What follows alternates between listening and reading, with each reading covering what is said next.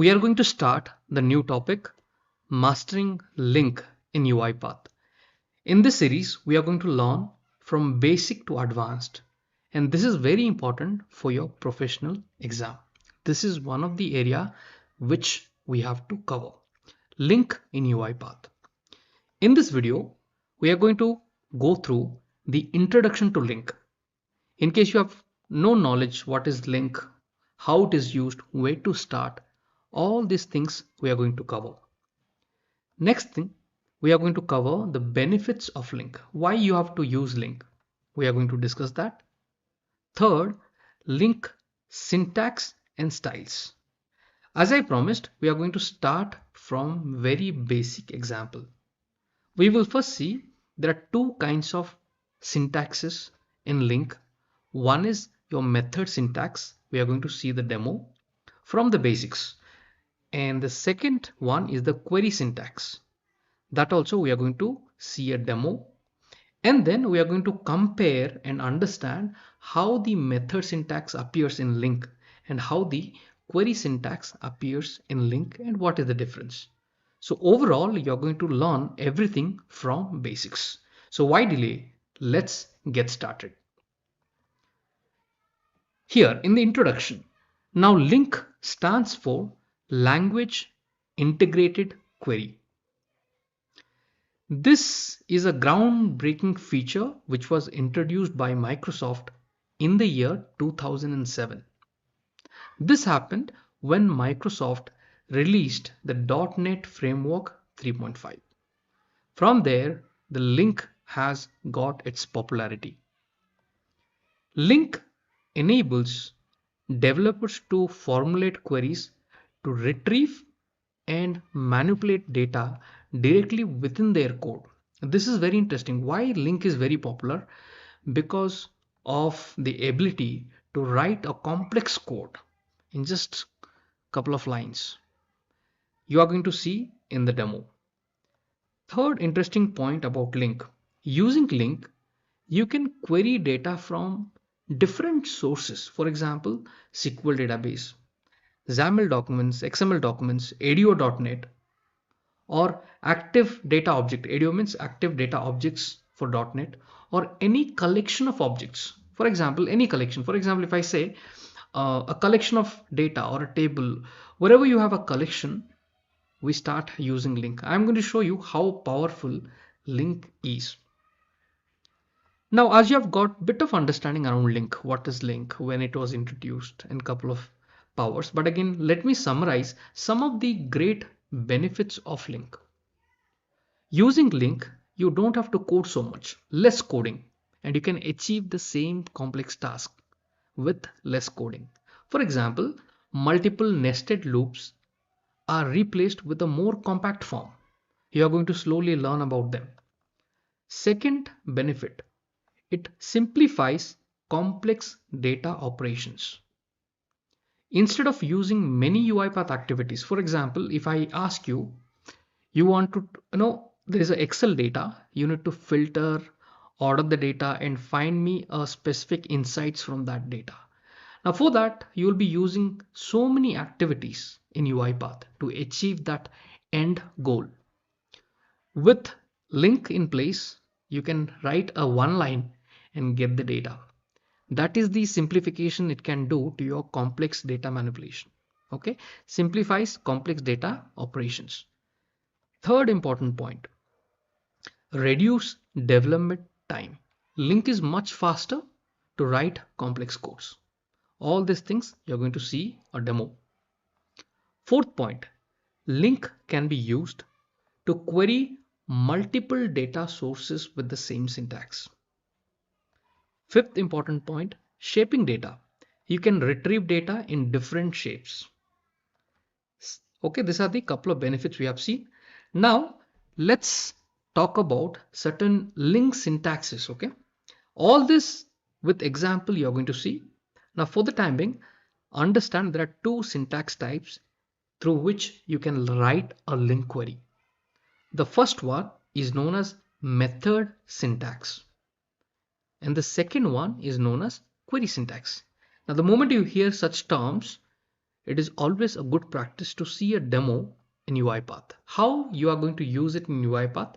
I'm going to show a demo for both of the syntaxes, method syntax and query syntax.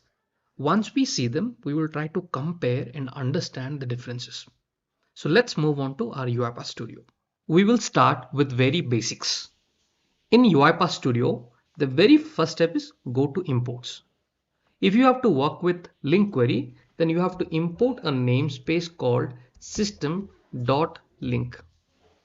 So you need to, so you can see system.link, link.expressions, link expression interpreter. You can add all the three namespaces. Okay, system.link, link expressions, link expression interpreter. So I've already added them into my namespace. So once you have imported this namespace, next you should see how the LINQ queries are written. Now in this, what I have done, I have taken a simple assign activity. In the assign activity, I have got a variable which has these values 1, 2, 3, 4, 5, 6, 7, 8, 9. So a is a integer array of integers. So you can see it is a collection. It is just a collection. Now here there is a for each loop and I want to print the current number. While looping, it should square these values. For example, 1 into 1 is equal to 1, 2 into 2 is equal to 4, 3 into 3 will be 9. So the output should be the square of each number in array using method syntax in LINQ. So let's see how it can be done. We'll start from basics. So let's click on this list of items, expand it, and here I'm going to first take the variable name which contains the collection of values, so which is a variable. Okay, dot, then you write a method. Remember, these dots are required in the method syntax. This dot is important in method syntax. This is a very important point. Dot, then you write the method. What is the method? Select is a method. Dot select. What I want, I have to get each of this number. I have to loop through that number and square it. Now see, in UiPath you will be looping at one place and then squaring at one place. But in LINQ, I can do both the things at the same time using something called Lambda function. So I'm writing a Lambda function. First, let me explain the syntax of Lambda function. Then I will let you know what is a Lambda function in detail. Okay, so look at it, how I'm writing function, and then I will say p. P is a variable. You can put any variable, okay, whatever of your choice. This is just a variable, space p into p. So what is happening in this syntax? A is an array. It contains 1, 2, 3, 4, 5, 6, 7, 8, 9. Now in that I have written a function. This function, what it will do, first it is going to pick the number 1. Then it is going to send here 1 into 1. The value will be 1. Next it is going to, so this is called a Lambda function. This is automatically repeat. So next value in the array is 2. So it is going to send 2 here, 2 into 2. So this p is a parameter. You can put any variable here. You can write a, b, c, d, e, f, whatever you like, or whatever the variable name you like to put, you can put it here, up to you. So now just to explain you, it is going to go through this array. This function is going to collect 1 and then send here 1 into 1. Then it's going to loop through the array. Then it will pick 2, 2 into 2, 3, 3 into 3. Like that it will continue. So this is called a Lambda function. This entire thing is called a Lambda function. We will talk about it slightly later. Now just see what you understood the logic, how it works. A is an array, then I'm writing a dot, and then I'm writing the method name called select. This is called method syntax. In method syntax, you will be using a Lambda function.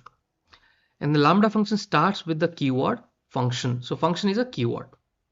Function, and here you are passing in bracket, you are passing the variable p. You can write any variable, p into p. Pretty simple. Now let's look at the output, then we will understand. Now what would happen? Whatever it is, the output is going to come. The very first output will be 1. So it will be sent to 1, then 2. So the looping and the execution both are happening at the same time. Okay, p into p. It is going to send to current number. And here in a log message, I'm simply printing the current number. If I execute this, look at it, the output, what happened? I got 1, I got 4, 2 into 2, 3 into 3, 4 into 4. Like that for all the 9 numbers, I got the output. So this is the example just now you saw is of method syntax. Okay, so what are the properties you saw in the method syntax? In method syntax, you have a dot, then you write the method name. Method name, right? Dot select is a method. Dot where, there will be a lot of such methods you will see as we proceed. Okay, for the moment, let's go with the very first method, select. Okay, so you have seen the method syntax. Now, the same thing, how do you achieve using query syntax? I'm going to show you. So here the same thing we will achieve using query syntax. Now let's see how to write a query syntax. Let me expand this.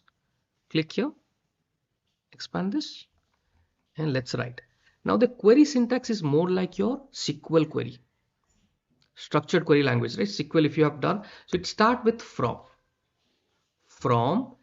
then you write any variable. Let's say I'm writing P in the array, in the collection, from P in array. That means it is going to loop through the collection from P in A, enter, and I'm writing select P into P. So that means what is happening here in the syntax? Here it is going to loop through. The syntax is slightly different. There you used to write a dot select in the method syntax. In the query syntax is more like SQL. You are writing like this from.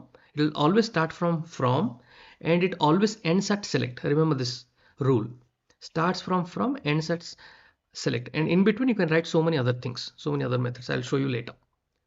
So from P in A, P is a variable, A is an array, select P into P. So now if you hit on save, this is a query syntax, and if you run the same thing, okay, same logic for each loop, if I'm going to run this, you will achieve the same output. You can see it, right?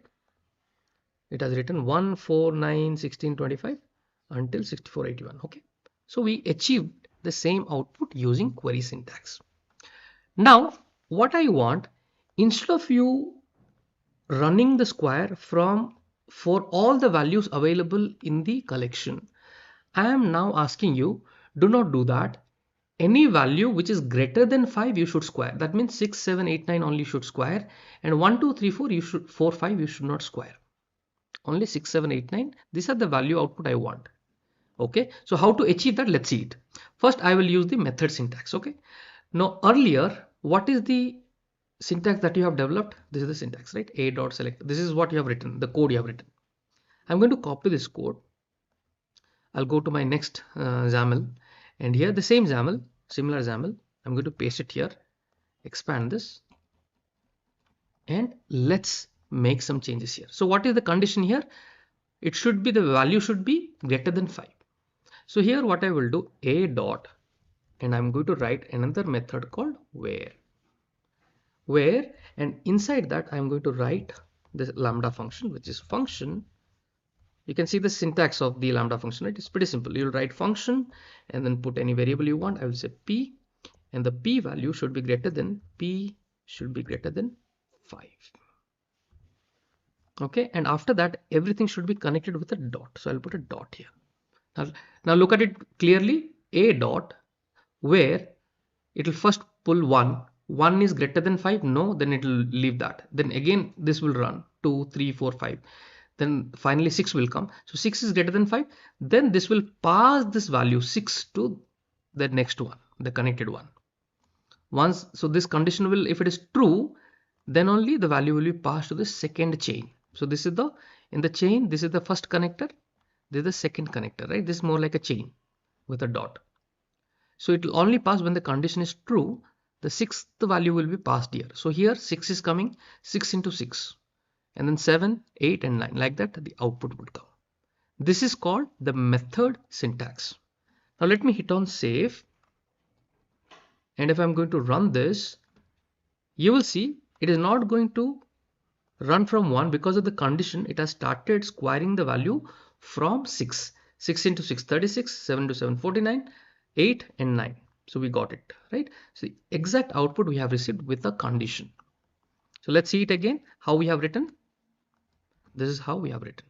A dot where function P. This is the method syntax. Now the same thing, how can I achieve in the query syntax? Let's see it. To do that in the query syntax, again the same format. I'm clicking on this for each loop. What we have written in the previous query syntax, how we have written, let's copy that. I'm going to come to the fourth XAML and here I'm going to paste it, expand it. Okay, so here we will put another condition. So here in the query syntax, we do not use dot. We can simply write with a space. Okay, so from P in A, and then here I'm writing the clause where clause, and P should be greater than 5. So in the query syntax, we don't use function. The lambda function is not used. Here it is pretty simple. From P in A, where P is greater than 5, then you do P into P. Pretty simple query syntax. Now query syntax is something quite easy. Even the method syntax, it's up to you which one you would like to go for. Right? So from P in A, where P is greater than 5, select P into P. It is more readable, right? It is much more readable. So I'll hit on save and let's run this. Now what is the output we are expecting? The squaring should happen from 6. So you can see 36, 49, 64, 81. We got this output. So we have seen the method syntax example and a query syntax example. Now let's see the basic understanding. Compare both the method and query syntax. We'll compare. So what happens in a method syntax? We use different methods, like we have seen select method, we have seen where method, right? There are multiple such methods in a chained manner. So for example, a dot where, then you have written the function dot select. So always there is a dot and there's a lambda function used here, function P. This is the entire thing is a lambda function. I'm going to cover that in detail. So now you understand a method syntax contains different methods in a chained manner, one after the other. Okay, now in a query syntax, what happens? Query syntax is similar to SQL, structured query language. The LINQ query syntax starts with from. In query syntax, it always starts from keyword. The very first keyword they use is from in the query syntax, and it always ends with select keyword. So this example you have seen it, from and select. This starts with from, ends at select. This is called a query syntax. Now with that, you can easily understand which is a method syntax and which is a query syntax. A query syntax doesn't use dot. A method syntax uses dot and lambda function. Okay, so this is a lambda function. Now let's understand what is a lambda expression. A lambda expression is a function without a name that calculates and returns a single value. Now, if you have done programming like in Python, if you have done, or any other programming, there you would see a function you are defining with a name. A function has a name, but here a lambda expression is a function without a name. For example, this one, function P greater than 5. Now here we have two lambda expressions, right? Function P greater than 5. This is one lambda expression and this is the second lambda expression. So the syntax remains same. Here the variable might be changed. You might put some other variable instead of P. But again, it is a lambda expression. The entire thing is a lambda expression. So here in this entire query, we have used two lambda expressions. Okay, where the array value was 1, 2, 3, 4, 5, 6, 7, 8, 9. We would like to put a condition and then multiply them. So syntax of lambda expression in VB.NET is slightly different. So the one that you see here highlighted is a VB.NET. In C#, it is written slightly in a different way. This is how it is written: parameter and then lambda expression operator, parameter into parameter. Getting it? So this is a lambda expression. So overall, you have seen how this expressions are written in two different formats. One is the method syntax and the other one is query syntax. So this is the basic start we have done. Now let's move on to our next topic and continue to learn many things inside LINQ query. In the journey towards mastering LINQ in UiPath, we are going to learn filtering data table from basic to advanced. In this video, you are going to learn both the method syntax style and the query syntax style, using which we are going to filter the invoice data using LINQ. We will first learn how do you filter any single column available inside a data table. I'm going to show you the data table, what is your input data looks like, and in that one column only we are going to filter. This will be our very first agenda. The next agenda, we will try to filter two columns. Again, using the method syntax and the query syntax style both. The third thing, we are going to filter using 3 column or more. So let's begin. To learn filtering, we need some input data. You can see I have this Excel file which contains invoice number, vendor tax ID, invoice item, total and date. Let me first tell you from where you can download this particular file. For this, you have to search UiPath Acme on Google, and here is the link for the acme underscore test hyphen test.uipath.com. Let me log in to this site. It is going to ask you your email address. I'm going to quickly fill my email address and password. In case you don't remember, click on forget your password, or else if you have not registered, click on register and register yourself. Once you have logged in to the Acme site, scroll down and click on invoices, and then click on search for invoice. You will see this particular page. On this one, you have something called display all invoices. Let me click on display all invoices. And finally, this is the page what you are going to see.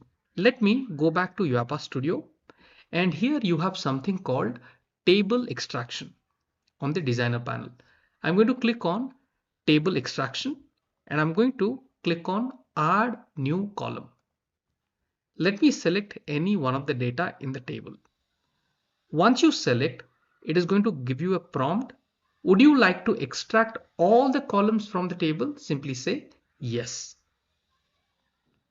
Post that, this is how it is going to appear. You need to click on preview just to see how the data is coming. If you see invoice number, vendor tax ID, invoice item, if you scroll towards the right, you have total and you have date.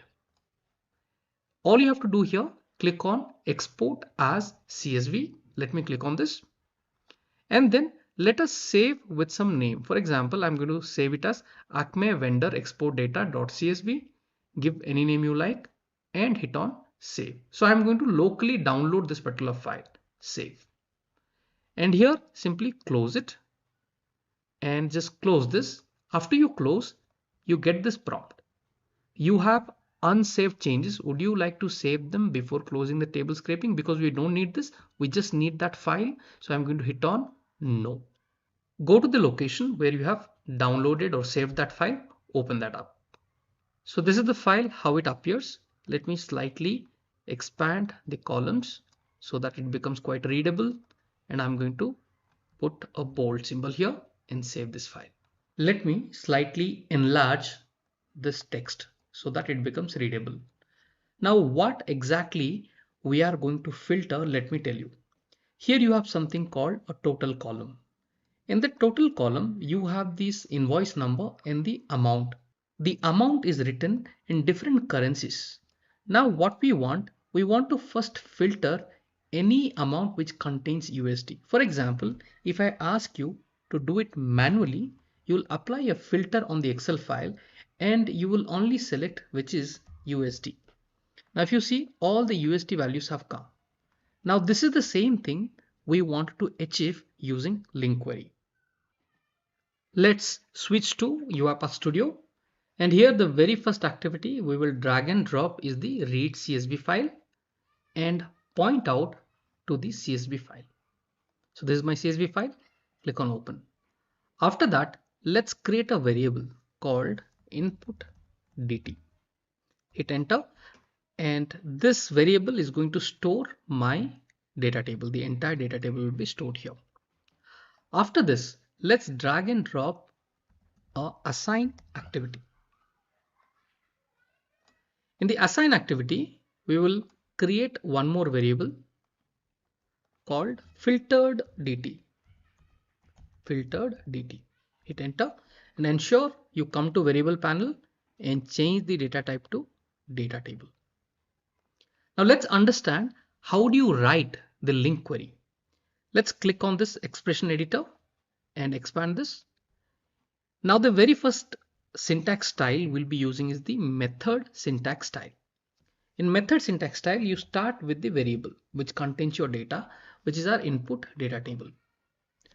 Dot, we have to write something called as enumerable. Now let's understand what is as enumerable.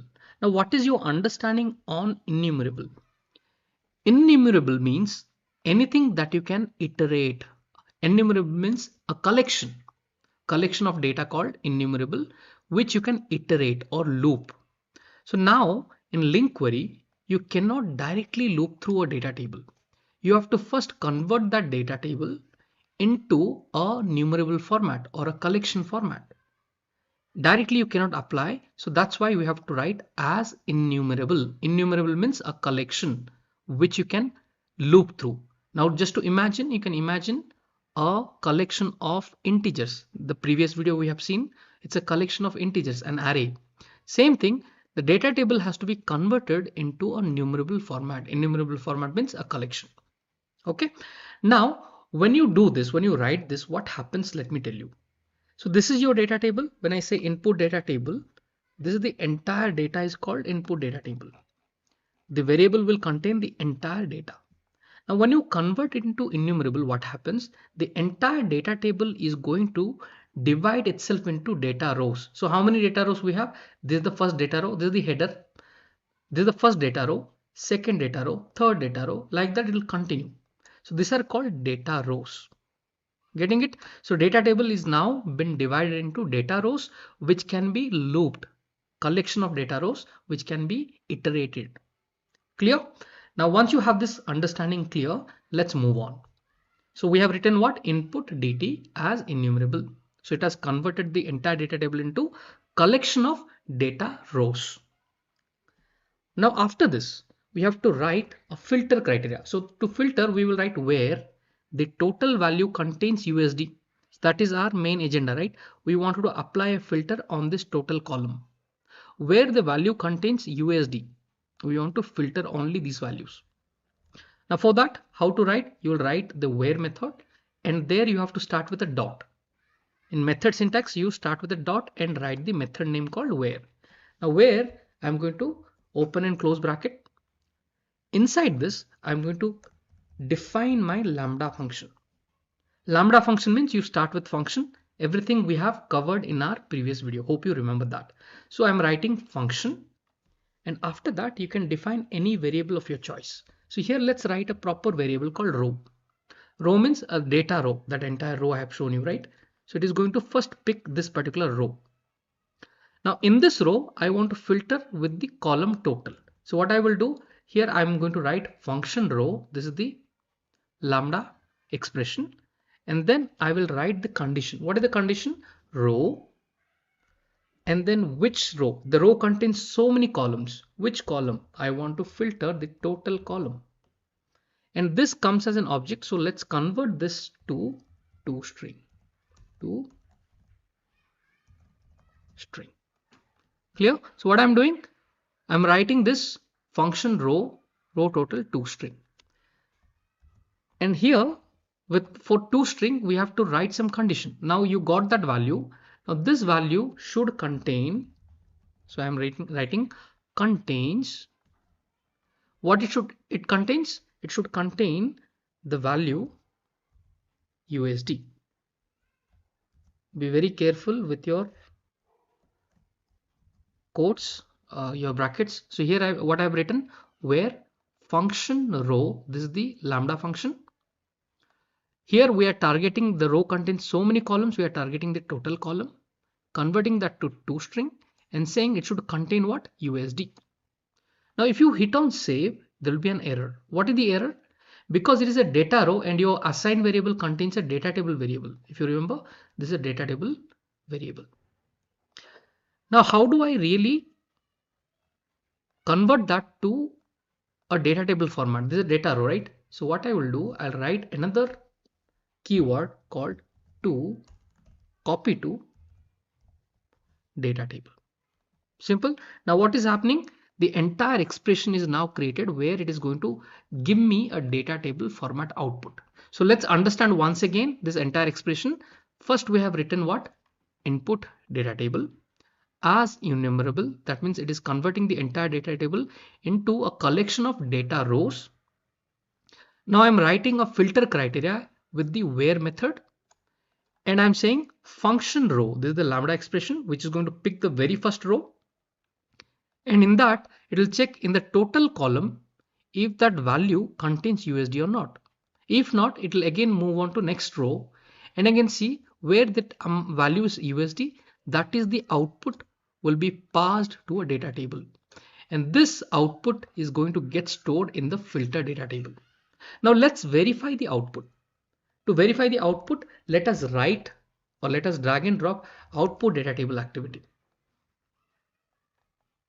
Output data table activity, and here in the output data table activity, let's input the filter data table from the previous activity, and I want to convert this to a text format, a string format. So create a variable and I'm going to say text dt, hit enter. Okay, this is string format. Now let us use a simple log message. Drag and drop the log message, and here in the log message let us put input text dt that we want to see, and log level you can keep it as info or leave it as it is. Now let us run this. Now before running, ensure the file should be closed because you are using a read CSV file. Don't save it. So let us save and run this. Now what I'm expecting, when it applies the filter, it should only show me the values which contains USD. Now you can see the execution is completed. Let's go to the output and verify if we got the proper values or not. So if you see invoice, number, vendor tax ID, invoice item, total, date. So if you see all the values contains USD. If you see USD, see everything contains USD, USD, USD, USD. So it has filtered our proper data. Now let's see the same thing, the same expression that you have written in method syntax format. How can you convert this to a query syntax? The query syntax style we are going to check. So let me close this and let's go to one more blank XAML file. In this one, let us copy all of this activity, control and highlight all of this activity, and copy this and select this, paste it. By doing this, you can see all the variables, everything has been copied. Now only thing we have to do, we have to convert this method syntax to a query syntax. So in query syntax, how do you write? In that style, how do you write? Let's see it. So let me erase this. Now you remember the query syntax always starts from the keyword called from. You have to say from. This is the very first one. From, then you have to write a parameter. So let's define a parameter called row. You can put any variable of your choice. You can write row, rows, whatever you like, okay, or a variable A, B, whatever you like. So here I'm saying from row in input data table. So this is our data table. Now in the method syntax, we are converting this input data table to as enumerable format. Now here we don't have to do this, simply writing from row in input data table. It is more like SQL. So this is the source, this is where it is coming. So the loop will start from here, row. So it is going to first pick the first data row. After that, we have to apply a filter. So how do you apply a filter? You simply say where, right? And here I have to define the field, right? Which field based on which you would like to apply the filter. So for that, the syntax is pretty simple. You would say row dot, there is a keyword called field, and then within bracket you will say of string. What type? String type. And which is that column? You have to define within brackets. The column name is total. So where this total column, the entire meaning is it is targeting to the total column, row field of string total. So in method syntax you are writing row, in bracket you are writing total, dot to string you are saying, right? Here the style is slightly different, row dot field of string total. After this, simply say contains, okay, and here you have to define your condition. So contains what? So our condition is it should contain USD. Simple. And after that, simply say it should end with the select, right? So I'm saying select row. Okay, so I'm simply writing select row. Now how do I convert all of this to a data table format? In the method syntax we are writing dot copy to data table, right? Here you should write like this, put a bracket everywhere, and here I am saying dot copy to data table. Clear? Look at the syntax. Pretty simple syntax. Select row starts with from and ends at select, and everything I put in a bracket and writing dot copy to data table. Now if I hit on save, what would happen? This one has been written in query syntax and we are filtering only one column, which is the column total column. Now let me run this. Now let's see if we are getting the same output like the previous one. Okay, now let's click on the output. Now if you look at the output panel here, all these values contains USD, USD, USD, USD, USD. Okay, so we have filtered it and only got the USD. So we have covered our very first agenda, filtering the invoice data using LINQ for the one column. Now let's see the second one, filtering the invoice data using LINQ with two columns. Two columns, how do you apply the filter? Now for this is the Excel file where I am going to filter both the columns at the same time. One is the total column as per the USD and the date column, and the date should not contain a value called 00. So this is a blank value 00. I don't want to see this kind of values. I want to filter it out. So if you see it here, I don't want it. It's not I want it. I do not want any column, anything in the date column containing 00. If you see 00 USD value is there. So I don't want this. I don't want. Now for this, how do you write? Let me show you. So it's a negative scenario. I don't want it. It's not you want it, you don't want it. So first of all, let's see in the method syntax, how do you write it? Okay. So this is the syntax we have written previously, and we are going to slightly modify it. Now remember, your filtering is happening in the where condition. Yes or no? And this is the first condition you have written called row total dot toString contains USD. This is your first condition. Okay. Now what you can do it here, just to make it more readable, when your syntax becomes large, you have to write in a way that it is readable. So how do you do that? Let me show you. For example, here if you put a dot, if you hit enter, immediately there's an error.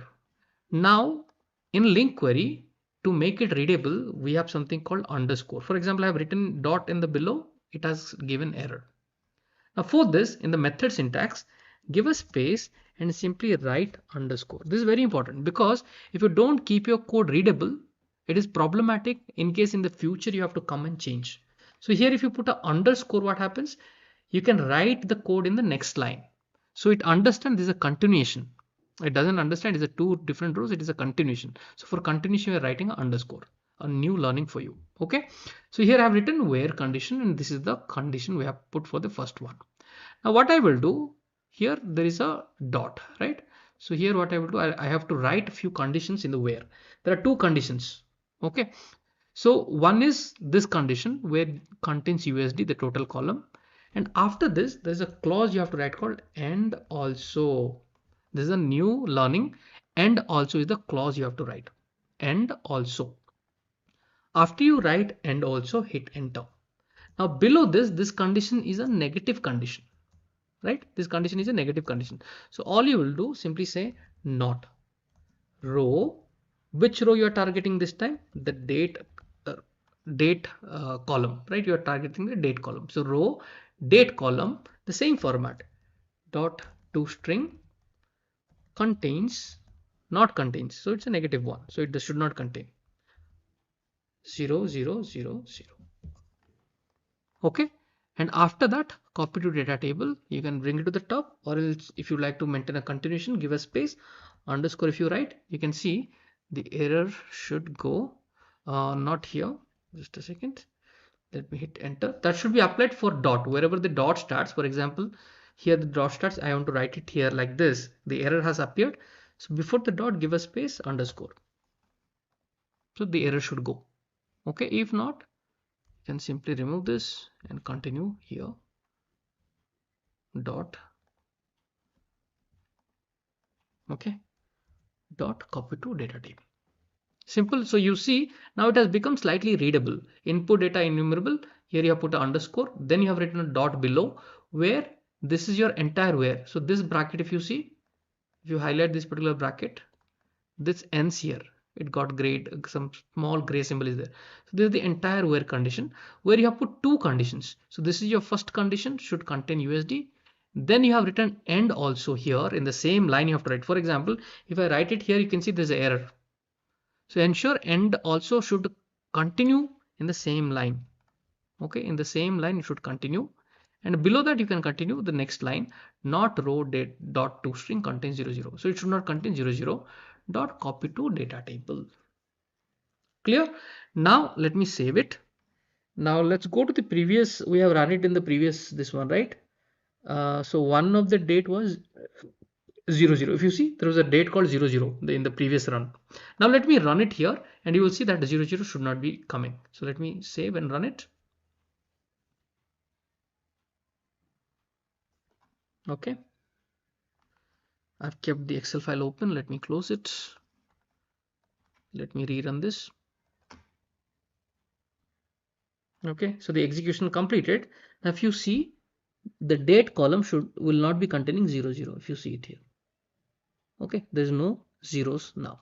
So we have learned how to filter two columns using syntax method.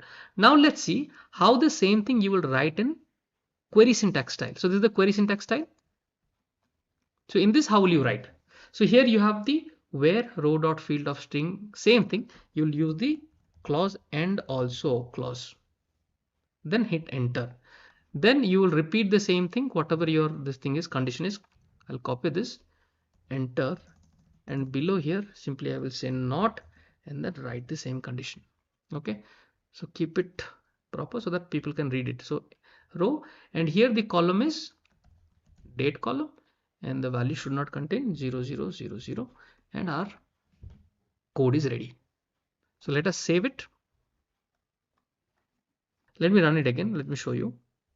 So if I run this, that filter value 00 should not come. So if you look at what happened, now you see none of the values, none of the date column should have 0. So you have seen both the queries in this format, in the method syntax format, and in the query syntax format. Now it's time to see the third agenda, filtering the invoice data using LINQ with 3 columns, 3 or more columns. So how to do that? Now for this, I'm going to the very first example for the method syntax style. Okay, now here, first of all, let us open that Excel file, and I'm going to show you what is the third condition based on which you should apply the filter. Okay, so first of all, let's increase the column size slightly a bit. Okay, and then let me make it bold and slightly increase this size. Okay, so this is the file. Now the third criteria is you have to apply the 3 filters now. In the total column USD, and the date column should not contain 0, and the third filter I'll show you. So let me apply the filter. First we are applying filter containing USD. Okay, and the date should not contain 00, so I'll remove this, and the invoice item should contain only IT support. The invoice item should contain only IT support. So this should be your final output. So let's go to this one, UiPath Studio, and let's add the code. So the code is pretty simple. Here is the copy data table. I'll hit enter, and here let's write. So for this, simply copy the entire line until here and paste it here, and here you copy the end also. It's a matter of copy paste, right? Space and also, and here I'm going to align this under the row, and the column is different here. What is the column name? If you go to the Excel, invoice item. So here simply say invoice item, and dot string contains what? It should contain IT support. So simply write IT support. Okay, so we got IT support. So now you can see everything is done. Simply bring back the copy to data table, or else use a backspace. The delete is not working. So you can see the code is complete now. No error. Let's save this and let me run this. So this time it should give me a very simple, the final output should contain only IT support. Okay, I haven't closed the Excel file. Don't save, stop, and let's run it again. So this time it should only give, so it ran very quickly, and you can see it has given IT support, IT support, IT support, IT support, and only the required data has come. It has filtered the USD, it has filtered the date and the IT support. Now you can see the output, and it is very quick. The execution time is very less. If I go and try to achieve using UiPath activities, you might be using a lot many activities now to filter and get this. Now this become pretty simple, right? Pretty simple one, and pretty effective one. The runtime is very less. Okay, the execution time is quite less. Now let's see how the same thing can be done using the query syntax. So now what I need is this name, right? Invoice base item. Okay, or else I can type it. So let's go to the second XAML, open the query syntax, expand it. So here we will copy until here. It's a matter of copy paste. Okay, and also should contain in the second this line, and here should be total. What was the total income? Keep it open. Here is the Excel file. Sorry, what is it? Invoice item. Okay, invoice item. Go here and change this to invoice item. Should contain IT support. Done. Now everything is done. All you have to do is simply save it. It's more than three filters. It's three filters. If it is more than three, you simply continue and also here and continue whatever filters you would like to apply. So you must have understood that. Let's save it and let's quickly run it. And let's see our final output using query syntax style. Again, I've kept my file open, same mistake.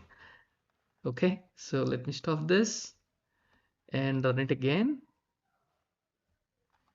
Let's see the output. So you can see for the query syntax for this XAML, the output has appeared. Okay, IT support. So the key takeaway from this video is the first one, data table, filter one column. This left hand side is the method syntax where you have written the data table variable and written dot as enumerable, wherein the query syntax doesn't use as enumerable. And then we have written dot, and if you have to write a dot in the second line, you put a underscore and continue. But in the query syntax by default, you can write it in this pretty format. So here to apply this kind of format, you are using a underscore where function row total dot string, and we have applied a condition and then finally copy to data table. In query syntax, to do the copy to data table, you put a bracket before from and after the select row and then dot copy to data table. Now the same thing to apply a data table filter on more than one column, then you use the clause and also, then you write your set of conditions and then rest of the things remains as it is. And for the query syntax, again you write and also and write the conditions. Here the row dot field of string is slightly different, and here you write row total dot to string. Here you write row dot field of string total, the column name. This is the difference. You can compare side by side and you can take this understanding, and I hope this would help you a lot in your LINQ journey. So let's move on to our next topic. Update data table column. How can you update the columns that are available inside a data table or inside an Excel file? How can you update using LINQ query? That is the topic. Now let's see what are the topics you are going to learn from this video. The very first thing, you are going to learn how can you update the values of a data table column. That one simple demo, you will get it. Next, you will get an example of how to update the values of a data table column based on another column value. So let's say if there's a dependency, if the column A contains this, you change the value to this. So in those conditions, how you write a LINQ query, you're going to see that. Next, you're going to see a practical scenario.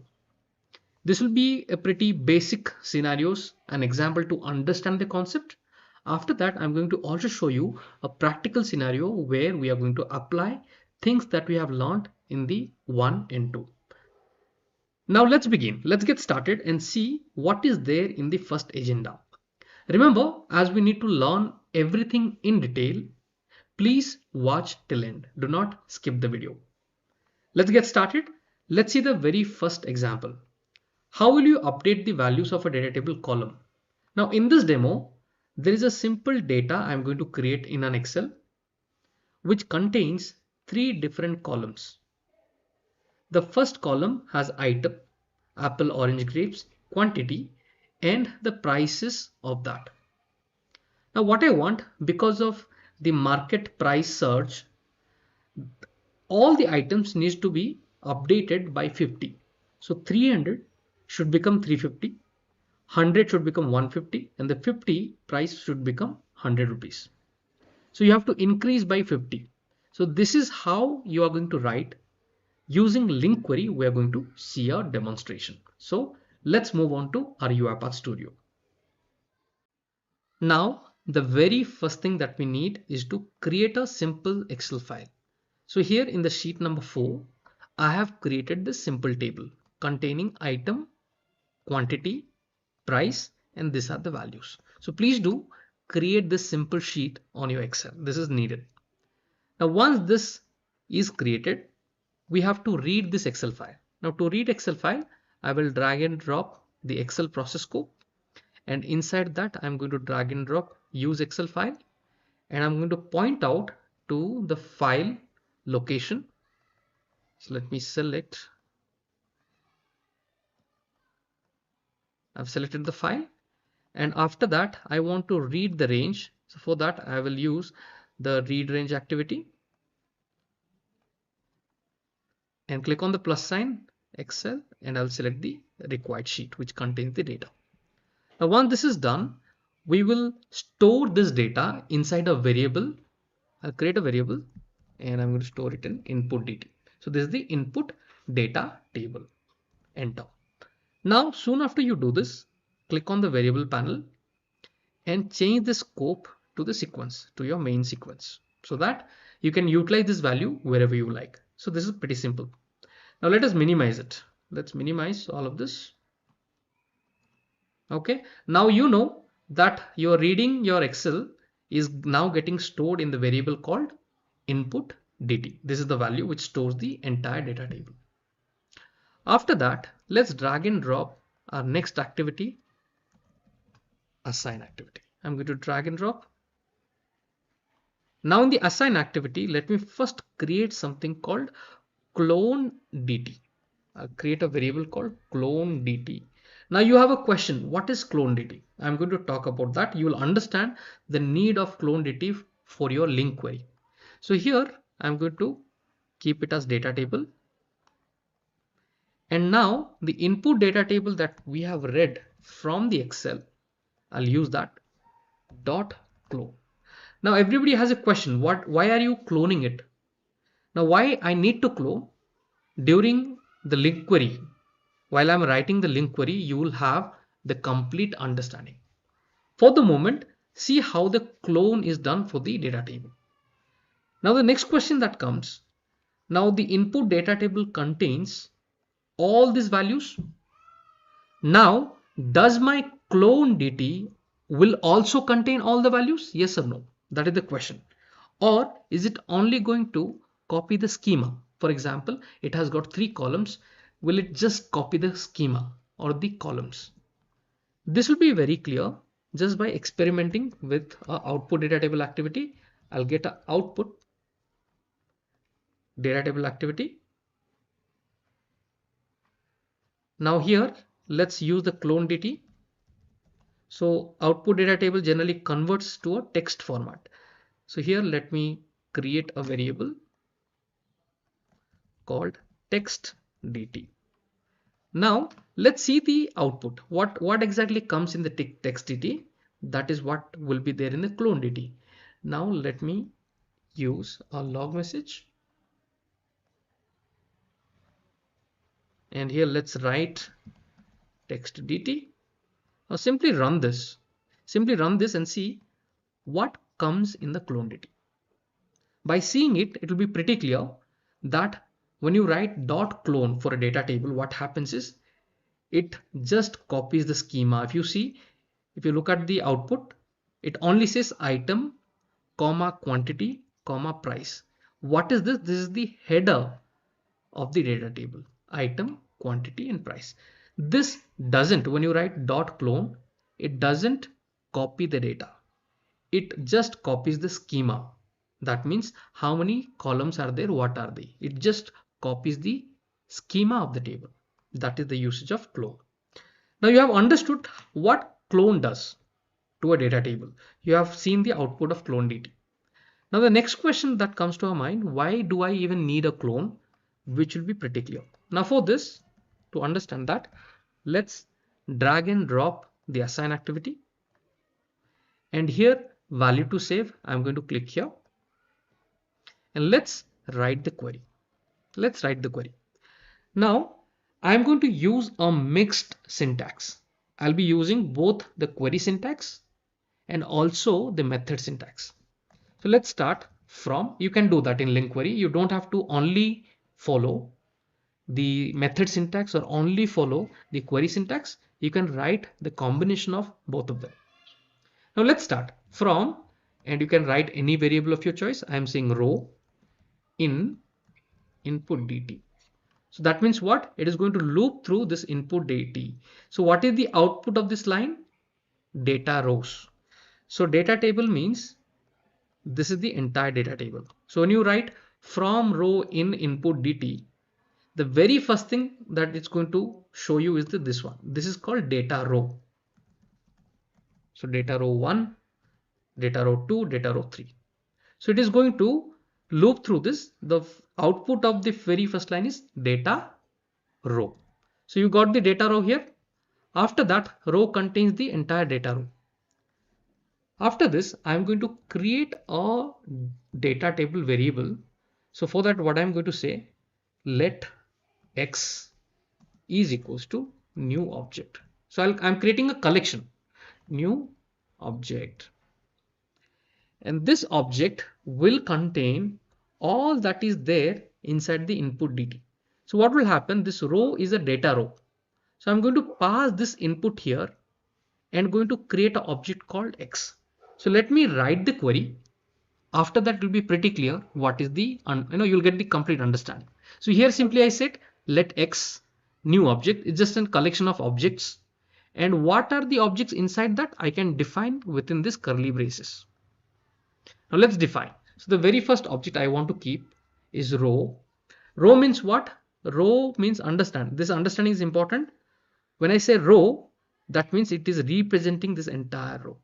So that means it represents item, quantity, and price in the values. So I will say row in parenthesis. Let's write item dot toString. So what is the meaning? Now it will pick the very first item, apple. Okay, then I'm writing comma.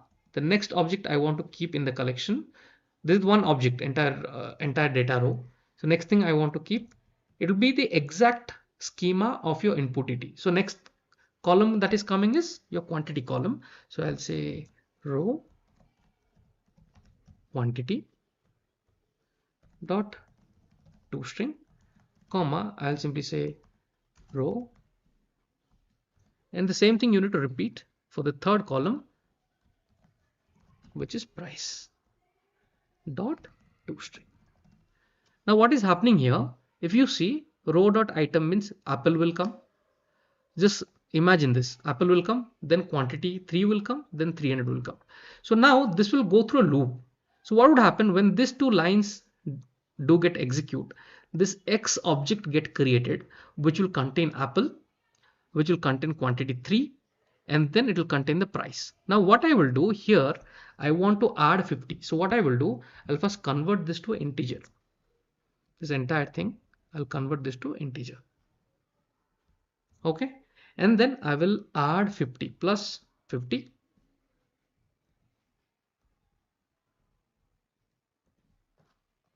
Let me add 50. And after adding, I'll again convert this back to string. So I'll string write like this, and I'll say dot to string. Pretty easy. Now what is happening? This new object X getting created, for the first time when this loop is running, it will first create apple quantity 3, and the price was how much? Price was 300 plus 50 it will do as per the syntax. As per syntax, it will convert it to integer. So it will become 300 plus 50. So it will become 350. That will convert back to string. Okay. Now what happened? This X object is containing that entire value. Now next loop comes, the loop comes, then next thing will be orange, 2 and 100. So again the same thing will come. Here it will come orange. Here it will come 2. Here the price of the orange, which is 100. And here the 100 will become 100 plus 50, 150. Like that, the entire loop will continue throughout the data table. These two lines should be understood. Now what am I going with doing with this object, X object? I'll tell you what to do with the X object. So here, if you remember, we have used something called clone DT. And clone DT just has headers. It doesn't have anything else. It only has headers, item, quantity, and price. You saw that output. Now what I'm saying, select clone DT dot rows dot add. What you add this X object. So this X object is now taking shape of a data table because of the syntax. Now here what I'm doing, the clone, which is a blank one, it doesn't have any data. There I'm saying add rows, and what to add, whatever is there in the X. Because the X has gone through the looping, all the 3 rows have come. That means apple, orange, grapes, this quantity, everything has come. And the values have also changed here, 350, 150, 50, because of the syntax that is written for the X object, where we are adding 50. Pretty clear? Now after you have done this, your code is actually done. If you click on save, there will be a small error here. What it's saying, value for required activity argument 2 was not supplied. So let us first create a variable, and I will say output dt, enter, and let's convert this variable to a data table. Okay. Now this is converted. Still there is an error. What this error says, cannot, if you read the gray box, cannot assign from type system.data.enumerableRow.collection system.data.data rows, because the query that we have written, it is dealing with data rows. Very important. It is only dealing with collection of data rows. To type system.data, so here your variable is a data table variable, but the syntax here is just a collection of data row. It is not really a data table. So what you do here in this case, okay, so here if you see, I'm using a method syntax, clone.dt.rows. So here what I'm going to do, I'll simply put this, and here also row, item, dot to string, these are all method syntaxes I'm using. So this is a mixed syntax, starting with a query, but in between I'm using method syntaxes. So here put a bracket in the beginning, and at the end you put one more bracket, and simply say dot copy to data, right? Dot copy to. So this is a method syntax. Now hit on save. If you do this, that error should disappear. Now the output dt contains the value. So here in the output data table, just replace that output dt, done, and it will get written to the text dt, and the text dt is going to show me the output. Let us simply run this and see what is the output that is coming. Is it going to add the value and show me the data or not? Okay, so the execution started. What happened? Quantity does not belong to table sheet 4. Okay, so that means there is a spelling mistake done. So let us rectify that. Come here and quantity ty, save. So as per the Excel, how you have written, same way it should be written. Let us run it again.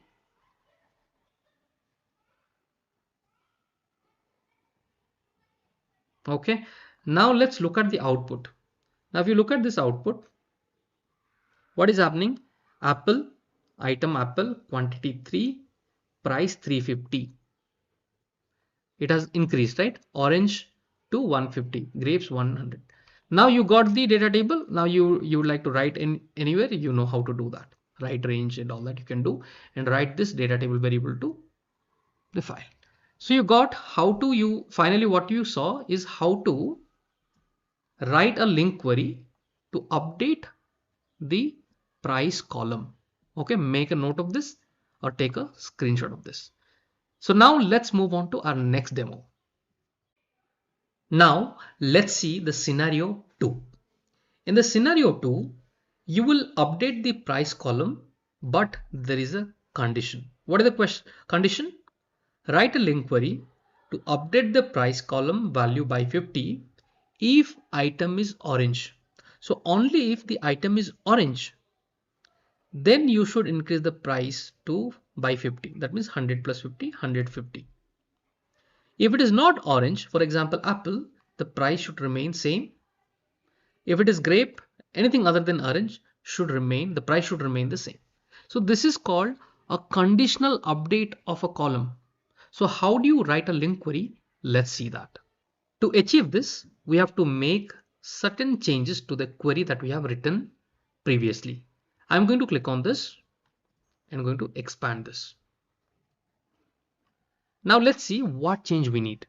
So here you can't simply add 50 like we have done for the last column. If you see after the comma, we have simply adding 50 to everything that is coming through the loop one by one.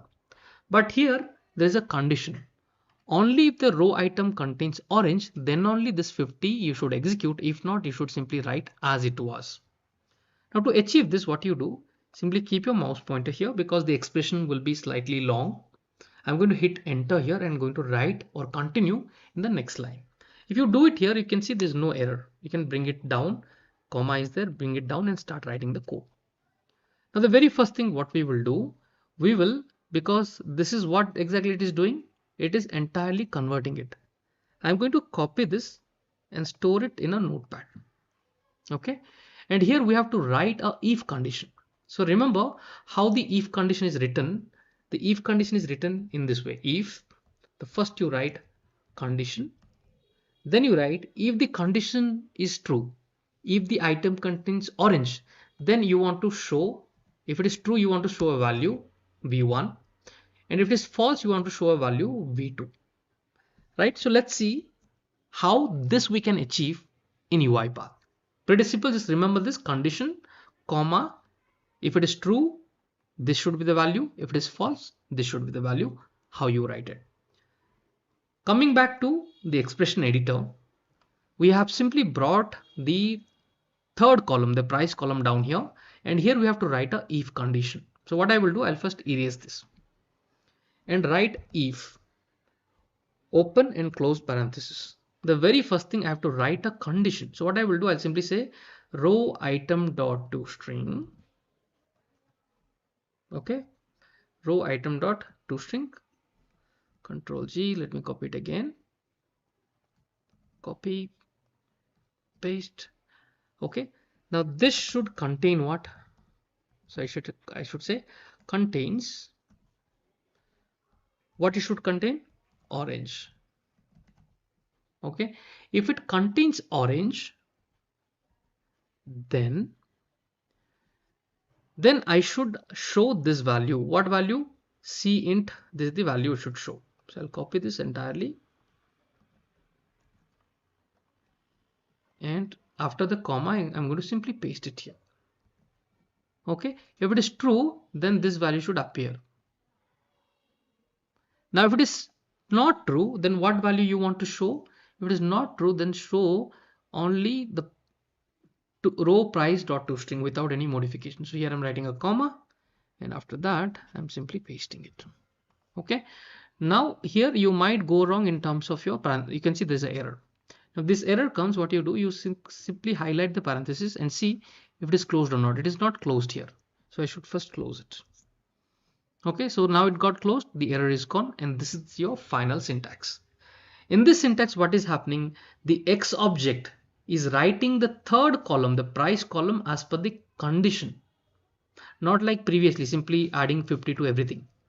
Here is a condition for while writing the third column. What is the condition? If row item dot toString contains orange, then only you change the value and add 50. If not, keep the value as it is. Okay, so this is the proper syntax that I have written. I'm going to save it and let us run and see the output. Okay, it got executed. If you go to the output, what happened here? The apple value 300, it remained 300. If you see 300, this 100 changed to 150, the 50 remains as it is. Let's go back, verify once again. So if you see 150, the 50 remains for the grapes as it is, apple remains as it is. Now you have changed the value based on a condition, right? So you learned how to do that and you saw the syntax. You can take a note of this particular syntax now. Now it's the time to see a practical demo. Enough of apple and orange example. Here if you see, there is a Excel file which contains invoice number, vendor tax ID, invoice item, total. Now here we have to write a LINQ query to update the total column by removing the currencies after space. So for example, if you see here in the total column, there is a number and there's a currency, euro, and then USD, right? CAD, Canadian. So there are so many different currencies that are written after a space. So here the condition itself is there in this column. If it contains something like this, we need to remove that and the output should be only showing the numbers. Do you see? Only the numbers. So how to achieve it? Let's see it. Let me first show you the Excel file. So this is the file that we have downloaded from Acme. In the very first video, I have shown you how to download this. Now in this file, if you look at, there's an invoice number, vendor tax ID, invoice item, total, date. So here the ask is, in the total column, there are something called, after the number, there are certain codes, euro, CAD, RON, I don't know what they are, USD, right? US dollar. So like that, these are currency details which are there after the number. What we have to do, we have to remove this currency detail after space and only have the number. So in this total column, I should only see the number, nothing else. So for that, how do I write a query using LINQ? Now let me go back to UiPath Studio. Again, the same thing, you are reading the file, there is an input DT, you are cloning that, same thing. So let me show you output data table and you're writing that. So now here, pretty simple is, what is the query? How do you write the query? Let me show you. Okay. Now here, if you look at, the very first thing we are doing is from row in input DT. This is your input DT which contains this particular data from the Excel file. After that, then we are creating an object, right? The same theory that we have learned till now. And in this object, we are using the curly braces, open and close. Within that, we are defining each column. So if you look at the Excel file, invoice number, vendor tax ID, invoice item, total, date. So how many columns we have? Total 5 columns. Same thing, you have to define those 5 columns in your X object. So let X equals to new object, and then within the curly braces I have defined 1, 2, 3, 4 and 5. The last column is date column. Now where we have to apply the condition? In the total column. So if you see 1, 2, 3, they are written simply as it is because we need the same values. No change in this for first 3 columns and the last date column, right? Last date column also we don't need any changes. So we have written directly. Only for the 4th column we have to apply some condition. For this, what I have done here, if you look at the query, okay, so all this you have understood, all the 3 rows written as it is, row vendor.taxid.toString. So all these are directly going to the X object. Now for the 4th column, what I have done, I have written the if condition. So here I'm saying if row total.toString contains, in that total column, if you have a space. So you saw everything is maintained with a space. After a number, there is a space and the currency is written. So here I'm saying if it contains a space, then what you do, row total.toString, Dot split, you split that by a space. So here if you see within the double quote, I've given a space. This is a space. Split by space and get me the, so when you split by space, there will be two items, the number and the currency, right? If you split by space. So I'm saying give me the number by writing 0. The first character you give me set of characters. So here after writing the condition, if it contains space, if it is true, then what you do, you split it and give me the first number. So 0 means the numbers will come. If it is, there is no space somewhere, if there is no space, what you do, give me whatever it was written, just give me that. So here the only modification we have done is to the fourth column from the Excel. So now the X object is going to have all the values exactly as input data. Only change that would happen is in this column. The total column based on this condition will change. So now this entire data table is kept where? In the X object. And here I am doing select clone dt rows.add, the same method that we have learned till now. The same method. Here simply I'm adding it back and copy to data table. Finally, what would happen? That will goes to output data table and printing that. Let's see, let me run it and we will compare the output. Okay, the output has already come. Let me scroll up. Now if you see invoice number, vendor tax ID, invoice item, total and date. Now if you look at this is the date 27/01/2018 is the date, and here this is the total value. If you see 163433, after that there was a currency which has been removed. Do you see the euro has been removed and I got only this output. If you compare this next value, okay, see 174892, like that for each of these values, right, the currencies has been removed. If you go even to the bottom of this output, if you see 86750, the currency has been removed. So this is how you would be writing and achieve what you need for this condition, for the real-time condition. This is how, pretty simple one. Make a note of this code and I hope this will be of great help. Now it is always very important to recap and see the key takeaways from this video. So in the very first video, we have seen how to update a single column where we had apple, orange, grapes as our input, and these are the prices. And we wanted these prices to go up by 50 rupees. That means the output should show 350, 150 and 100. Now to achieve this, what we have done, we have created an X object and here we have written all those column names, row item, row quantity, and for the price column, all we have done, we have converted that to cint and then added 50. Okay, so that is how we have achieved this particular output. Now let's move on to the second requirement. In the second requirement, we had a conditional based requirement. The condition was if the item contains orange, then the value should increase by 50. Otherwise, you should not change the values. Now for this, again, in the same syntax we have written the item, we have written the quantity column. And for the price column, we have after the comma, we have added a if condition. Here we have written if row item dot toString contains orange, then you convert that to and add to integer and add 50. If not, after the condition, this is the first part is the condition. This part is the value that we want if it is true. If it is not orange, then I want to show the normal value, which is row price dot toString.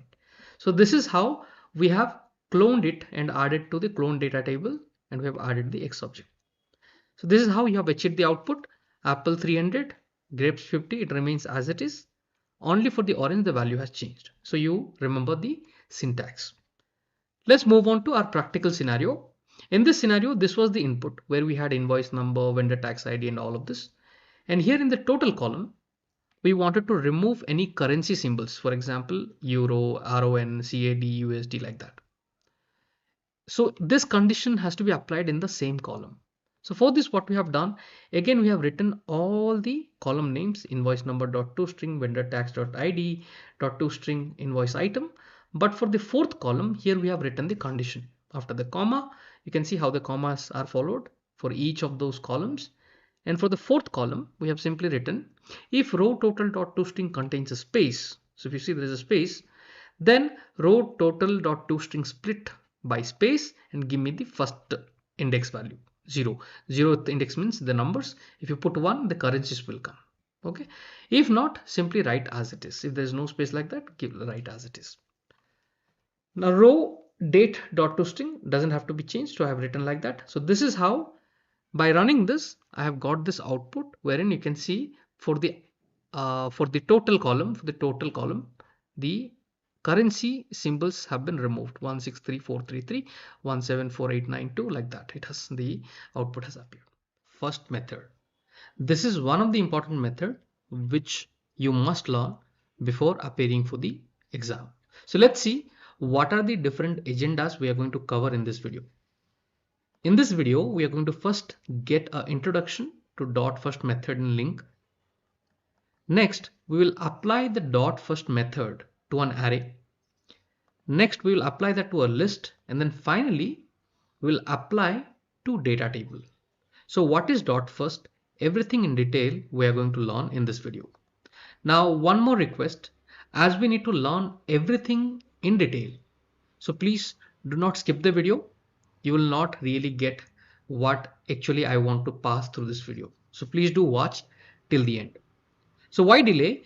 Let's get started and understand what is the dot first method. The dot first method in LINQ is used to retrieve the first element in a collection that satisfies the specified condition. So as the name suggests, dot first pulls the very first element from a collection. Now collection means what? Commonly the collections are list, array, any enumerable like data table and all that. Now if you would like to pull the very first element, we will be using the dot first method. It is often used when you need a single result, very important point, and want to ensure that you get the first matching element. You only need a single result, and in that, if there are multiple such items, you just need the very first matching element. In such situation, dot first method should be used. Now what is the syntax? Now the syntax is pretty simple. You take the collection name. The collection could be list, could be array or a data table. Dot first, and then if there are certain conditions, I'm going to show all this demo. This is the simple syntax that you can remember. Either the first one or the second one, depending on the collection type. Now let's get started and understand all this in UiPath Studio. Now coming back to UiPath Studio, the very first thing that we will do, we will create a simple integer array. And what is the syntax to create an integer array? Pretty simple. New int 32 and then open and close parenthesis, and the curly braces you are writing few digits, so they are integer values 1 2 3 4 5. And now I'm assigning that to an int array variable, and you can see the variable type is integer 32, array of int 32. After that, we are going to learn how do you really apply a dot first method on this integer array. Now for this, I've taken another assign activity, and here I'm going to write the expression. Now to write the expression, the very first thing, your input. Here our input is int array a, which contains 1 2 3 4 5.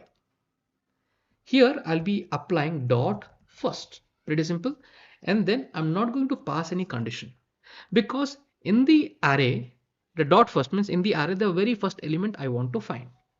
So that's why I'm not putting any conditions here. But when it comes to a data table, you will see how you can write a condition. Now for array, what would be the output of this? If your array contains 1 2 3 4 5 and you have written this syntax, what would be the output? Let me save it. Now remember, when you're writing dot first, it only fetches single element. That means you would be having a variable which will be holding that output. I have created a variable called OP, which is a int 32 type, because we have an array of integers. Now if I try to print that in the message box, if I run it,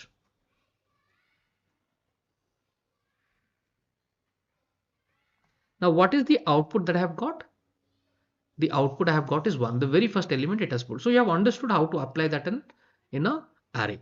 Now let's see how you apply that to a list. Here again, how do you declare a list? Look at it. So this is how you declare a list. New list, like you write new int32, here you write new list. And then within the parenthesis, you are writing of int32. What type? Integer 32 from, and you are writing 1, 2, 3, 4, 5. This is how I have declared a list variable called list A and given the values inside that 1, 2, 3, 4, 5. Now the same way as we have applied dot first method, the same way we are applying it here. List A, which is your input or the collection, dot first. Now what would be output of this syntax? The output would be, it is going to pull the very first element, which is 1 here in the list. Now if I run this, you can see the output 1 has appeared. Getting it? Now let's go through the third scenario, which is a data table. Now let me show you a data table.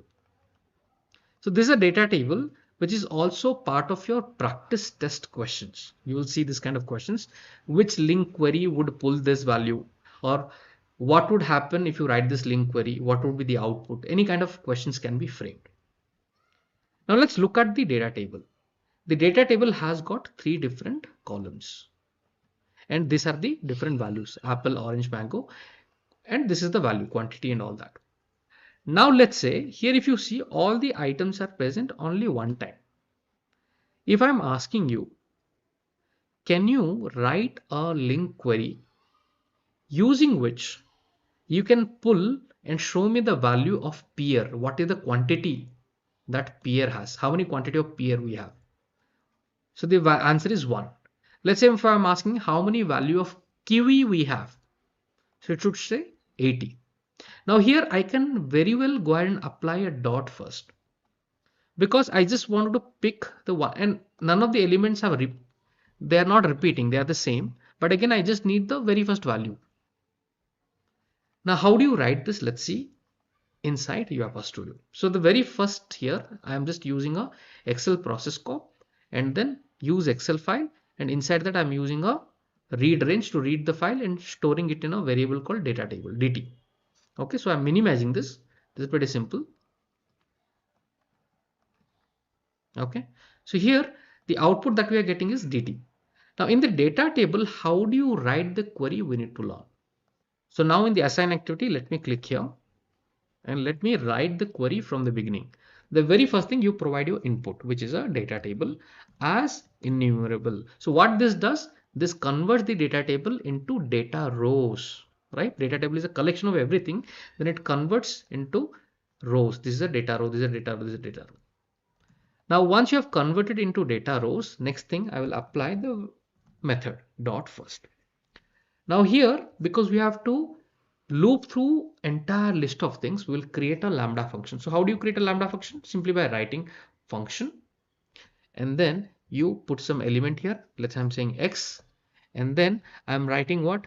X dot x. Then I want to fetch the item whose name is pears, and I wanted to fetch the value of it. So here what I will do, the column which contains the name is what?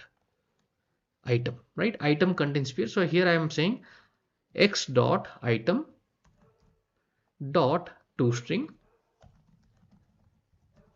okay, dot equals to what? Pears equals, and here I'm writing pear.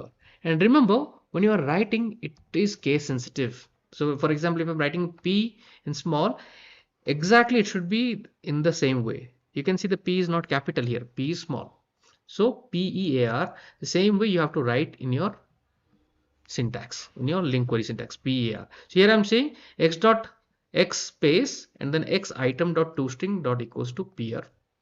Now what would happen by that? Once you get this, I need quantity value. So that means you first find where is the pear, the very first element, pear it found, and then you give me the side value, which is quantity. What is the value of it? So if I want to fetch this particular column, then you slightly modify this. So now it found where the pear is. Now the next thing is I want another column's value. For that, what you do, in parenthesis, double quote, simply say the column name dot toString. I need it in string format, so I'm saying dot toString. Getting it? So pretty simple data table, understand? As enumerable, you have converted that to a data row. Then you are saying dot first, which is the method. You are writing the Lambda function to iterate through the data rows one by one. So the very first time it will pick the apple, the very first item, right? X dot item dot toString dot equals to. So apple, is it equals to pear? So no.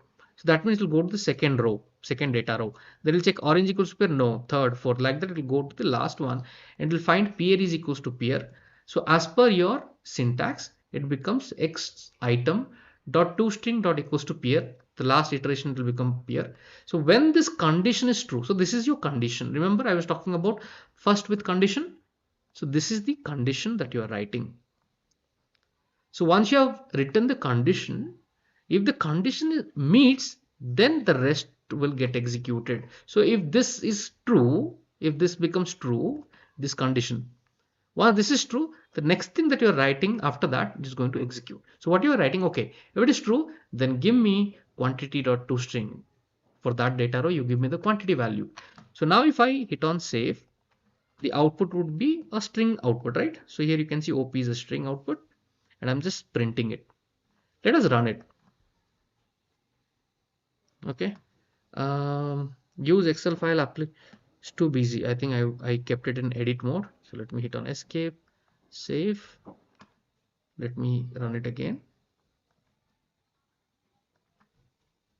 Okay. So what is the output you can see on my screen? The output is 1. Now let me slightly modify my Excel file. What I will do, let me go to the Excel file. And here, let me copy this. And I'm going to insert here. Insert copied cells. Okay. So here I'll make the number as 7. And here I'm going to give a value called 5. Now if you're writing the same query, no change, what will be the output in this situation where you have pear 2 times? So remember, dot first means it always picks the very first element in the collection as per the condition. So condition is pear, item should be pear. So because it meets here, the output should be 5. So let me save this. Go to the studio and let us run this. Okay, the same one. So let us run this. Okay, now you can see the output has come 5. Getting it? Now your syntaxes are ready for you. Now all you have to do is simply check the syntaxes. So how you have written for the data table is very important one. Data table as enumerable dot first, make a note of the syntax. So if this condition is true, then the rest of the line will execute. It is going to pull that data row quantity value. Getting it? For array, how do you apply it? We saw the very first one. It is pretty simple. Simply take the name of the array variable dot first. That brings the very first element. Now how do you apply on the list? The same thing, just list a dot first. These are the couple of learnings that we had in this video. So thank you guys for watching. I'm going to come up with more such interesting concepts. Once you learn this, if given a complex situation, you will be able to apply different logics and build your own query. So the very basic thing that is required is we have to learn everything one by one, step by step. So once you are confident, then we can build complex queries. Where method. How does it work? What is the syntax? What it returns as an output? Everything we are going to learn in detail. So let's get started. So for this video, first we will get an introduction of .where, and then we are going to solve some of the problems. The very first problem, we will filter all even numbers from an array of integers. We will find out only the even numbers. We'll filter that. Next, we will filter a list of strings where the word hi is present. Filter words containing hi. So you can see the list of string. In this 1, 2, 3, this word doesn't contain hi. So we have to filter. Then we'll also try to work with a data table. So if you see, this data table contains a lot of different items. Out of this, we have to filter the mango. So you can see this row, the third row contains mango and the sixth row also contains mango. So we need to filter that. So let's get started, and skipping video might lead to loss of key concepts. So in-depth learning is essential. So let's get started. Let us see what is a where method, what is its purpose. The primary goal of .where method is to filter elements based on specified condition. So the main work is to filter elements based on condition. Now, how do you write this? Let's look at the syntax. So for example, data table .where, and you write your lambda function, and then we will define the filter condition based on which your output we need to convert that to certain format as you need, to array, to list, copy to data table, depending on the requirement you have. Now it returns, what it returns is very important. We will see this in a practical demo. For example, if I apply this where on a data table, then it returns I enumerable. So remember, when you see this word I enumerable, remember a simple word I'm going to give you. The word is collection. Remember, collection.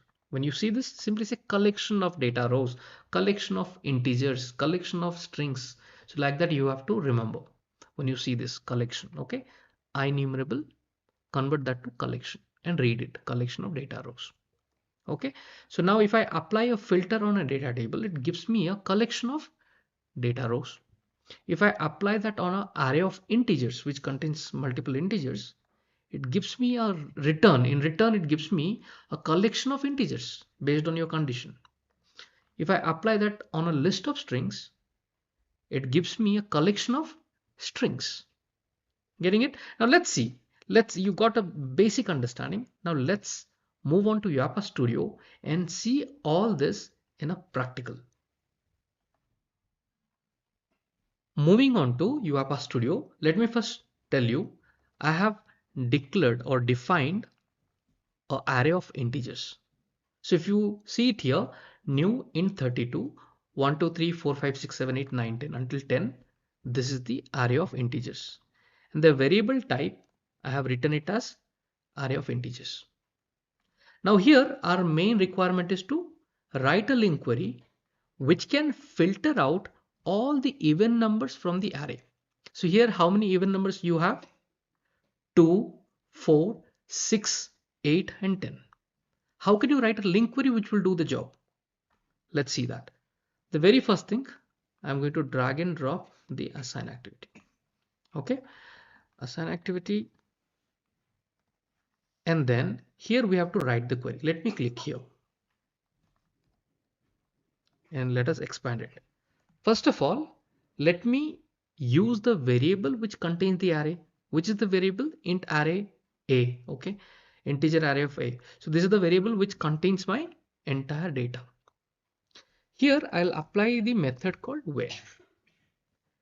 And this method, I have to write it within the parenthesis. So the very first thing, we have to define the lambda function, right? How you write the lambda function? You write function within parenthesis, you write x, and then you write x. This will be your condition. Next you write the condition. So what is the condition here? X mod 2. That means when you divide by 2, that single number coming from the array, that should be equals to 0. So if it is an even number, if you divide by 2, the remainder will be 0. So the remainder should be 0. So this is the condition that I have written. So from here to here, it is a condition. Here to here is the lambda function, which will iterate through that entire array. Okay, now if I write this, what it's going to return? It has 1, 2, 3, 4, 5, 6. So it is going to return 2, then it is going to return 4, then it is going to return 6, then it is going to return 8, then it is going to return 10. Now this is a collection of what? Integers. It is going to give you a INumerable of integers, means collection of integers is going to return. Because the values are integers, it is going to return a collection of integers. Remember this word, it is going to return the collection of integers. So let me save it. So once I have written this, then we have to create a variable. Let me create a variable. Let's say OP. Now Here, if you write OP, by default, it creates your output variable as a string. Now, it is very important while you are learning to look at the error. What the error says, cannot assign from type system.collection.generic IEnumerable system int 32. That means it's a collection of integers. It is saying you cannot assign the collection of integers to a string. Okay, that means you have to create an array. That is the first thing comes to our mind. So let me go to variable, and if I simply go and create an array of integers. Now if I click here, now the error should go, right? It is an array of integers. Now what is the problem happening here? Let me open a notepad and type it. These concepts are important for a beginner to understand, right? So what happened? The the link query that we have written, what it is returning? It is returning IEnumerable of what? Collection of integers it is returning, right? In 32. The output variable, what kind you have created? You have created a array of integers like that you have created. So this data type is different from this data type, yes or no? This is a array of integers, this is a IEnumerable. These are two different data types. Getting it? The first one and the second one are two different data types. This is the output variable is a array of integer. The link query that you have written, that always returns a enumerable. Enumerable is a different data type. Because of this reason, we have to add something to our query. Do you know what is it? Most of you might have got it. You have to write or add a simple thing called dot to array. That means even though it is IEnumerable of integers, collection of integers, you convert that collection to a collection of array, to array. Now if I write this and save, you can see the error has gone. So you have learned a lot of things here, right? Great. Now how do you print it? Now to print it, we can use a log message box, anything of your choice. Let us drag and drop a message box, for example. Now in the message box, how do you print? How do you print the array?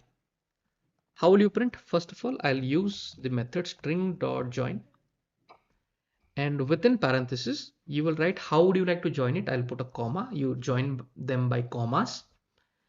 And then I will pass the OP variable, which is an array of integers. Now, just by writing this, if I'm going to run my code, what would happen? I will be able to print the even numbers. Okay. Now let's see. Let's wait. Now you can see the message box has appeared, and you can see it has filtered the entire array of integers and showed me only the even numbers 2, 4, 6, 8, 10. Now this is a great learning that you have got. Okay, you got the output.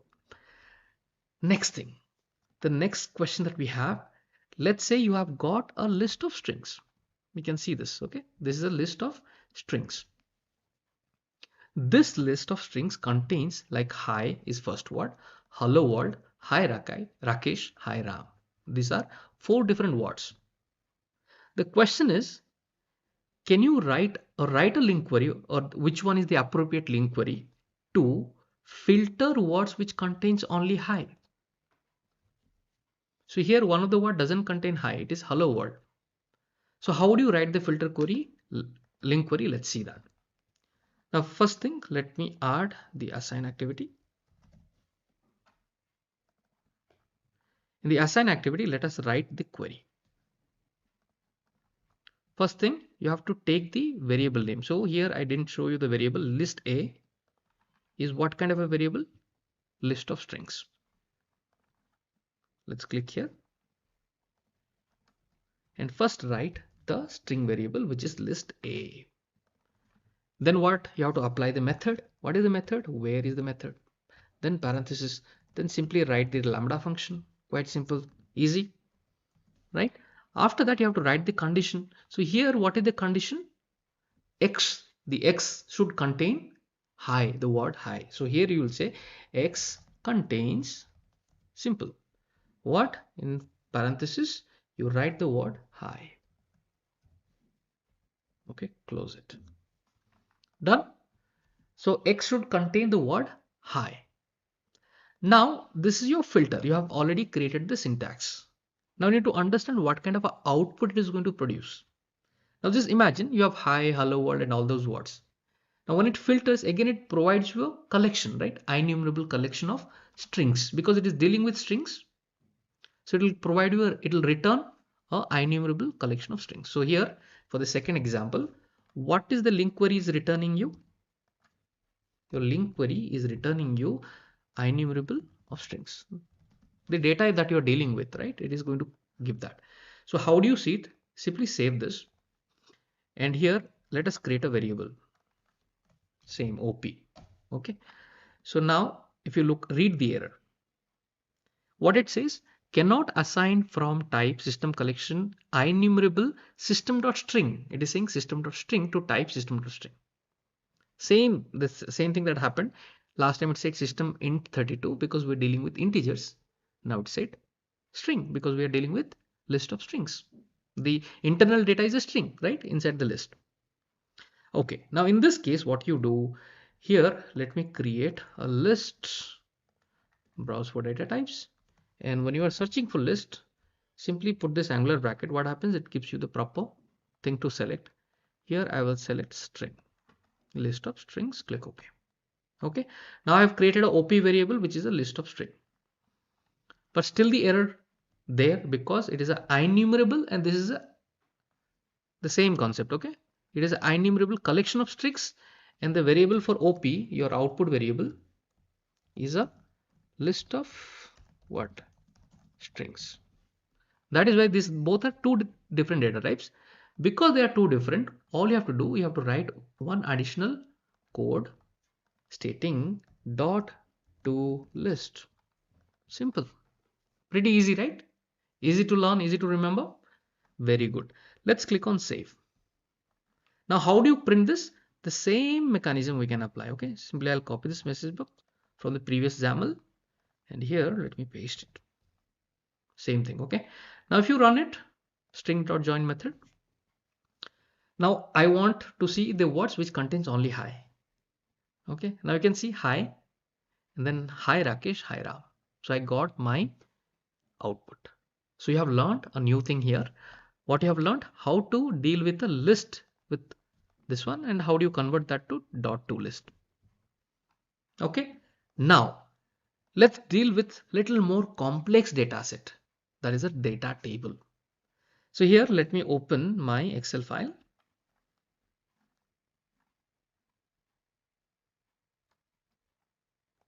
Okay,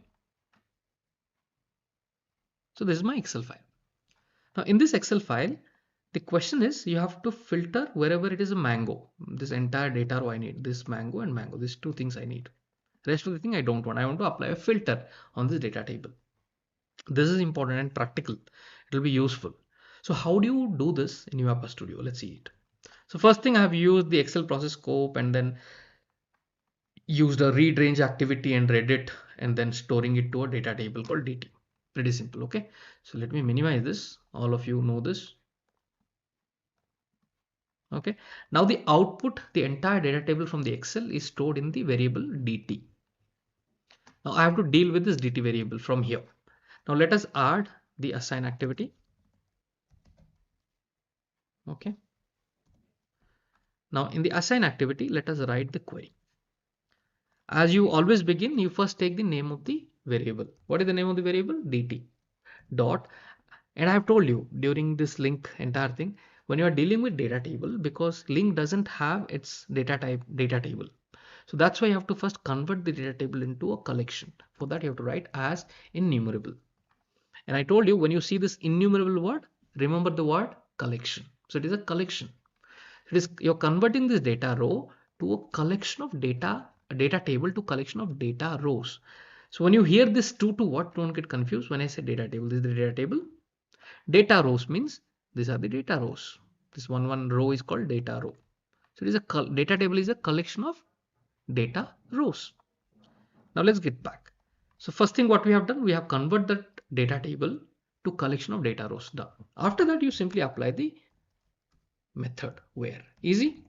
Same thing we have done. Exactly the same thing you are writing.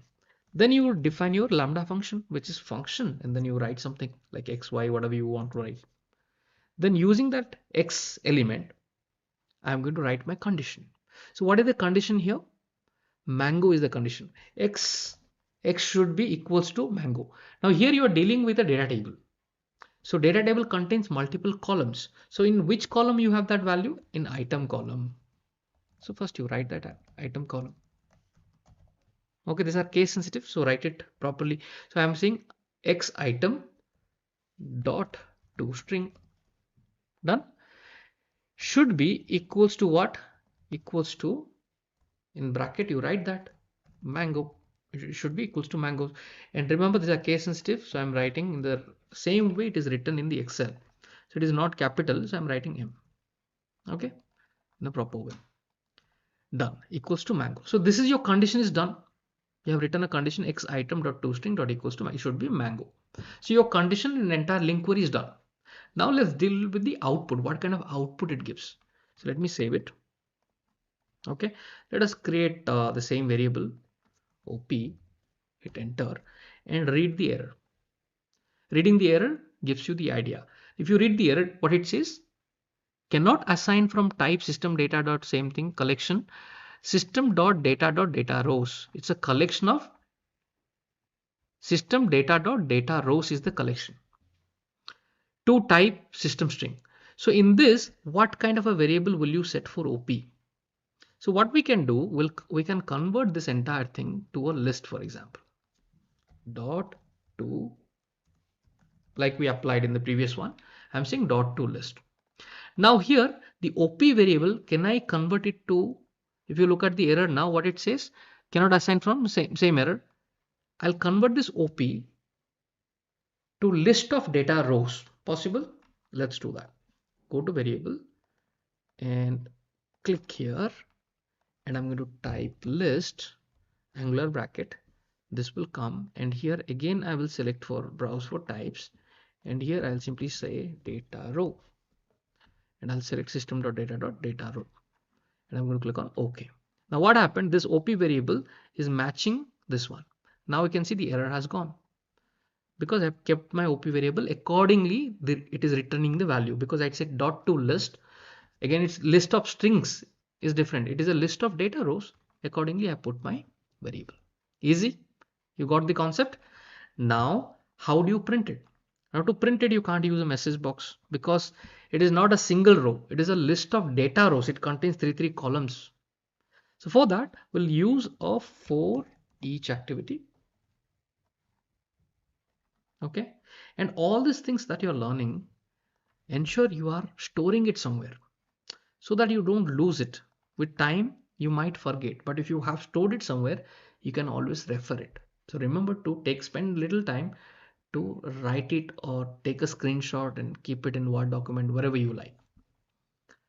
Now here what I will be passing op and the current item. Then how do I print it? Now to print it, let's do one thing. We'll use a log message because it's going to loop multiple times. I'll say log message. And here, how do you write it? Let's see, how do you write it? So what contains your list of data rows? Current item, right? It is in the loop. Here what I will do, I'll write the column name. What is the column name? Item is the column name. I want to print that dot to string, right? Dot to string. And then I'll use a plus sign, and then I'll give a comma, right? So little space will give so that we can read it properly, and plus sign, and the same thing I'll repeat. And here change the quantity. The next field is quantity as per the Excel. Okay, quantity. So exactly you write it. After you have done this, hit on save and let us run it. Now what I am expecting out of the entire data table, I will just get 2 data rows, right? And you can see the output pretty well. I got mango 5. If you want to print the ID column, you can simply mention that, like I have done, mango 5, mango 20. You got it? How Easily we have done it by understanding the concept. So if you have a complete understanding of the basics, you know how to build the link query. So that is the theme of this video. So thank you for watching. I'm going to add so many videos in this so that you get clear cut concept around link query. So any condition given to you, you know how to play with the query and get what is needed if your basics are right. So let's move on to our next topic, guys. I have prepared few questions which are very important for your exam. So you will first review yourself. Are you capable of understanding the question? And are you able to decide which is the right option when it comes to link query under your advanced data manipulation section? Okay, so let's see one of the question. This question is again an inspiration from the UiPath Academy that we have. If you go through the practice test, you would see this kind of a question. So here there are a lot of learnings if you just solve this particular question. So let's read the question. How can you retrieve the quantity value for the second occurrence of the item mango? So here is your table and it is talking about second occurrence of the item mango. So here in the table, here in the third there is a mango, and in this one the seventh row contains a mango. So it is talking about the second occurrence of the item mango from the data table in UiPath using link. So what is the right query? Remember, when it comes to link, what happens is you can write to retrieve something, you can write in multiple different ways. Nobody will say this is the only way you can write in link. You can write in multiple different ways to achieve the same thing. So let me show you some of the options. The very first option, dt as enumerable, where function x.item.toString equals to mango, and here it is pulling. Is it a right syntax or not? Second option, where dt function x field of string mango dot first quantity dot toString. Third option, dt dot select. Now the question comes, can I select something or can I filter something using select? Or every time I have to use only dot where, like here, like this, right? Dot where. So is it also or could be a right answer? D. dt as enumerable, where function x, here it is saying element at. So element at, using element at, can we do it? So the question is pretty simple. You have to pull this particular value. So single value you have to pull. Now out of these four options, which is the right option? Now how do you come to a state so that in the exam when such questions are coming, you know which is the right one? For this, you have to do bit of practice on your UiPath Studio. So let's move on to UiPath Studio and start experimenting on all this code.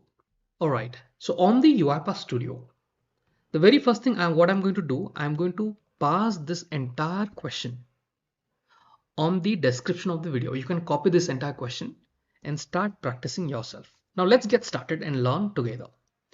The very first thing, this is the query, or this is the syntax been written. I'll go to UiPath Studio, and in my UiPath Studio, I have created a simple Excel file. Pretty simple, apple, orange, mango, pear, right? I've created this simple Excel file. You can also create it. And then I'm simply reading this file using the Excel process scope, use Excel file, and inside that I've kept a read range activity, and it is passing the value to dt. Pretty simple. This you can design it on your own.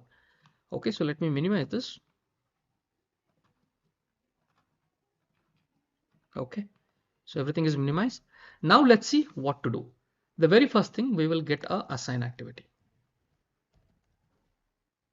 Okay, hit enter, and here let us copy paste from the notepad. The very first thing, I'm going to explain this entire syntax here. So this, in the previous video you have learned how the dot where works, right? So dt as enumerable, which converts the data table to data rows. After that you are writing dot where. The main purpose of dot where is to filter, and here you are creating a lambda function, and then you are using that x item from the lambda function to iterate through the item column. So here is your item column.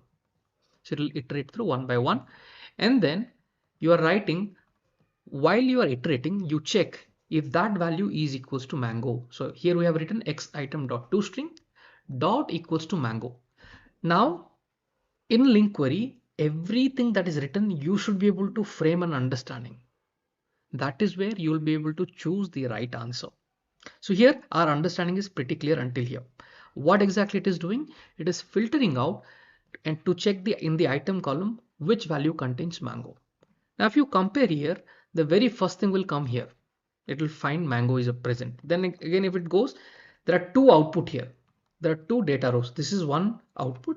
This is also one output. Now I need the second occurrence.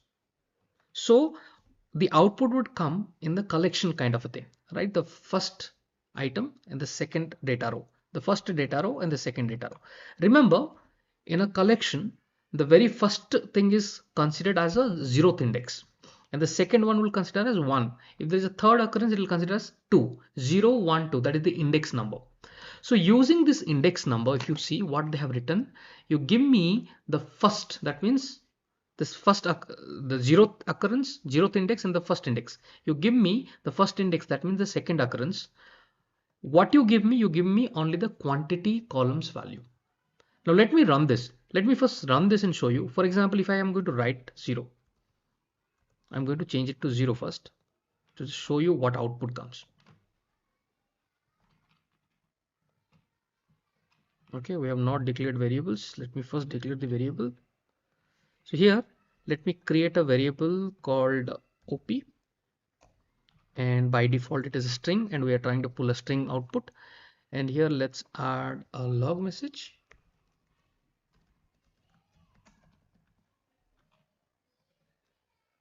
Okay, and simply print the output. Done. Now let us run. What would happen? The syntax that we have written, it is going to check this Excel file, and out of this Excel file, what it will found, if you look at, it found the 0th element in the quantity field, that is 5. If you compare this, it has found this data row because we have written in parenthesis 0, give me the quantity value, it has given me 5. Now let's go back. See, all these experiments are important. Now you go back and simply change this as per our question. Our question is having 1, right? So if you put 1, you understood it is going to pull the second occurrence. So this is your right answer. Okay. If I save it and try to run this.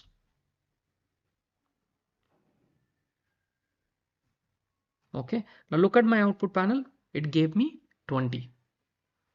That means this is my right answer. The right answer was 20. So it gave me the right answer. So here if you 1, 2, 3, 4, 4, 5, and 6. Okay. All right. So here you can see I got the output. So in this question, the right answer is this. However, we should not stop here because any kind of question can be framed. We need to understand why the second one is really wrong. Right? We have to have that understanding that will help us to understand what is wrong and what is right, why this is wrong. Now let's see this. Let me copy this, go back, and here the same thing. I'm going to change this and I'm going to apply the second syntax. So in the second syntax, what is written, everything until here is same.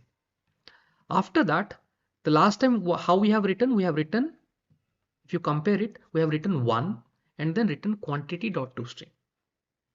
So here until here the output is pretty simple. It is giving a collection of data rows and there are 2 data rows as a result it is coming.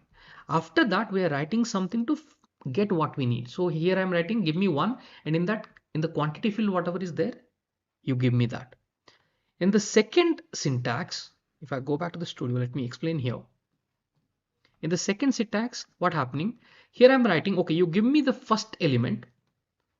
So the first element means it is saying you give me this, and in that there are 3 different columns. You give me the value of quantity. For that, how I have written, you give me the first data row and in that you give me the quantity value and convert that to toString. So that means in this syntax the output will be what? 5. So let us run and see. Save it, run this. Okay, you can see if I go back to the output is 5. Understanding? So here we understood why our second thing is wrong. Just because it is written first, this B is wrong. Okay, now let's understand this one, why this is wrong. And here they are not using dot where method, they are using a dot select. Now you have a question now, Rakesh. Can I filter using dot select? The answer is yes, you can filter using dot select. You have seen in the previous examples where dot select was used to multiply x into x, something like that. I'm going to talk on the dot select method in my upcoming video, but right now you see using dot select you can also filter. The syntax is nothing wrong with the syntax. In terms of syntax, everything is fine. Just that because here we have written 0 quantity dot to string, because I have written 0, it is pulling me this value, right? 0 means the very first index, 0th index in that quantity. So output of this is 0. So here I'm saying item is equals to mango. This is pretty simple to write, right? Here I'm saying dt dot select. So data table, here I'm directly applying the select method on the data table without converting into enumerable and all that. So I'm saying dt dot select, and I'm saying item is equals to mango. So directly I'm applying this select method on the data table. So here item is a column name, and here is a mango. You can see mango. So here how it is written, item starts with a double quote and ends here, and inside that the value is written in single quote.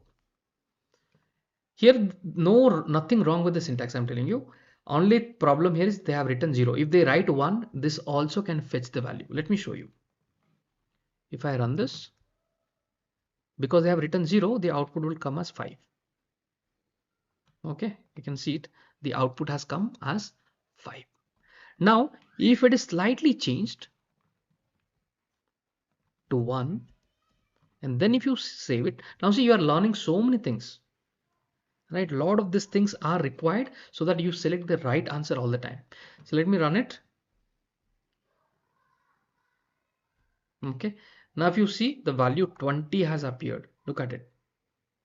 So if it was 1, then it could have been a right answer as well. Okay, now let's see our next option. Okay, next thing that is given. Copy this and let's write this. Now let's understand this particular syntax. Now in this syntax, what is happening? Dot, where, function, everything. Okay, here the only change is we can write this x in two different ways. One is you can write x in bracket item dot toString, which is a pretty simple way, or else you can also write x dot field of string, provide the column name. This is just a two different formats. If you compare the previous one, here we have written x item dot toString. The same thing can be written x field of string and item.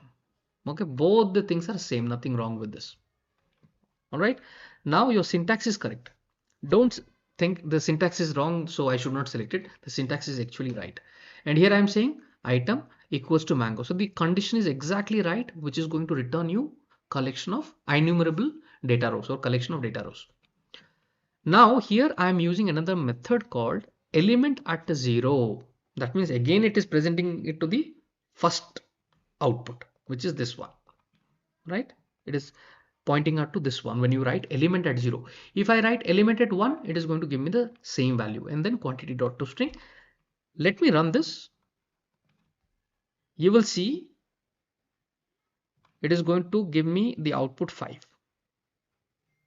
Okay, now this also could have been a right option if the value here should have been 1. So this is also another learning. You can do it element at, even dot select can work, right? So all these different options you have learned, right? Element at 1, or you don't write element at, simply saying 1 dot quantity, also a right option. Okay, so save it and run this. Now if I write 1, then this could have been a right answer. It is pulling 20. Now let's come back to the question once again. Now look at it. Here this is giving me the second occurrence value of item mango. Okay, how can you take the quantity value? So this is the second occurrence of mango, it is pulling. So this is the right answer. This one is just wrong because you have written first, so it is pulling the first element. That's why it is wrong. This is also correct because here it is written 0th index. That's why it is wrong. This syntax is also correct because here it is written element at 0. So here we have not written element at, simply we have provided the, so element at you can write or you can ignore. You can this the first one. This is pulling the right answer. So here it is written element at 0.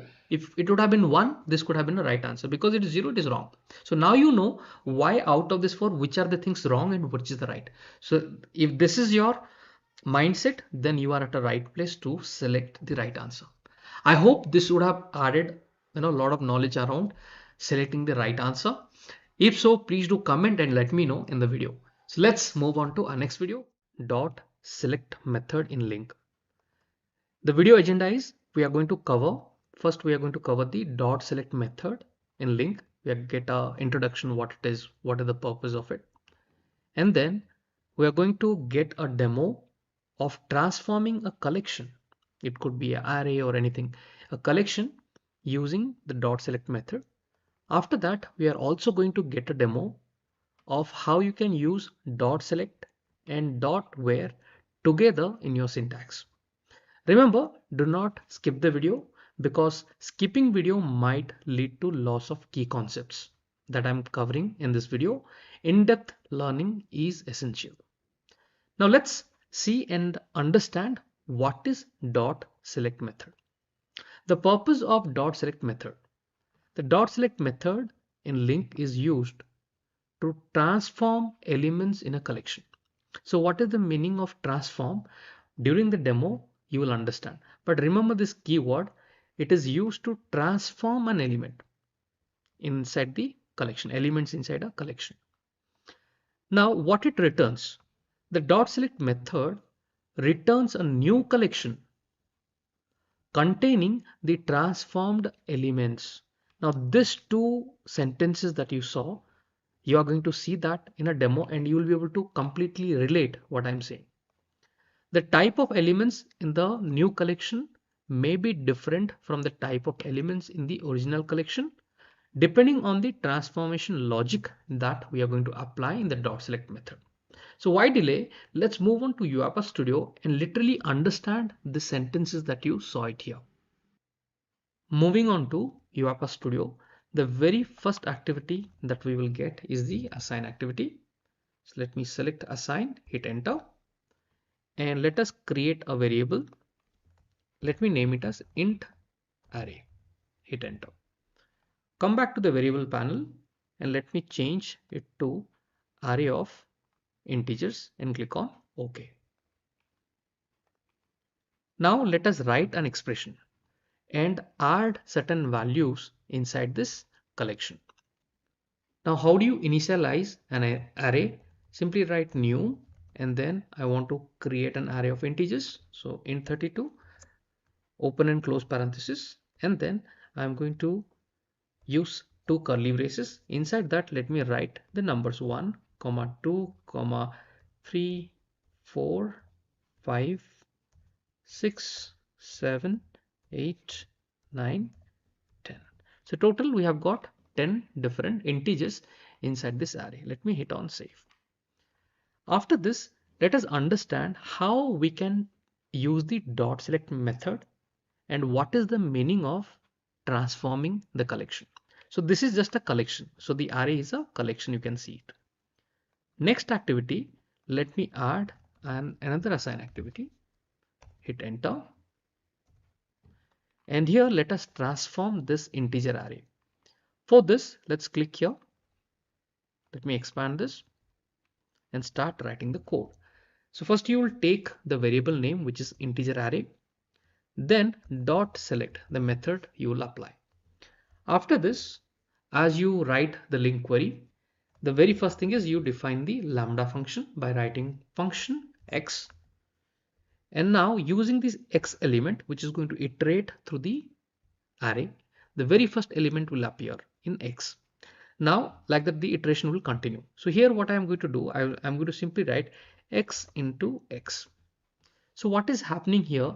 You are actually transforming the array, which was containing 1, 2, 3, 4, 5, 6, 7 until 10.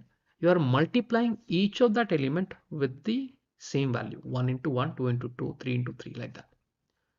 Now if you hit on save, right, if you click on this array, the error is coming. For example, let me create a variable and name it as output. Now the default variable will be of a string type, and you must read this error. What this error says: cannot assign from type system.collection.generic.INumerable system in 32. INumerable means collection. So collection of integer is the output from your query that cannot be assigned to a string variable. So what we will do, we'll first convert this to an array, because the output would again come in an array format. So I'm going to click on OK. So now it has become a array. Let me minimize this. Now still the error is there. Why? Because you have to add an additional code, which is you'll be converting this INumerable collection of integers to an array. So you will say to array. So your code is done. You save this and let us now print this. Now to print, let me use a message box.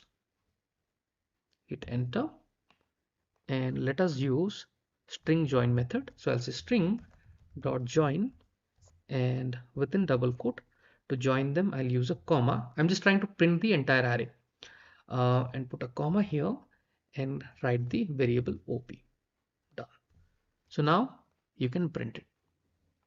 If I'm going to run this, what would happen? Your initial array was containing 1 2 3 4 5 6. Now if you look at the message box, this contains the multiplication of each of those numbers. For example, 1 into 1 1, 2 into 2 become 4, 3 into 3 become 9. So this is the meaning: you are transforming the original collection to something else using the dot select method. So what is the purpose of dot select method? To transform the collection or the items in the collection. Now let us get our second demo. Can I use a dot where along with dot select? For example, I don't want to multiply all the numbers inside the array. I would like to only multiply the numbers which are equals to or greater than 5. Greater than or equals to 5. Only those numbers should be multiplied, and I want to see a new collection. So how to write that? For this, I'll simply say dot where. I'll apply a filter. First I have to filter that collection using a dot where method. And here let us write the lambda function and then x. Done. And then I will write x should be greater than or equals to 5. This is my condition based on which the filtration would happen. After that, I'll continue with dot select and I will write another lambda function. So function, and then I can say x, and then I want to multiply. So I'll say x into x. Now this time what is happening here? First you are applying a filter which is greater than x should be greater than 5. Then only you multiply that. Now as usual, we'll be converting the INumerable collection of integers into array. So I will say to array and let me save it and let us run this output.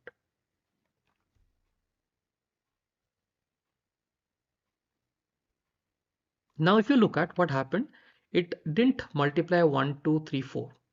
After 5 it started multiplying and you can see the output has come. So 5 into 5 25, 6 into 6 36, like that it continued till 10. So now you have learned another technique of how you can apply a dot where and a dot select method. So this is the main theme of this video, where you have understood that the select method, the purpose of select method is to transform the original collection to a different form. So you can see the outputs. You have saw the outputs, and you also learned how to apply a dot where method along with dot select. Dot columns, dot cast. These two methods are used one after the other, dot columns, dot cast. Why do you use it? Everything in detail will get an understanding. So what is the video agenda for the day? So the video agenda is we are going to get an introduction to the dot columns, dot cast, and also we are going to get a demo which is applied to a data table. So through this, you must have already understood by applying this particular method, you are dealing with columns of a data table. So let's see how you can practically use it and what kind of a output you can expect when you apply this method. So let's get a bit of introduction. Before that, remember, skipping video might lead to loss of key concepts. So please do not skip the video. Please do watch till the end because in-depth learning is essential. So let's get started. Let's get an introduction. So in this one, we are going to apply a method called dot columns to a data table. So when you apply this, what happens? It returns a collection of data column objects. That means the collection of data column names, right? All the columns that are there in the data table, it is going to provide the collection of data columns. After that, we will be using something called data columns, dt.columns dot cast of t. We are going to cast it, or we are going to change the collection type to a different format. And what is the necessity of it? I'm going to talk everything in detail. So why delay? Let's first move on to UiPath Studio, understand all these terminologies in much more detailed manner, because if you simply look for a syntax from Google or from anywhere, you can easily get a syntax. But understanding the syntax is very much required. If I give a query, if I tell you just modify this, you know how to modify it. So that is the power of understanding. So let's move on to UiPath Studio and let's get started. On my UiPath Studio, the very first thing I have done is I have created a data table in my Excel, which is a pretty simple Excel file. And in this, there are 3 different columns. So the objective of this is to identify how many different columns are present in an Excel file or a data table and write those names as an output. So first thing what you do, create a simple table like this and then simply read the table using your Excel application scope or read range activity. And I'm storing the output in a variable called dt. So it is reading that and storing the output. Let me show you. So expand it. So here you can see read range activity and data table. So you can create this pretty well. Now after this, let us add assign activity and start writing the code. So let me type assign, hit enter. The first one, let me first create a variable op, hit enter.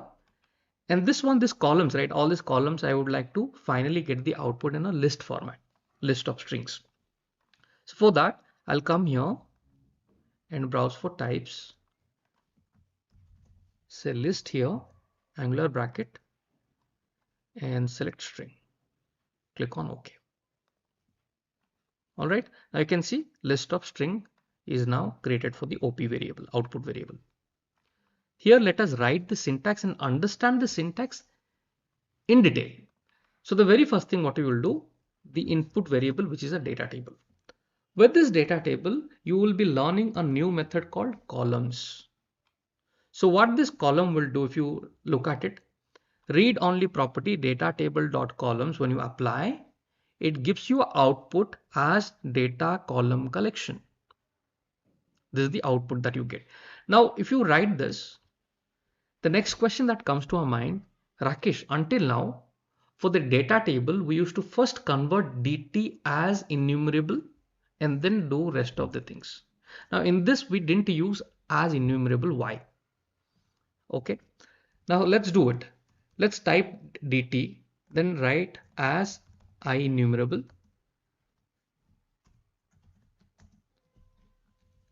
Data dt as IEnumerable. Okay, so if you see this is coming, hit enter and then as enumerable dot and then I am saying columns. So if you see, there's no method that can be applied to column because column itself is going to convert into data column collection. So no need to apply as IEnumerable directly to the data columns here. So first thing, when you are applying the columns method, this method directly goes with your data table. Remember this simple point. So I'll simply say columns control space and you can see columns has come. Okay. Now, after writing this, after you write, hit on save and read the error that appears. Reading this error is very important. That is where you understand when you write DT columns what happens. So if you highlight the error, what the error says, cannot assign from type system.data dot, that is a namespace, system.data is a namespace, data column collection to system collection generic list of system string. So the output of this is what you need to write it. Okay. So when you write dt dot columns, so why I'm spending time on each of this bit by bit, because once you understand, if an expression is given to you, you know how to modify it. You know every meaning of it. So when you write dt dot columns, what happens? What kind of output you get? You get the output as system dot data, which is your namespace, and then data column collection. Okay, so this is your output. So now what it's saying, you cannot directly apply this data column collection to list. Now the next thing that comes to our mind, okay, Rakesh, do one thing. Simply type to list and click on save. So what happens, the to list, look at the error. To list is not a member of data column dot collection, so you cannot apply dot to list. Simple. Okay. Now what should I do next? So you cannot apply dot to list. Okay, fine, Rakesh. Now what should I do next?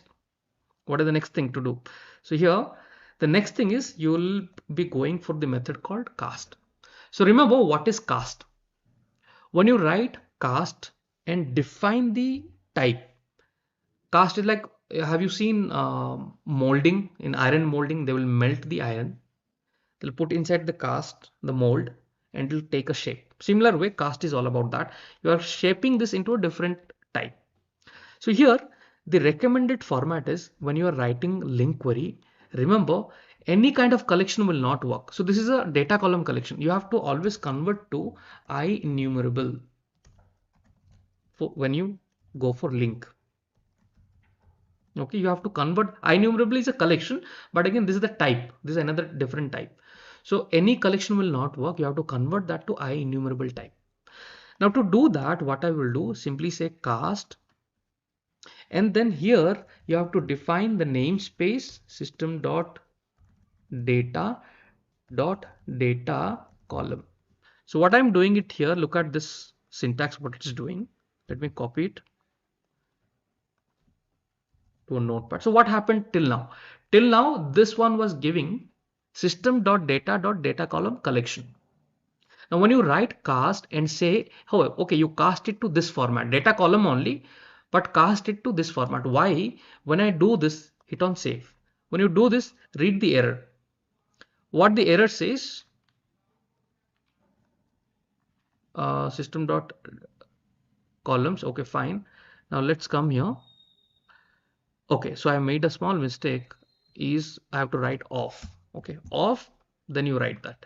Now save. Now look at the error. What is the error? It says this conversion from, look at it. Option strict on disallows implicit conversion from IEnumerable of data column to list of string. So it is saying right now by writing this, it has become a IEnumerable of data column. So look at the output. When you write this, what is the type that you have created? IEnumerable of what? Data columns. Okay. So now what happened? It has become IEnumerable of data column. If you read this, okay, data column. So now you have converted this type to this type. Getting it? Just by writing cast.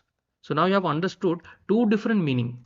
When you write cast, what happens? When you define it, now you have converted that to IEnumerable, which is required for LINQ. So that's why you're writing cast and then you're providing that actual type system.data.column. So now it has become a data column, IEnumerable of data column. Understood? Now, okay, after this, next thing again comes to our mind. Okay, now you have converted to IEnumerable. Can you directly apply to list? To list, click save. What is the problem here? The problem says system.data.data column to type system.collection generic list of So you are creating a list of data column cannot be assigned to a list of string. Output is a list of string. You cannot assign a list of data columns to a string. So it is not still possible. Now, how do I get the columns? To get the columns, simply dot use the select method that we have learned previously. And I'm going to write function and then write x, the lambda function. And I will say x dot column. Now look at it. When I write x dot column, what happens? It is now converting that column name to a string type. Okay, all this while until here, the output was still a data column. Now from data column, I'm converting that to a string type one by one. Whatever the columns are there, it is going to get converted into string type. So that's why dot select method is important here. Okay, x dot column name. Okay, so I said hit enter.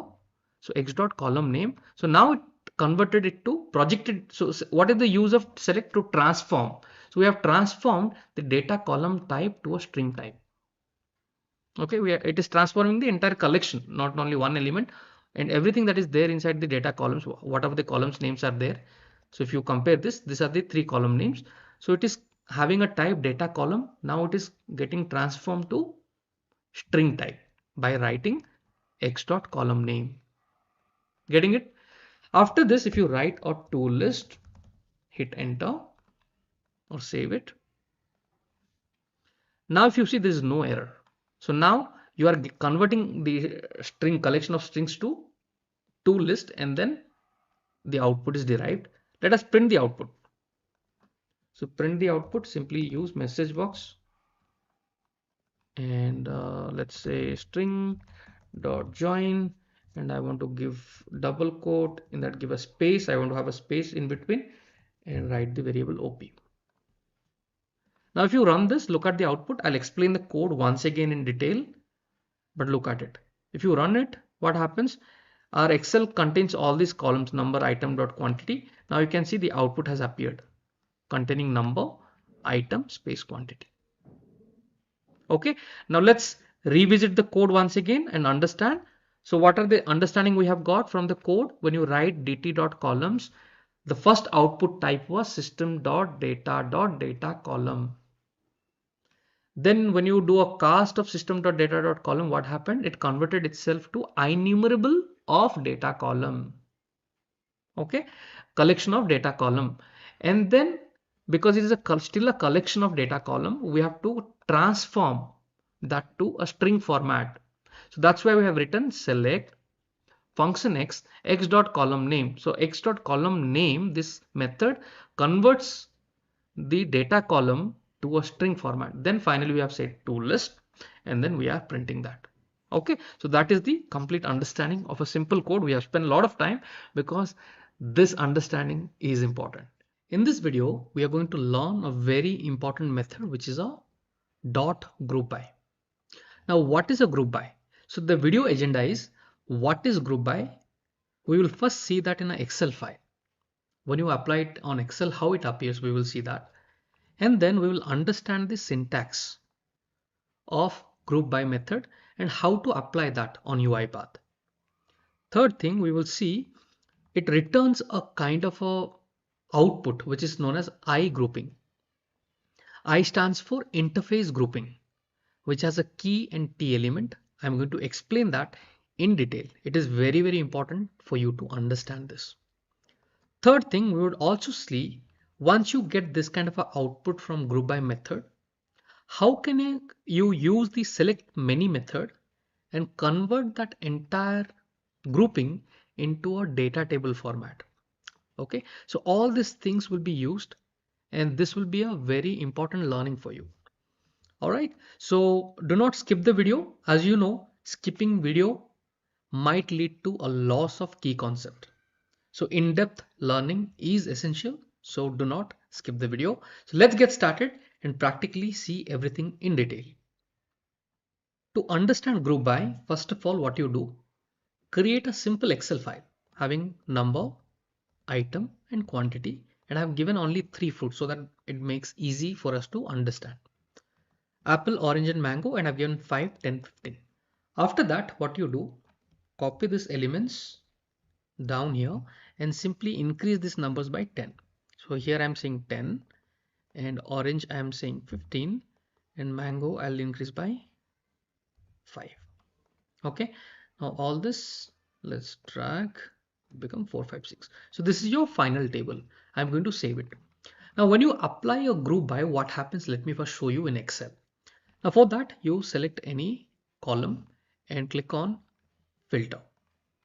Okay, and here you have an option A to Z or Z to A. So when you do this, what happens, the apple, mango, orange were one after the other, right? Now you can see anywhere there were apple, they have been grouped.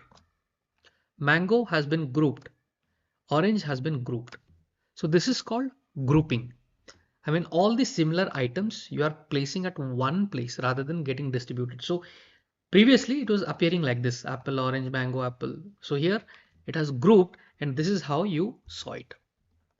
Okay, so this is the result of a grouping. So this you have understood. Now how you apply a link query to achieve exactly the same thing on UiPath, let me show you. So first of all, let me put it back and let me save it. So now it is in normal order. We have to group it. So let me save this file.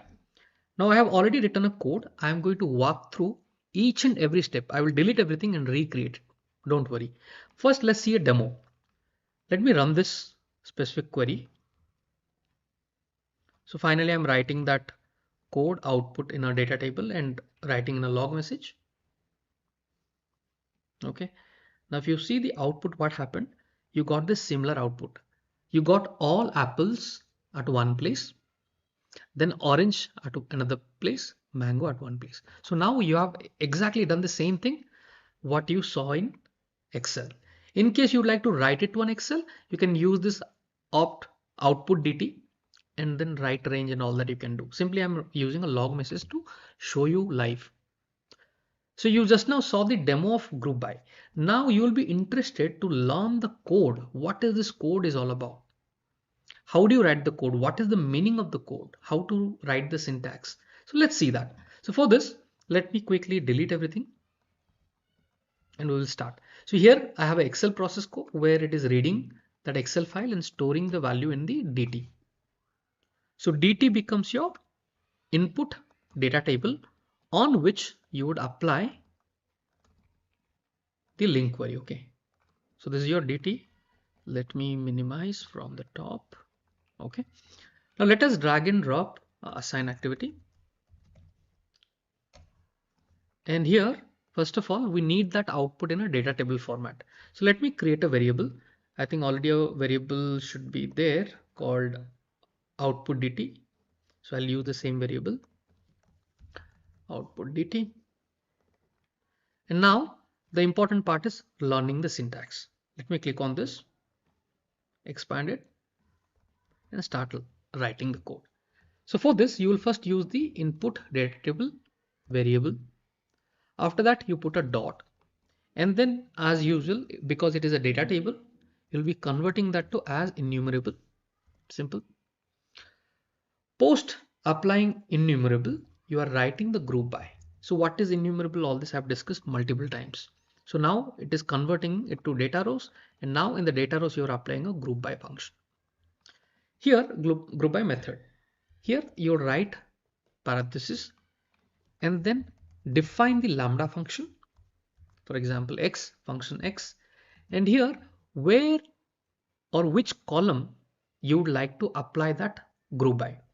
For example, in the Excel we saw, if I go back to the Excel, here what we did on this column we have applied that, right? If you apply a filter and then on the item column I want to organize. So if I do A to Z, what happened? Apple, mango and orange has come. So let me do a Control G, remove the filter and save it. So the main important part is to understand which column you would like to apply. So here, what is our column name? Item is our column name. So what I will do with this X object, I'm going to write the column name item. Okay. And then you will say toString. And then in case you would like to trim it, you can trim it if there is any extra space in that value of X item. Then it will trim. So this is your group by function. So you are done with this. Now, after writing this function, what is important? is to understand what it returns. Does it return a data table directly, or does it return something else? So let me hit on save, and definitely there's a error, and we have to read this error carefully. So highlight this error. If I highlight, if you could read my screen, it says cannot assign from type system.collection.generic dot INumerable system.link dot IGrouping. What it's saying? IGrouping. And then it is saying system.string.systemdata.data row. Now what is the IGrouping? I have to show you. So what is the output of this? If I copy this code to a notepad, this is the very first step we have done. So what is the output of this code? DT as enumerable group by function x item dot toString. So what is the output? So the output type is IGrouping of what? IGrouping of, if you read it again, from here you read where IGrouping is written, okay? IGrouping of system.string.system.data row. That means it's a string and data row. So I'll simply say string comma data row. System.data is a namespace. Finally dot data row. So that is string and data row. So there are two different values in this. Okay. So the first value is known as key, and the second is the element. Now what is this key element? What is this IGrouping? Everything we have to understand in detail before we proceed further. Okay, we have to understand this in very details. So let us do it. I want to bold this. Okay. So let us understand what is IGrouping. Now to understand IGrouping, all you do, copy this code. I'll remove it, delete this, and let us use our activity for each. Okay. All right. So current item is there, and here in this expression, you are simply writing it here. So now we heard about a new data type, which is IGrouping, which contains key and element. Now let me show you this particular data type. Okay, I've simply written it in the, I did not save it. So let me write the same code and I'm saving it. Okay, I'll just go through that syntax through a for each loop. Now first I have to make you understand what is this IGrouping. For this, let me select any of the variable, go to browse for types, and here let me type IGrouping. Okay, now if you type IGrouping, do you see there is a data type in link? This is a link data type, system.link, which has two different elements, more like a dictionary. You have worked on with dictionaries, more like a dictionary, which has a key and an element. So what is this key and element? Let us practically see it. You saw the data type. So at least you got an idea what is IGrouping data type. It's a link data type, which has a key and element more like a dictionary. That much understanding we have got it. Now let me cancel this. Let's go back. So I'm using the for each loop, and here there is a current item, and this is the code, exact code I have written. This code returns what? This code returns, instead of output type, I'll say returns a value which is a data type IGrouping, which contains string and data row. That means a key and an element. The key is in string format and the element is in data row format. Now what is that? Let us have a quick look. So I've applied this code, and here let me add probably a log message. Okay, now the log message, what I will do, I'll simply say current item dot key. So I said a IGrouping object contains two things. What is that? A key and an element. So what is there in the key? What is there in the element? We will see it just now. So I've written key. After that, here let us apply a breakpoint. Go to debug tab and click on a breakpoint. Now let us debug it. Okay, we'll only debug this just to understand that concept. Okay, now in the immediate panel, what I'm going to do, the current item, because it is inside the loop, I will see the current item. I'll simply type the current item variable, hit enter. Now, if I do this, what happened? The current item is giving some value. It is saying in the key, the value is apple. What it's saying in the key, what is the value? In the key, the value is apple as per our data, right? The key is apple. And here, if you see, it has some value. It is saying apple, look at this, apple having the value 5. So there are multiple elements with the same key. What is the key? Apple. And what are the values available in that? Apple and comma 5 coming from your data table. Okay. So apple whose value is 5. There's an element. And then if you read that line once again there is another value here, apple with the value 10. Okay. So the key is same. For one single key, there are two different elements. One is apple with 5 and then apple with 10. So what? So this is a string and this is a data row. Data row means what? It can have multiple columns. So this is a one column, this is another column, right? And there's no ID also there. You see ID 1 apple 5. So there's ID. There are 3 columns in our data table, right?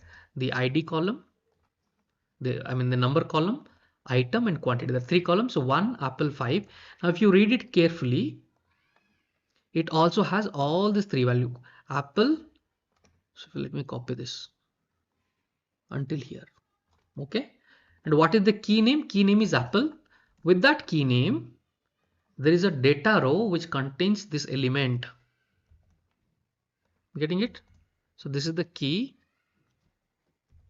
and this is the element. So inside a I grouping, what are the two things are present? One is a key and there's a element. Again, let's look at the second value. So the key is same, comma, look at it. Now if you look at this carefully, I don't know if you could read this, but again, if you look at here, there is another item 4 apple 10. So the key is apple, but again inside that there are multiple data rows. So let me copy this until here. Okay, from this to this. Okay, copied it just to give you a understanding. Okay, so what this group by returns? The group by returns a I grouping. And what this I grouping contains? A key which remains common. And then it contains an element. The element is of data row type. Right? Element was of data row type. And this contains the ID exactly from your Excel file. Right? The number and the item and the quantity. The number, item and quantity. If you cross verify with your Excel, exactly 4 apple 10, 1 apple 5. Right? Let's go back. Same thing is there. Now let me, because I have applied a breakpoint, let me continue. Okay, again the loop has stopped here. Now if you type current item again and hit enter. So what happens here? What is the next key? The next key has come orange. The same format. So the data will be slightly different. So this is one set of key and element. Now let's verify the next set. That's why I told you to keep limited number of data so that it is easy to understand. So what is the next key that we got is orange, exactly as per our table, right? Orange. Now in orange, what are the values it has got? The ID is 2 and then orange, then the value is 10. So let's copy that. So exactly the same way how I am doing, you should do this exercise on your notepad so that you understand. Got it? And what is the second object? So the second object is starting from here, having the ID 5, orange, and the value is 15. Okay, let's compare that with Excel. Getting it? So now let's compare that with Excel. 2, 5, orange, 10, 15. So orange 2, orange 10. So if you see 5, orange 15. Okay, 5 orange 15, 2 orange 10. So exactly we have got it. Now if you run for the third time, you already understood. If I continue and check the value of current item now, Hit enter. Now what is the next key we have got? Mango, as per our data, mango. Okay, now mango also has the same data, like 3 mango 15 and then 6 mango 20. So if you look at your Excel, 3 mango 15, 6 mango 20. So what is happening now here? It has created how many groups? 3 groups. Okay, so this writing is important so that you understand. Mango, next key is mango, the key is same, the values are different. What is the value here? 3 mango 15 is one value. Slowly you learn one by one, no need to hurry. Now let's see 6 mango 20.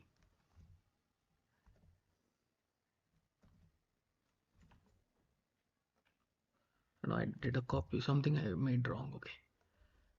Okay, so now understand, this is how 3 sets of groups have come.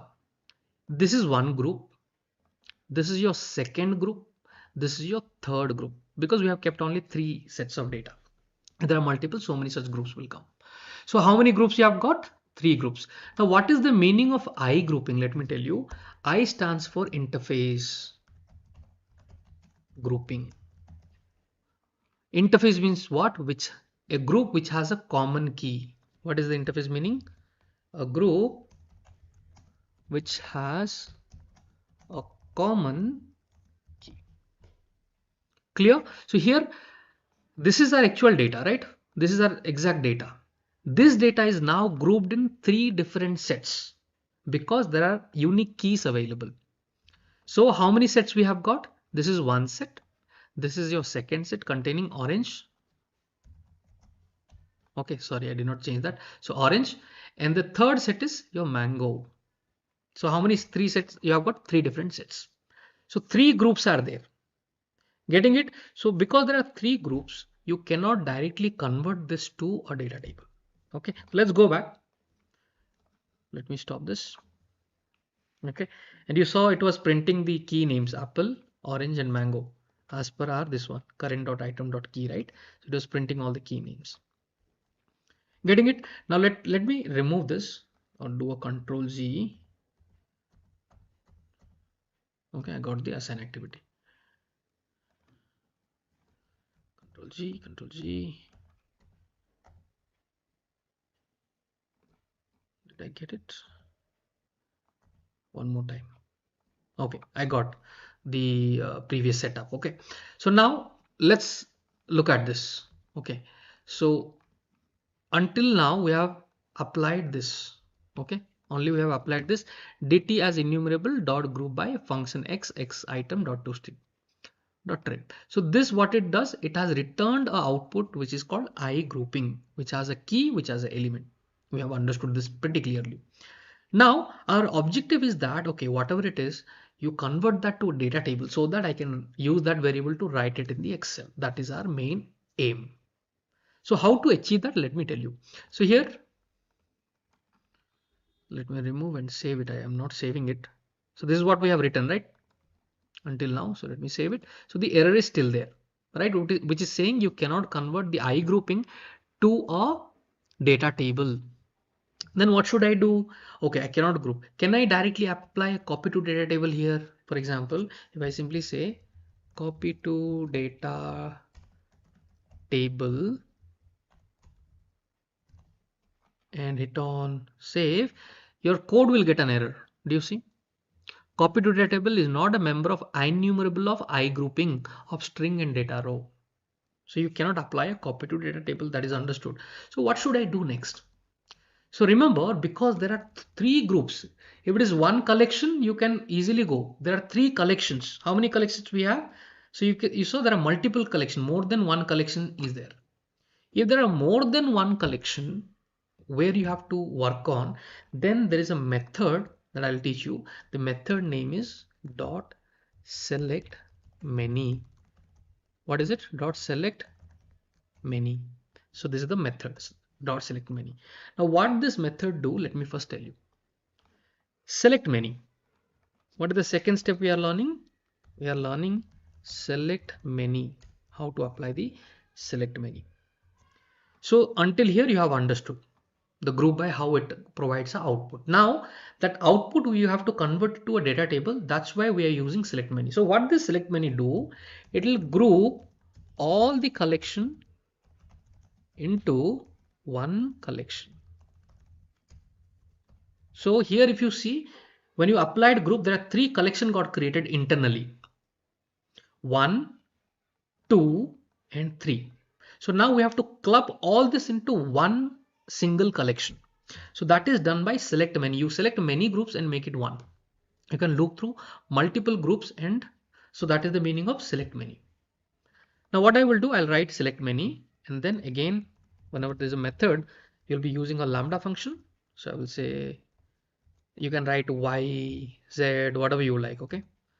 And then, so instead of Y, you can also write, that's fine, or group you can write, so that it makes an understanding, group. So now it is going through groups.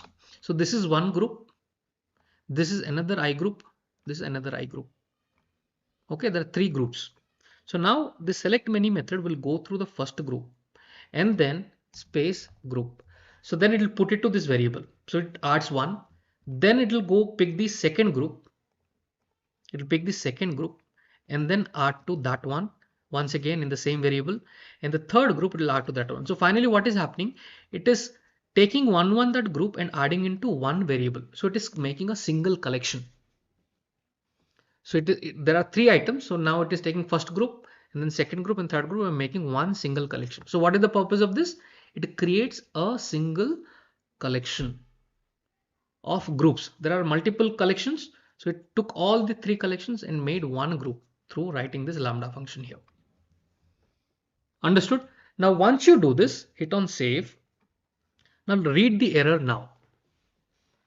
See how in detail I am going one by one, because once you have understood, you will be able to understand such queries lifetime if you have an understanding. Now read this error.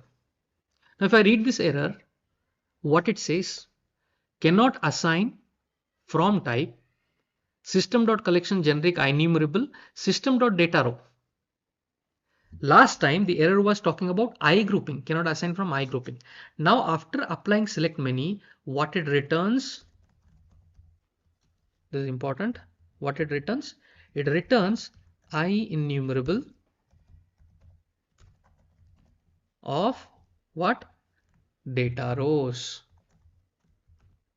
IEnumerable of data rows. Now read the error once again. What it says? IEnumerable, read the last line, okay?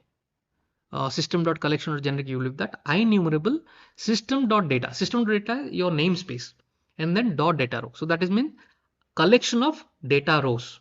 So by applying SelectMany, what happened? The IGrouping is now converted to IEnumerable data row. So what happened? The first output was this when you applied group by. Okay. Now this got converted to what? IEnumerable of data rows. That means collection of data rows. So that is why we have used SelectMany. And then if you apply a copy to data table, if you write copy to data table, now what it will get converted to? It will convert to data table. So copy to data table is a method which is going to convert your collection of data rows. Data rows means single rows into a data table. It will convert that to a data table. So now what we will do, we'll go back to the code. Okay. So this is giving a IEnumerable of data rows. So here I can very well go ahead and apply copy to data table. Now if you apply, there is no error. If you hit on save, what would happen now? This entire syntax is going to convert everything to a data table. See, lot of learning, right? Hope you are enjoying that and understanding that. Now I'm simply using output data table and then text dt and then printing that in a log message. Pretty simple. So let me run it. You can write it to an Excel file and all that you can do. What happened? Value for required activity argument message was not supplied. Auto hide. Let me see. Text dt string. Okay, sorry, for each loop is still there. Huh? Okay, let me remove that. Okay, let me run it.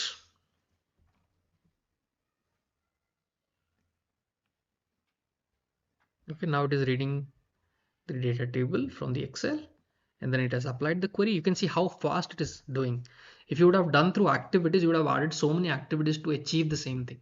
Now you can see how easily we have done it by writing the code, and this looks more professional of you knowing the code.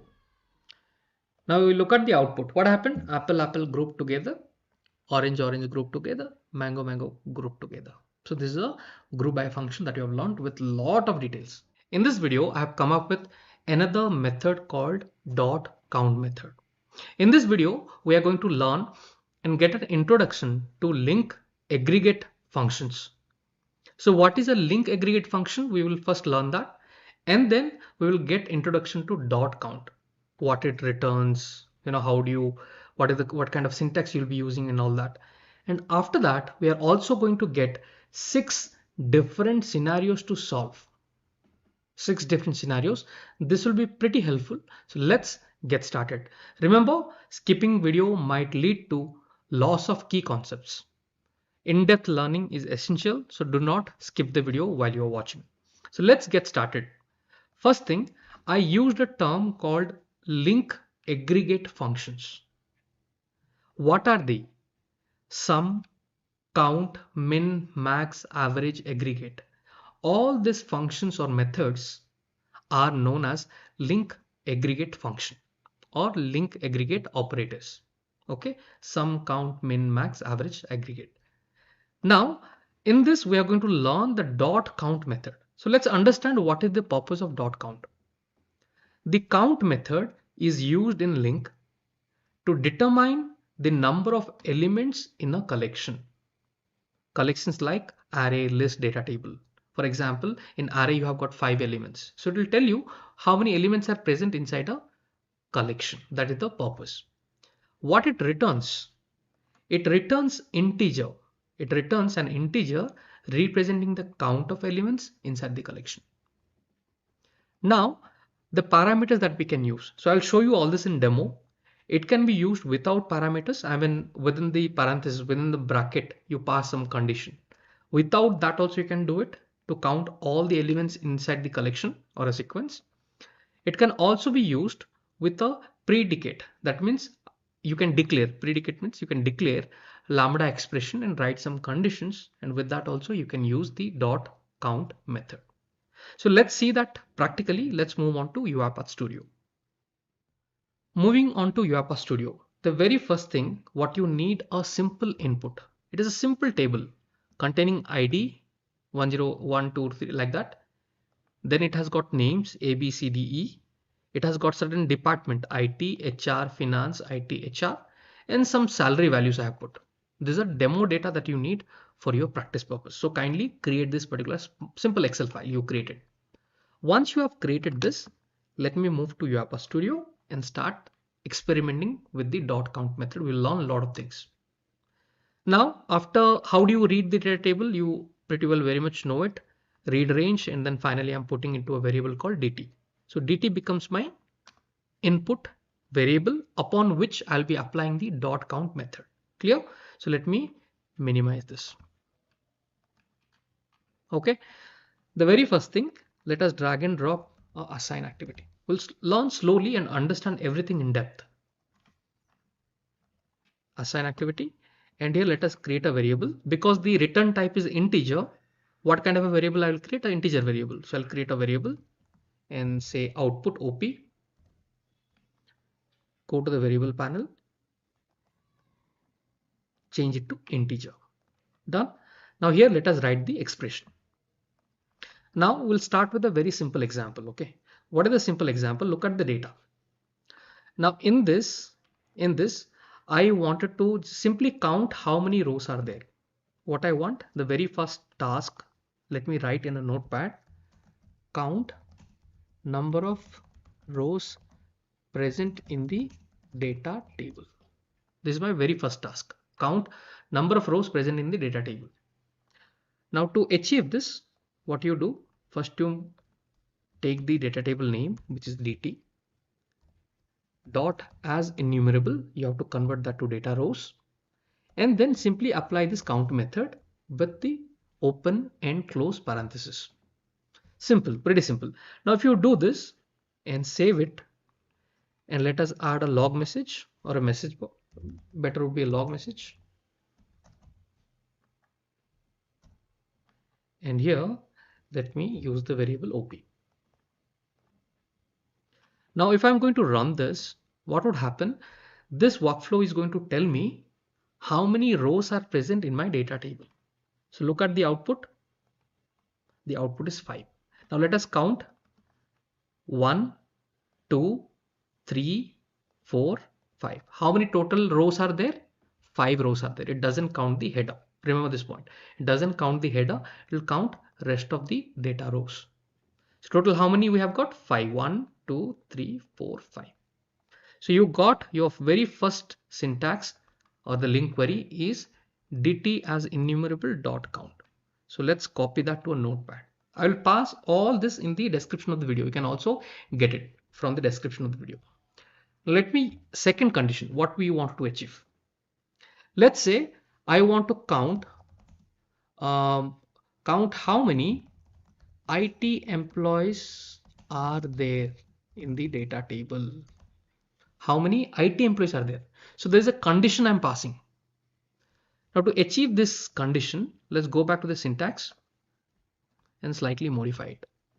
Here, because there's a condition, I will use Lambda function x, and then using this x, I'm going to say, what is my condition? The condition should be IT employee. So where that IT employee is written in the department column. So simply take the name of the column, department DPT.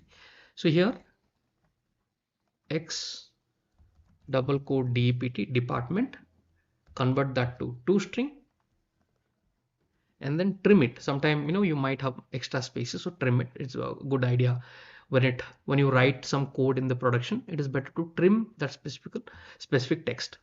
So here I have done a trim. Then I will say dot equals to what? It should have IT. Okay, simple. So I say dt as enumerable dot count function x department dot string trim equals to IT, and then close the parenthesis. No error, everything is good. Now what this is going to do, it is going to check. It is going to go through each of the row and check the department should be equals to IT. Okay, now let me save it and let us run this.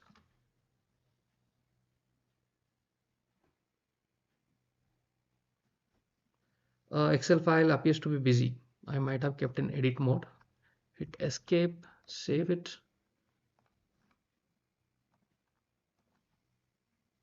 Let me run it again. Okay, so you saw the output is 2. It is saying in your data table you only have 2 employees who are from IT department. Is it right? Yes, we only have 2 employees who are from IT. So second code also you have got. Let me copy this code and put it in the notepad. Okay, now let us think of another condition. So we have got IT. What if I need 2 different conditions? How many from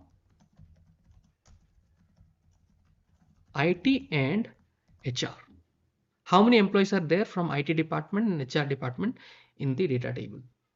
So if this is the question, how do you frame? How do you frame your query? Let's see that. Okay, so this is my first condition. It should be IT. After that, I have to write one more condition, which is I have to write OR. So remember, many people will get confused when they see how many are from IT and HR. So here AND is there. So what happens? You will get confused. Okay, I have to use an AND operator. You should not use an AND operator because IT and HR are from the same column, right? It is there in the same column. So when you're dealing with the same column and you're dealing with multiple values, you use a OR, not a AND. AND should be done when you are comparing this column and this column. He should be from IT and salary should be greater than 10,000. Then there you use AND. If you are saying IT or HR from the same column, you don't use a AND, you use a OR operator. Remember this very important point. In the exam, people will get confused and select AND, which is a wrong one. So here the question is what? How many from IT and HR? If you see 1, 2, 3, 4, the output should be 4. Now for that, how do you write? Come here. Now look at it. While you are writing your syntax, it could be much longer. It is hard to read. In such scenario, what you do, let's say I would like to write it in the second line. There is an error. To avoid this error, what you do, you simply use a underscore. Okay, simply use a underscore.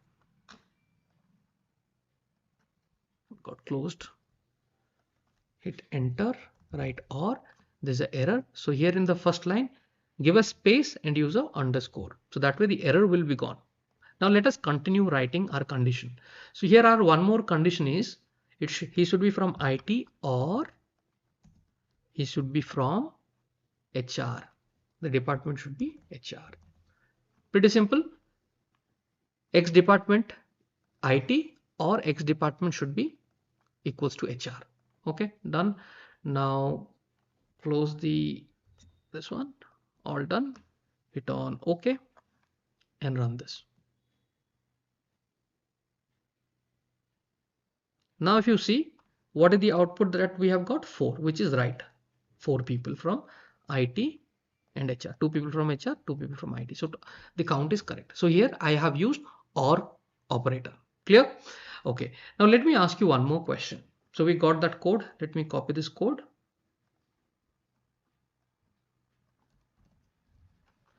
and put it in the notepad. Now fourth question, let me ask you, how many from IT whose salary is greater than 20,000? What I'm saying, greater than 20,000. Simple question, how many from IT whose salary is greater than 20,000? So let's check it here. So if you see, this guy is earning 15,000 and this guy is earning 40,000. So only one, the count should be only one. Now how do I get that? How do I write the query for that? So here it is saying he should be from IT. He should be from IT, right? He should be from IT and his salary should be, so I can use a AND operator, and his salary should be what? Greater than 20,000. So for that I'll use a underscore so that I can write it at the bottom. And then let's write, you should not use a underscore here. After this, hit enter. Okay, and there you put a underscore, space underscore. And here I am writing and what is the next condition?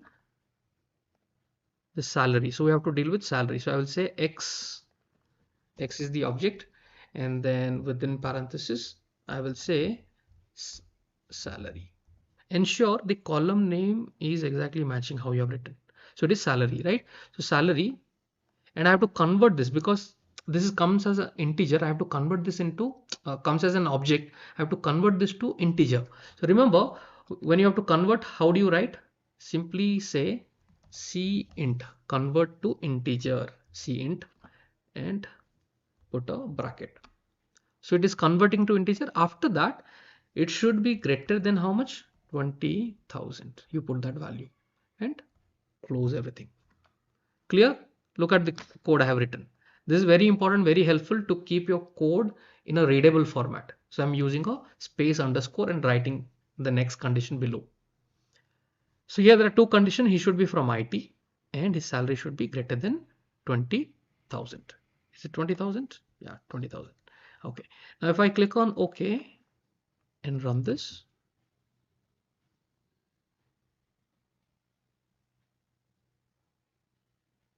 let's see the output.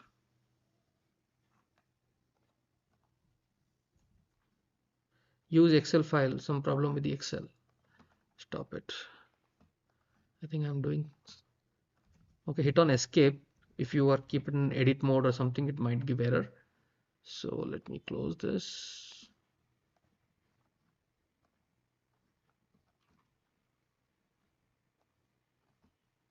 Let us run it again. Okay, you can see the output has come 1. Clear? The output has come 1 because only employee whose salary is greater than 20,000 from IT is this guy. Now let me ask one more question. I'll use greater than equals to, whose salary is greater than equals to 20,000 and they are from IT and HR.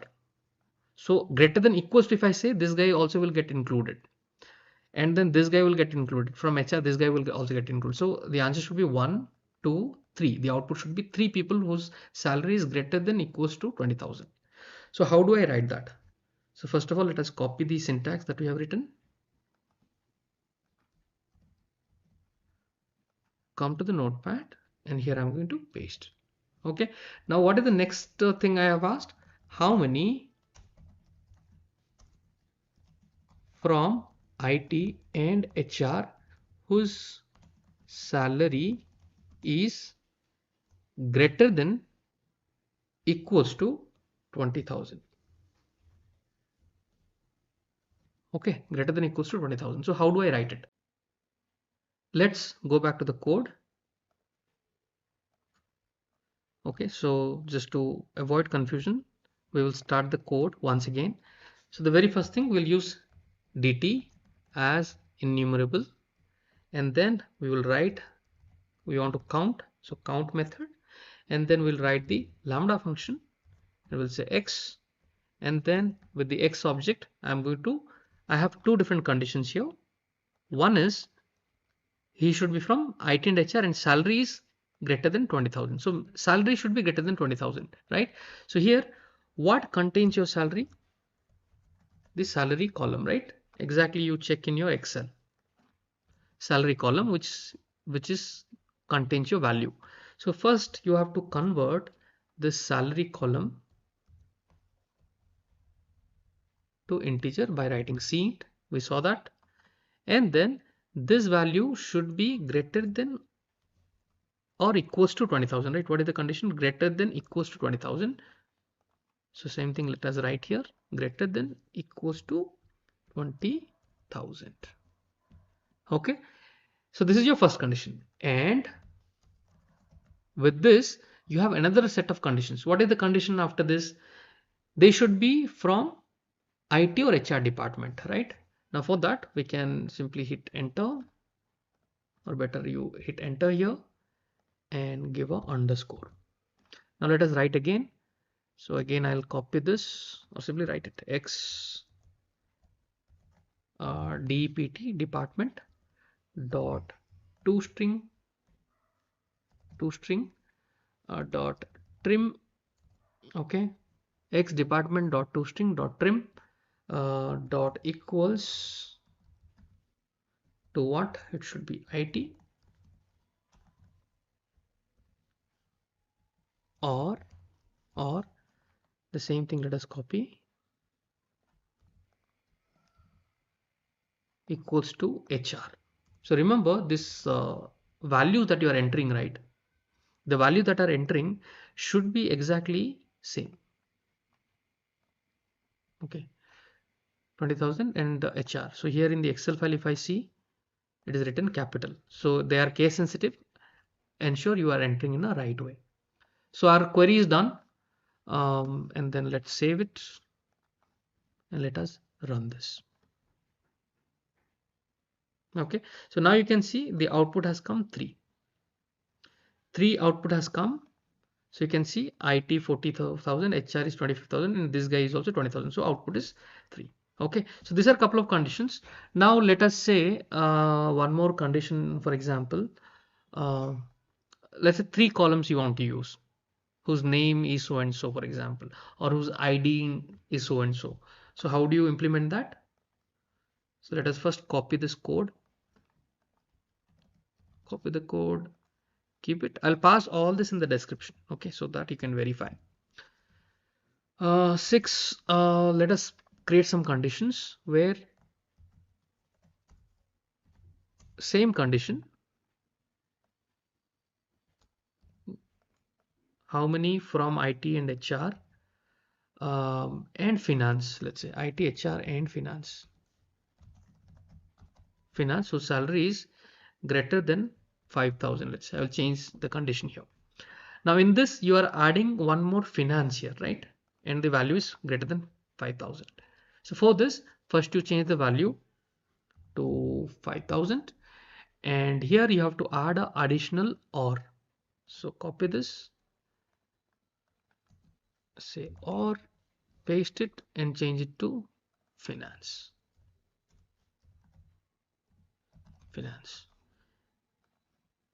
Okay, so finance. Now let's see what is the output of this one.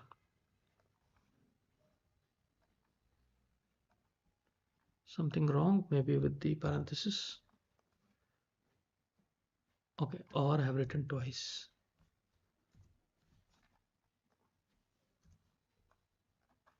Now save it. Let's run this. So greater than 5000 I said. So what is the output? 4 people, IT 4 people who are salary is greater than, so you can see 1, 2, HR 3, finance 4, 5. So actually the output supposed to come 1, 2, 3, 4, 5 people, right? Whose salary is greater than 5000. So why that did not come?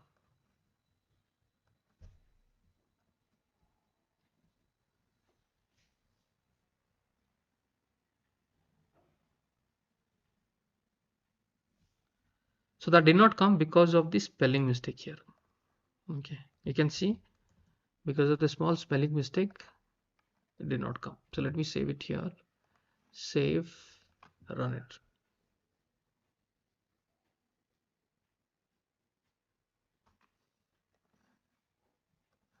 I think I'm keeping the Excel in edit mode. I'm clicking there. Okay, so now you can see the output has come 5. So you can see your code is working perfectly fine. Now with this experiment, I hope you would have learned a lot of things. One small thing let me do here is by copying the code, and I will pass it in the description of the video. In this video, we are going to learn dot sum method. There are so many complex questions can be asked just on dot sum. Let me show you some of them.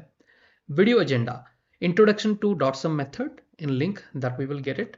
And I have framed few questions. For example, find the correct link query to calculate the sum of integers inside a list. So you have a list which contains some numbers. How would you calculate the sum? Second, find the correct link query to combine two lists and calculate the sum of two lists. For example, here the list 1 contains 1, 2, 3, 4, 5 and the list 2 contains 1, 2, 3, 4, 5. How can you combine and calculate the sum? That also we will learn in this video. And also we will see find the correct link query to sum of a salary column. So if there is a salary column inside a data table, how can you calculate the sum of entire salary in this column? Okay. And also one interesting question is what will be the output of a list sum if the list is empty? For example, your list is empty, there is no data. What will be the output? So all these interesting questions you will learn in this video. So please note, do not skip the video because you might lose a key concept which is required. So in-depth learning is essential. So do not skip the video. So let's get started. Introduction and demo of sum method. So how is the syntax written for sum? It is quite simple. You take the collection name. Collection name could be data table, array, list, anything. Now, if it is a data table, it's slightly different. You have to use a Lambda function and the column name upon which you would like to add the sum method. Right? So this is the syntax. So what is the purpose of it? The sum method in LINQ is used to calculate the sum of numeric values inside a collection. To calculate the sum of numeric values. What it returns? The return type depends on the type of elements in the sequence. For example, if the sequence or the collection, when I say sequence, is a collection. If it contains integer, then the output would be integer. If it contains double, the output would be double, right? Based on your input, the calculation would happen.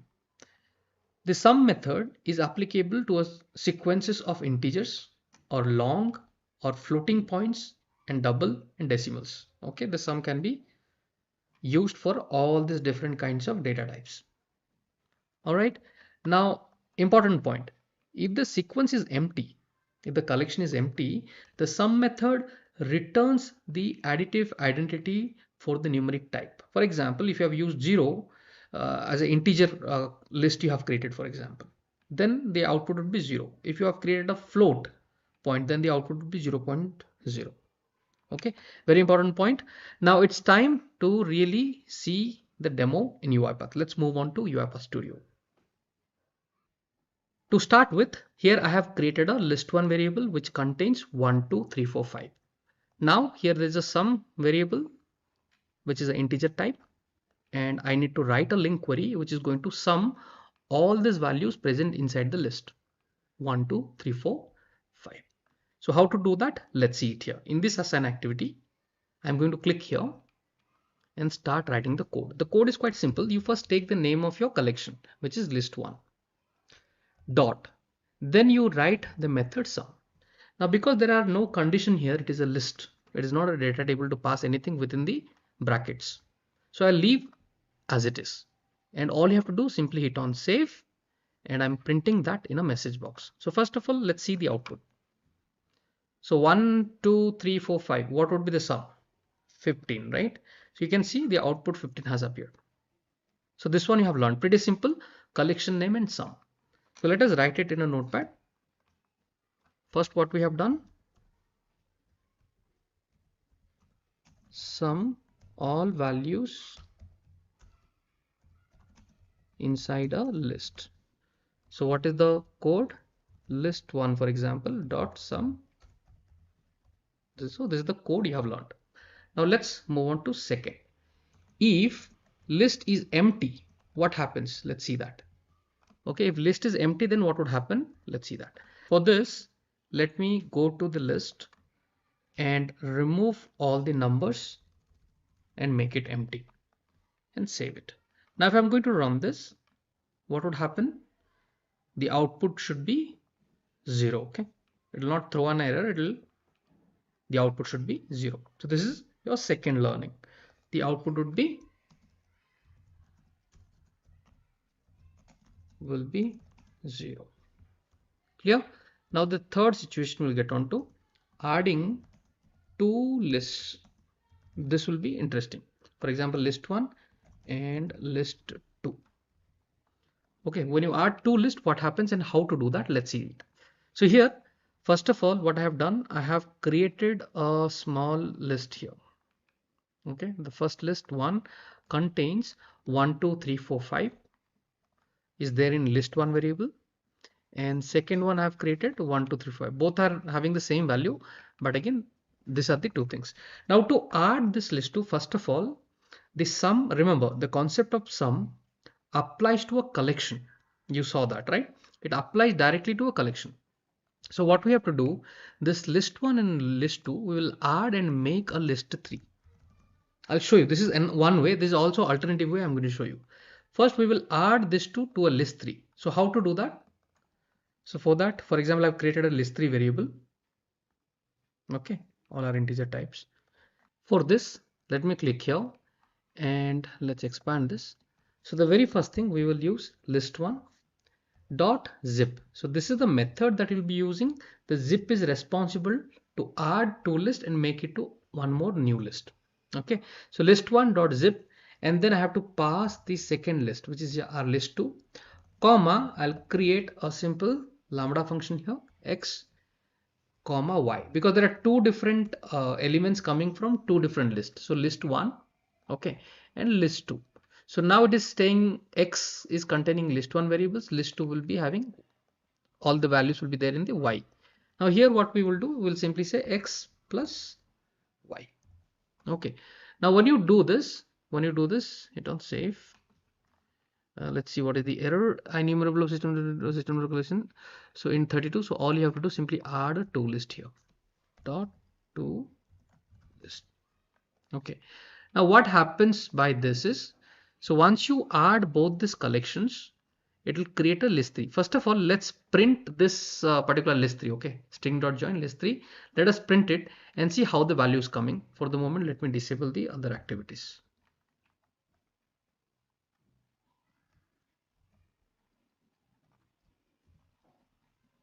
Okay, so let's see how that printing is happening. So first list containing 1, 2, 3, 4, 5, and the second also contains 1, 2, 3, 5. So when you zip it, what happens? Let's first see that.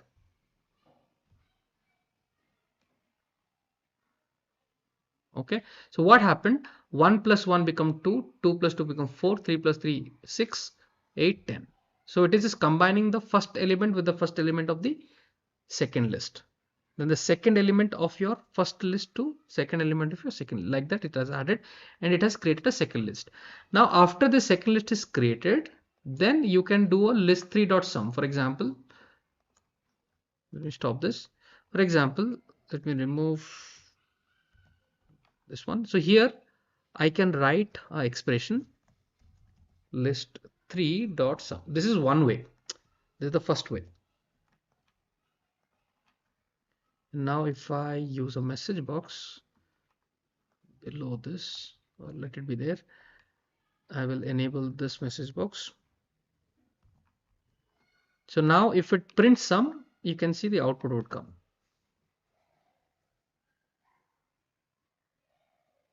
Okay, so the first it is printing this one, this message box is getting executed.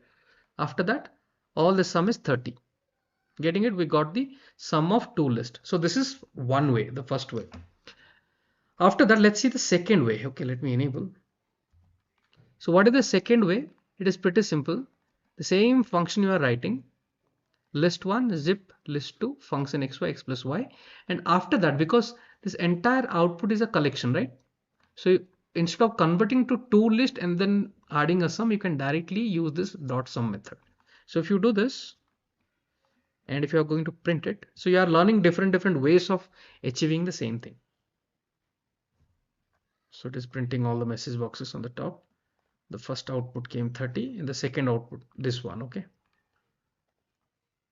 getting it? So these are the couple of learnings that you have got. So let me copy this code and put it in the notepad. Okay, I'll try to pass this code in the description of the YouTube video. This you have got it. Now fourth, we will learn how do you sum in a data table. So this is my data table. You can create a simple data table which contains salary and some of the values are there. So if you sum this, what is the value I'm getting? Around 1,30,000. Okay, now let's see how this can be done on UiPath Studio. The very first thing what you need, you have to read that Excel file, put it into read range, right? And then put it into a data table. This is pretty simple. You do it. So once it is stored in the data table, then what you do? How will you sum it? For that, let's learn the code. So data table dot as enumerable. This is very important. You have to first convert it to data rows. And then here you write the method, sum method. Now I will use the Lambda function. This is important because you have to iterate through multiple data here. So Lambda function, because the item, the value could be in any of the column, right? It could be in the first column, second column, third column. It could be anything. So Lambda function is required. And here I would pass X.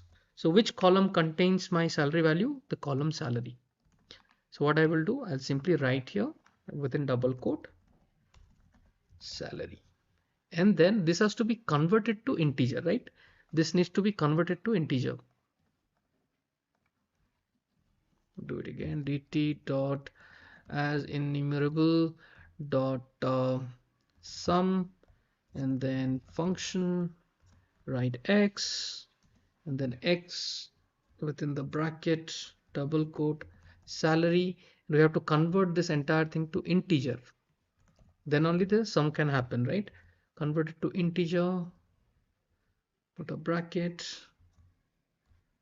Okay, so once it's converted, what would happen? This value will be sum. Sum will happen for this all these values. Let me save it. Because we are converting to integer, the sum variable also should be integer type. Now let us run it.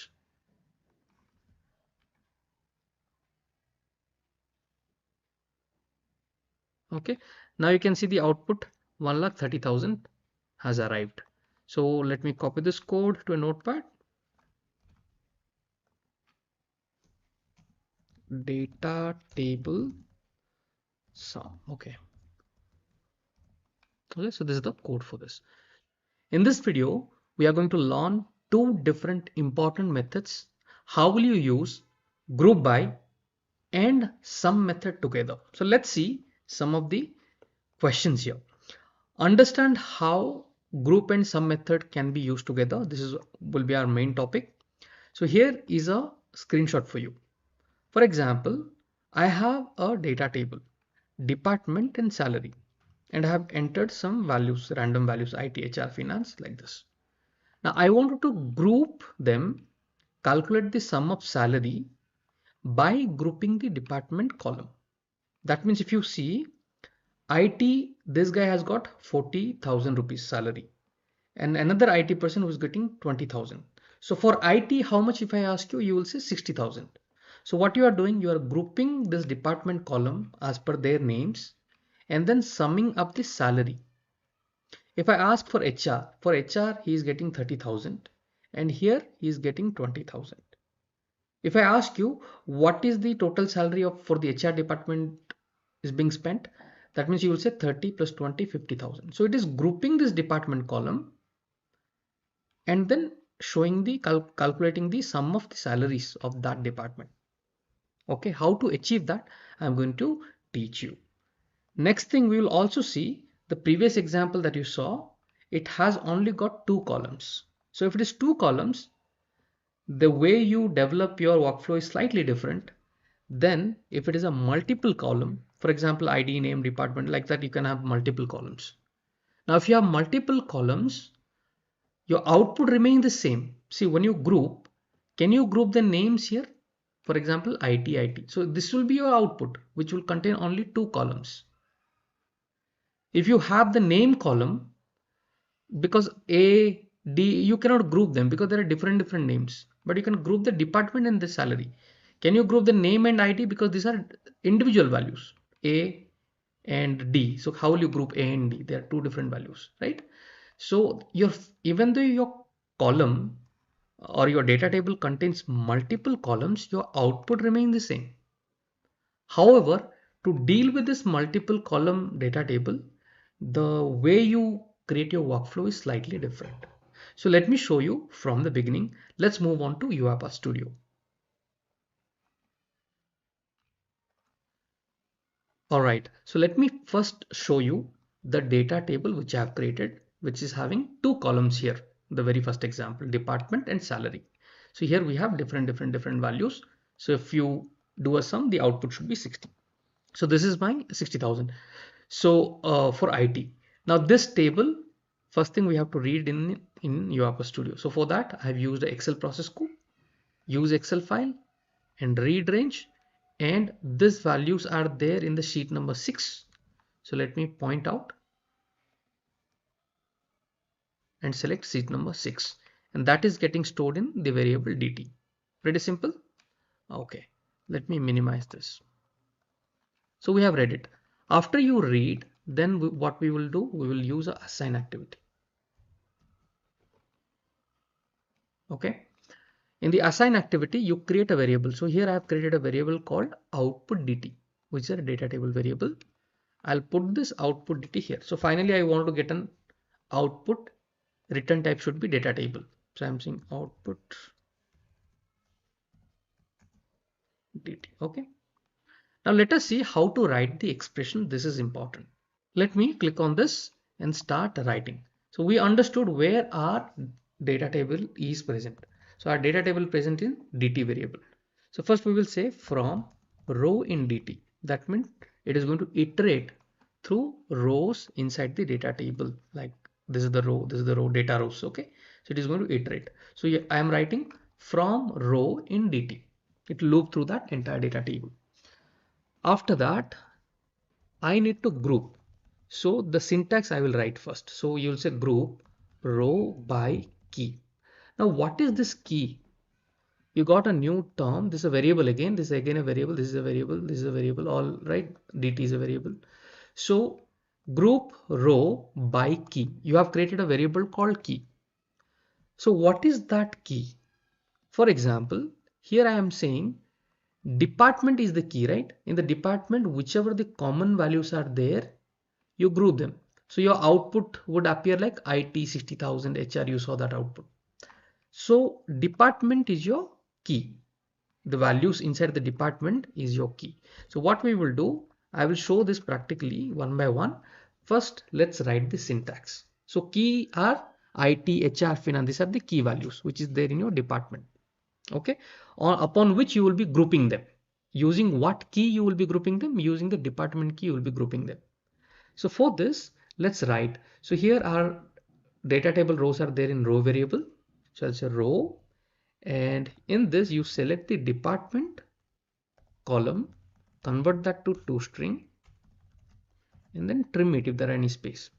Okay, so this becomes your key upon which you will do the grouping. Okay, you got the key, but once you group the output, where would you be saving that? So I will say save into a variable called group equals to group.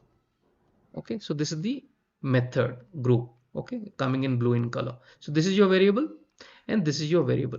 So you have got two variables. Now it becomes utmost important to understand this concept, what I have written until here. This first line is pretty clear, but this line one has to understand. So for this, I'll simply hit on save, and you have to see the error. Okay, if you run this, or if that doesn't come, simply run it. You will see that error. Okay, so what is the error it is talking about? It is saying INumerable of anonymous type key as string. Okay, key group as INumerable of data row. So it is saying whatever you have written, it is producing an output which is of INumerable of key as string and then group as INumerable of data row. So let me write it for you. Okay, so until now, so this breaking this code, splitting this code into small parts is important for our understanding purpose. Okay, so let me help you here. So here, this is the code we have written. What kind of output it returns? It returns an output which is INumerable of what? Of two things. It contains a key and a group. Now what is the key type? The key type is a string. It is returning when you use a group by, the key is a string, and then the group, the key, that department you have mentioned, row.toString, right? So it is a string type, and the group value which is getting returned, because it's a data table, it is returning what? INumerable or collection of data rows. Getting it? So we are having two different output. One is INumerable of, it has inside that it has a key, and then it has a INumerable, the group is a INumerable type which contains the data row, collection of data rows. Okay, this is just a string. So this is how the output is coming. Okay, now once you have seen this output, let us improvise the code for what we need. Okay, hit enter here, and we have to use a keyword called let. What this let do? Let will create a new object. So temporarily we are creating a new object in which we will do all the sum part and then put it back, something like that. Okay, so X is a object, temporary object upon which we will write certain things. So here, what are the things we need? We need the key. Okay, so the key variable, and we need the group variable, correct? So this object is containing the key coming from the group by, because the group by is dividing and making two different elements, key and group of data rows. So here the X object also will contain the same thing. However, what we want in the group, I will apply a sum. Sum of what? I want to sum the salary column, because this is going to contain everything. So inside that salary column, I would like to create a sum. That is our main objective, right? You wanted to have the key IT, for example, and then sum the salary values. So for this, anytime you are writing a method, you will again create a Lambda function, and here I'll define some variable, let's say y, and I will say y. Let me make it slightly small. Okay, so y, and here in the y, I would be dealing with which column? Salary column. Salary. Okay, salary column. So in the salary column, what I have to do? I have to convert the salary into integer format. Okay, so I'll put a, and then your sum, the sum that you have written here, that should be closed. So there will be 3 parentheses at the end. Okay, so it got closed. After this, you have to convert this to toString format again. Put it back to toString format. Clear? Now what this is doing, let's understand. Let me copy this to a notepad and let's understand what this specific code is doing. So this code, now understand what is the output of this one, the first one. So the output is having a key. Let's say IT is the key, comma, the group. So the group will contain 2 elements. One is IT, comma, what is the first value? 40,000.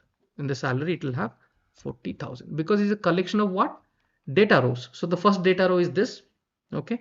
And below that, there will be one more data row, which contains IT, comma, 20,000, right? 20,000. And so now you understood this. When you apply this group, what is happening? It is dividing and finding the key. So in this, what are the keys? IT is a key, HR is a key, finance is a key. All the specific elements of the department column, it will find out. So I'm giving an example of IT only. So here I'm giving IT. Similarly, HR, finance also will get created in the similar fashion. So IT, the group variable is going to contain 2 different elements, INumerable, collection of data rows. So the first data row, this one, it will contain, and then this one it will contain. Similarly for HR, it will contain this data row, this data row. For finance, because it is only one row, it will contain only one row. So you understood from this example what would be the output of this group row by key. This is the output. Okay, it will have a key and it will have a group variable which is going to contain everything. Group is equal to group. Okay, understood. Now here in the what I'm doing, I'm putting this key, I'm writing IT for example, and in the group I'm doing group.sum function y salary. So this is the salary column. What it will do, it will sum everything and it will give you 60,000 as an output. So here key is IT and the value is 60,000. So like that, all the continuation would happen for all the data, and then you will get for each of the key, it will sum the items 30,000, 20,000, 50,000. So finally 50,000 will come. Okay, so this is understood. So this contains key and this contains sum of the values inside the collection of data rows. It will sum what if there are 5 rows, it will sum all the things. Okay, finally it will give you the sum. So the sum value, it will come in a string format. So what is the output here? Output is something like this. Okay, IT, comma, then 60,000. Similarly, when it loop again HR, comma, so if you see 30,000 plus 20,000, it will become 50,000. Okay, then what would happen? Then finance is another key. So finance, comma, finance has only one, so it will have 30,000. So like that, everything is happening in this object. Now this is just a temporary object. How do I add it to a data table? That is important, right? So this is understood. After this, how do I add it to the data table? So here what I will do, I'll say select, because my data table only contains 2 columns. The initial data table contains only department salary, and the object also containing 2 columns, department and salary, right? So that's why what I can do, I'll simply use the same variable, select dt dot rows is the method, dot add. It is going to overwrite everything. What to add? The X object you add.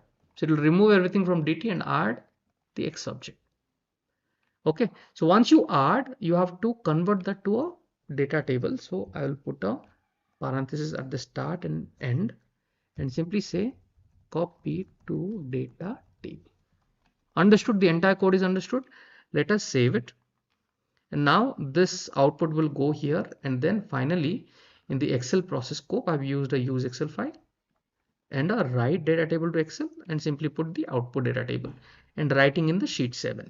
So our final output, where it will appear? In the sheet 7, which is currently blank. Let's go back. Let me minimize this. It is simply writing. Okay. So here is the assign activity. So if I'm going to run this particular code, what would happen? The X object is going to add the values to the data table. And whatever the output is coming here, it will get added to the output dt. Okay. Now if you see, the execution is complete. If I go here, what happened? I got the output. 60,000, 50,000, 30,000. It is as we have expected, the output has come. Now the problem, if I am going to deal the second scenario, if there are multiple columns, how will I apply the same logic to calculate the salary? Now there are how many multiple columns are there? Now what would happen in this case? If I am going to run this, let me first change the input. So the input is there in sheet number 5. Let's go here and select sheet number 5. Done. Now let me minimize this. If I run this, what would happen? Because there are multiple columns, there will be some kind of a confusion while writing the output. Look at it. Now the execution is complete. If I go to Excel and go to sheet 7, what happened? Under ID, name, department, these are the column names, headers from the sheet number 5, our input table. So it has got all the columns and then finally writing values. But again, IT is not under IT, it should come under department. So this kind of a confusion would happen for the code if there are multiple columns in your data table.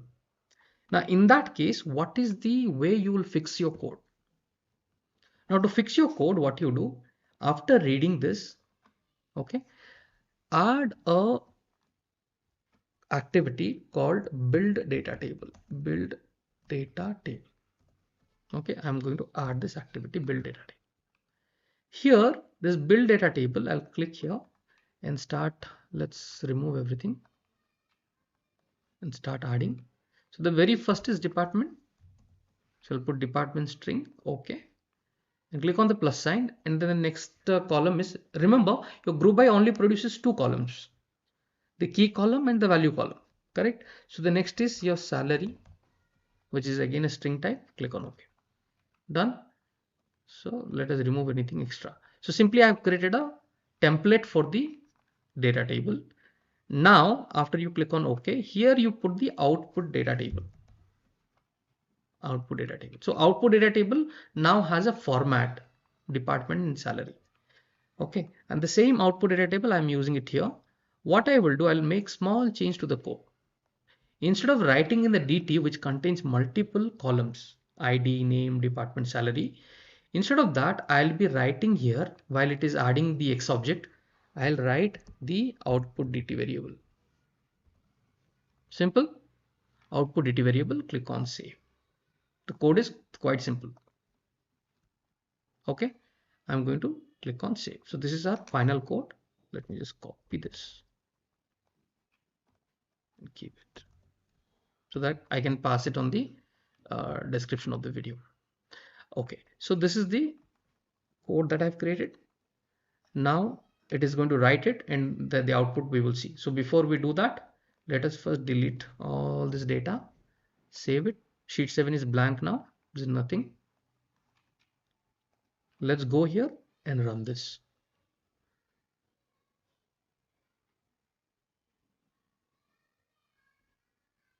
Okay, so you understood the trick what I'm using. Now the execution is complete. So did we get the output? Department salary IT 55,000, is it right?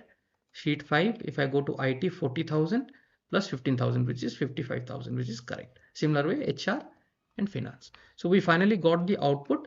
When you'll be dealing with multiple columns, then you understood how to use the combination of group by and sum. Let me show you the code once again. Okay, so this is the code. I have come up with few more interesting questions. Let's see them and try to answer. So the first question is, how will you find and display the minimum salary among all employees? So this is your input data table. And the second question is, how will you find the minimum salary from HR department? Let's say out of all this department, if I ask you minimum salary of all the employees, then you would say 15,000 from IT. If I ask you from HR department, how will you find the minimum salary? So there are 2 employees and 20,000 is the minimum salary for the employee. So how will you find this? After all, the question is, how will you write this output? Right? Write an output to an Excel file. All of this let's see on UiPath Studio. So this is my file, Excel file in the sheet number 5. where I have the data.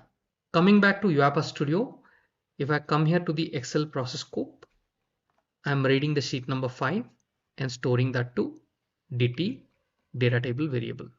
Let me minimize this. After this activity, let me add the assign activity where we will write our code.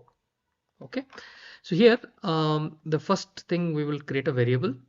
So I think I have already created a variable called min salary, let's say. So I'll use that min salary variable here. And the variable type is integer because the value will be integer type. Okay, minimum salary. Now, how do you write the code? So code is quite simple. You take the variable name dt dot as enumerable dot min. Okay, so when I say min here, because it is a data table, I have to pass where that value, which column contains the value where you would like to see the min. So in the Excel, salary column contains the min. So whenever you are writing a method, you will start with a function inside that, right? So I'll write function x and then x, which row or which column contains that salary column. I'll write that. And because we have to convert that to integer because it's a minimum mathematical function, you'll convert that to integer. Simple. So my code is done. So using this code, what you can do, let me remove all this data. So finding minimum value from a data table. Okay, so for this, what is your code? So the code is this. Simple code is this. Now let's run it. Let's save it. So how will I see the value of min? Let's add a message box.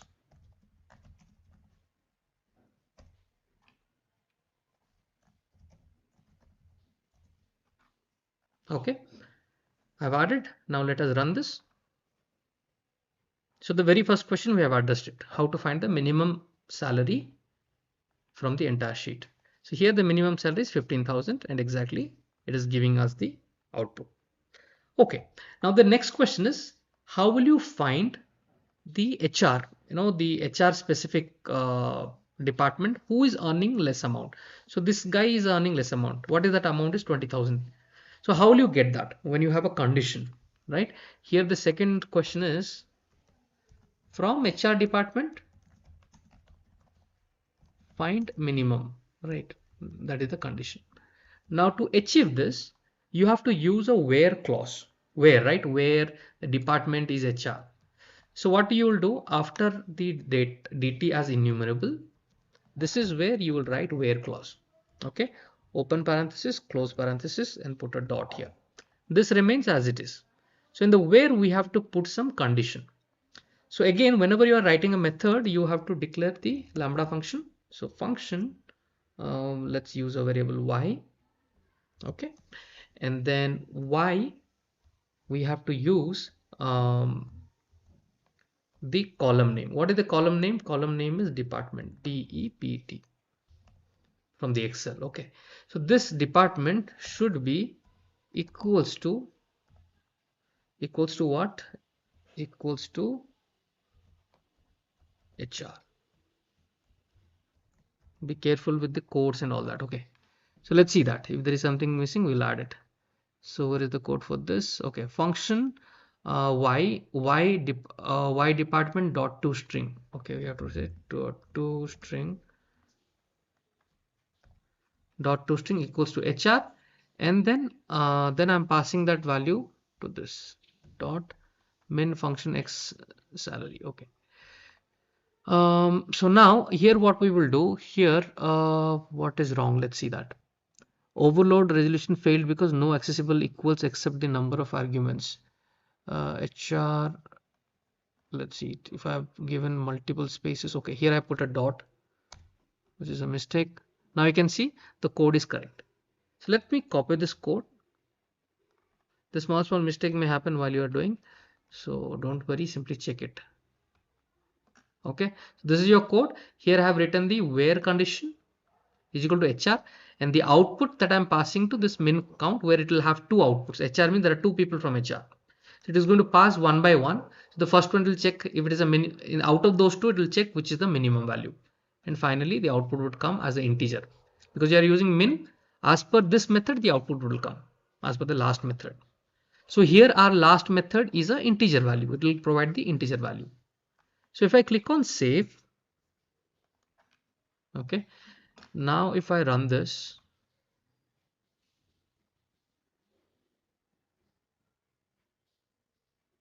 so the value is coming 20,000. Let's verify.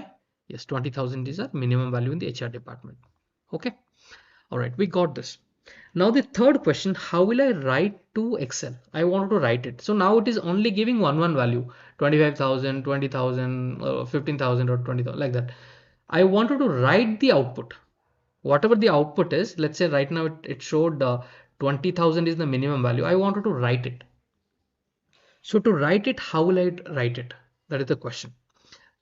Now to do that, here the minimum salary is containing the value minimum salary.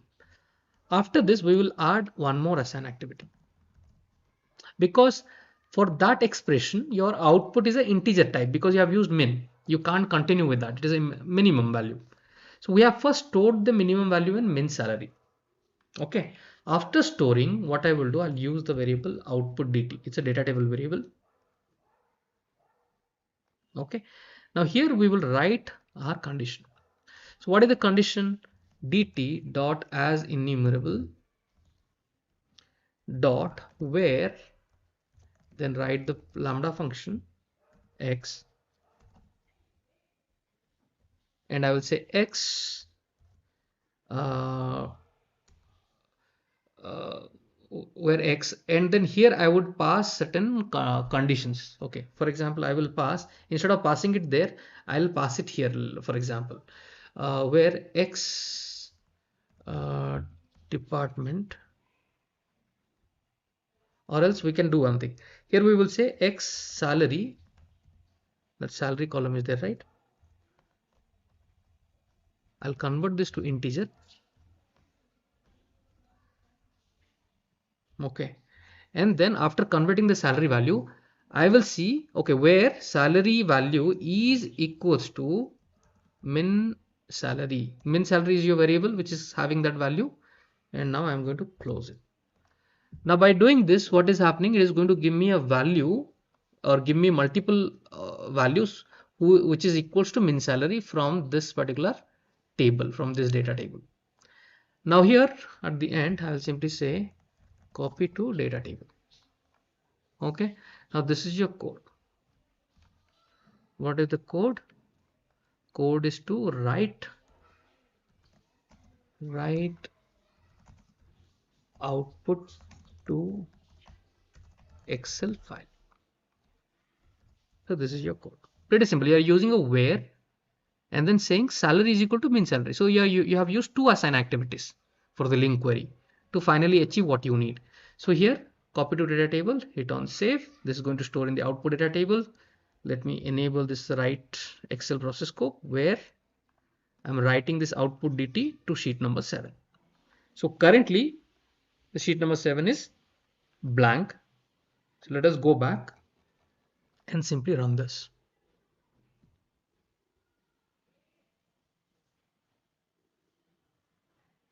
Okay, so it is saying the minimum salary in the table is 20,000. Okay, so here we are checking the HR. Okay, here we have written HR for the previous one, that's why 20,000. Fine. So finally the output, you can see the HR thing is written. Okay, now I will make small change. All the values we have got. Let's make a small change. Here in the min salary, I will not put a condition here. I'll not put any condition here, like where HR department should be HR. I'm not putting any condition. Okay, I'm simply saying find the minimum value in the entire table. Then after finding that, you come here and tell me which is that row having the minimum salary. Okay, now if I run this,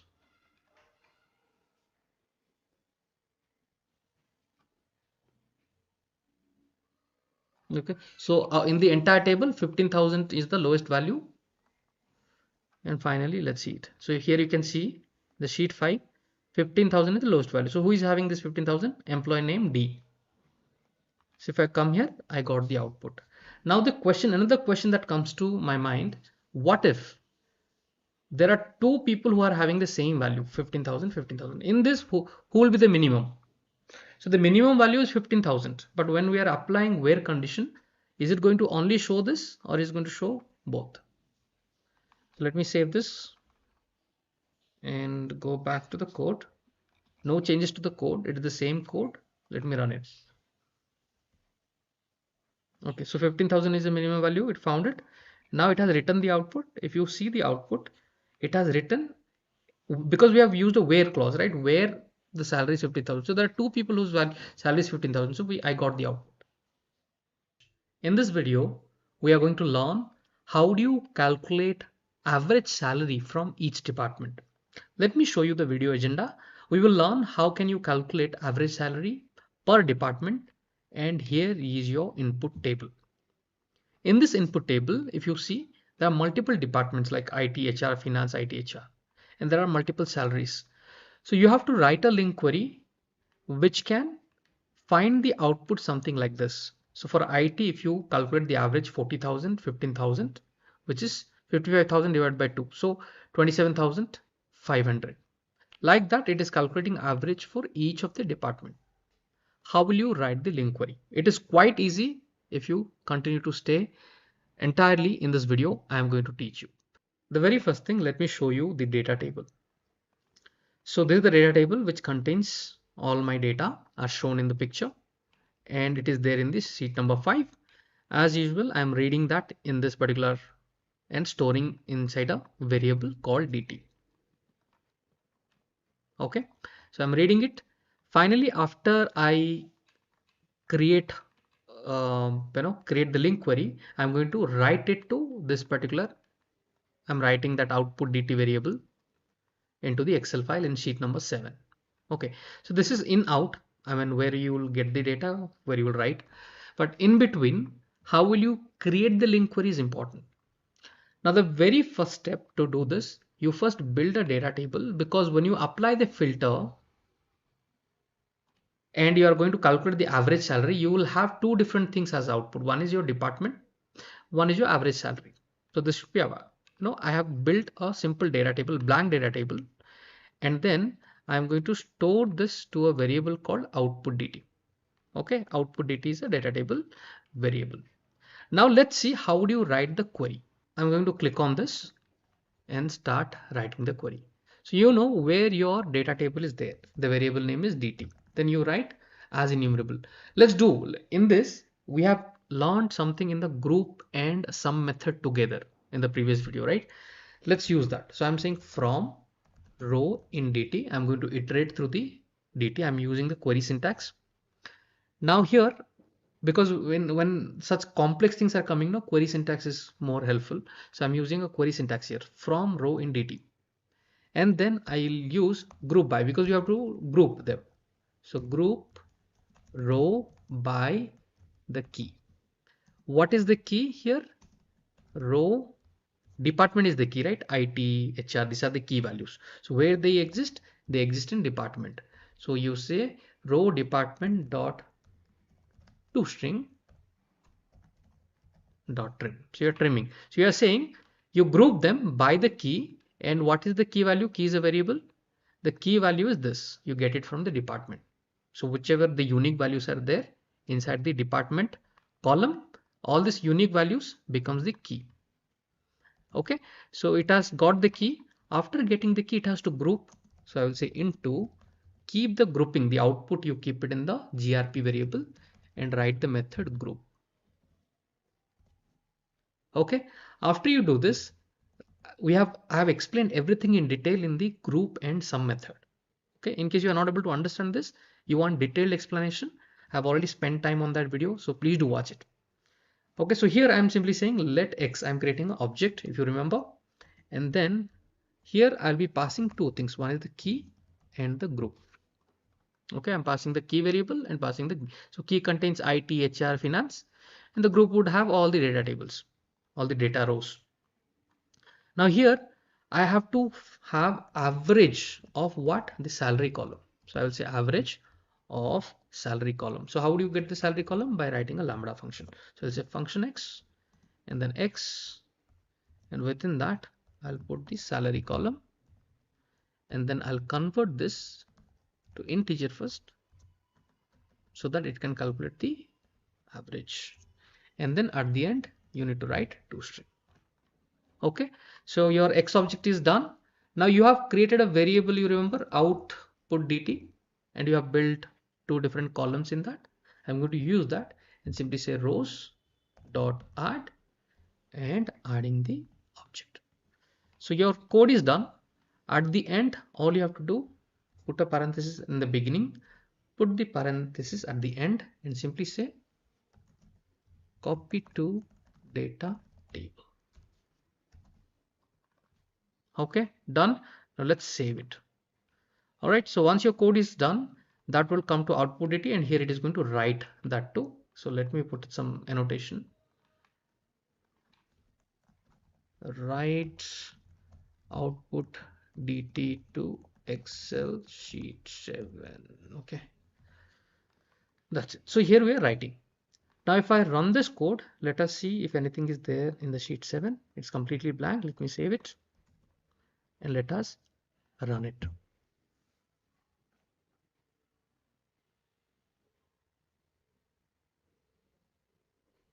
Okay, so the execution is complete. Now if I go back in the sheet 7, you can see it has calculated the average salary per department. So for IT, the average salary is 27,500, for HR 17,500, for finance it's 30,000.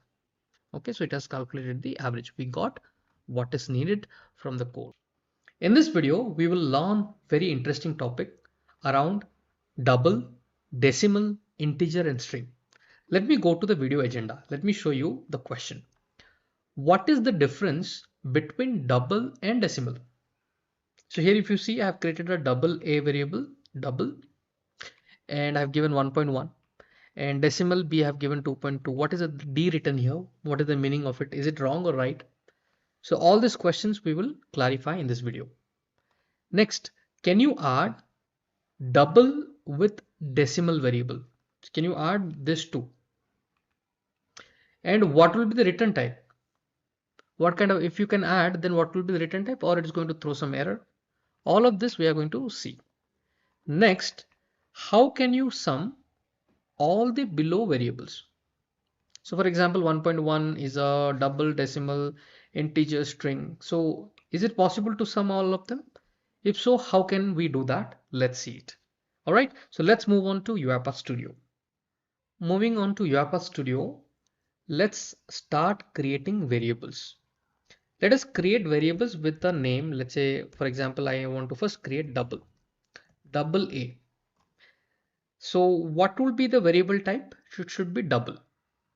How do you find that? Click on browse for types, and here you type system.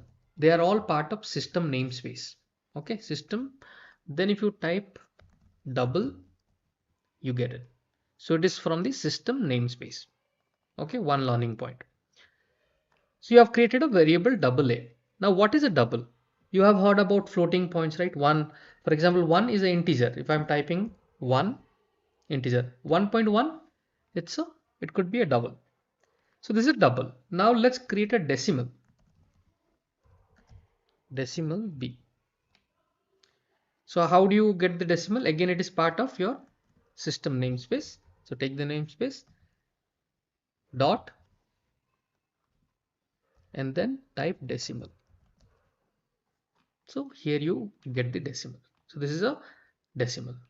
Now what is the difference, you tell me? 2.2 I have written. So what is the difference between 1.1 and 2? Both looks alike, right? So what is the difference between double and decimal? This is an important point to know. So remember this. So double, for example, if I say double, okay. So what is double and what is decimal? In double, for example, if I select this and start typing numbers for 1, 2, 3, 4, 5, 6, 4, 4, 4, 5, 5, 5, 6, 6, 6, some numbers I'm typing. Okay. Finally I'm typing 99999999. Okay, I have typed. The moment you come out of it, what happens? The precision is less. You can see it has stored until 555 only.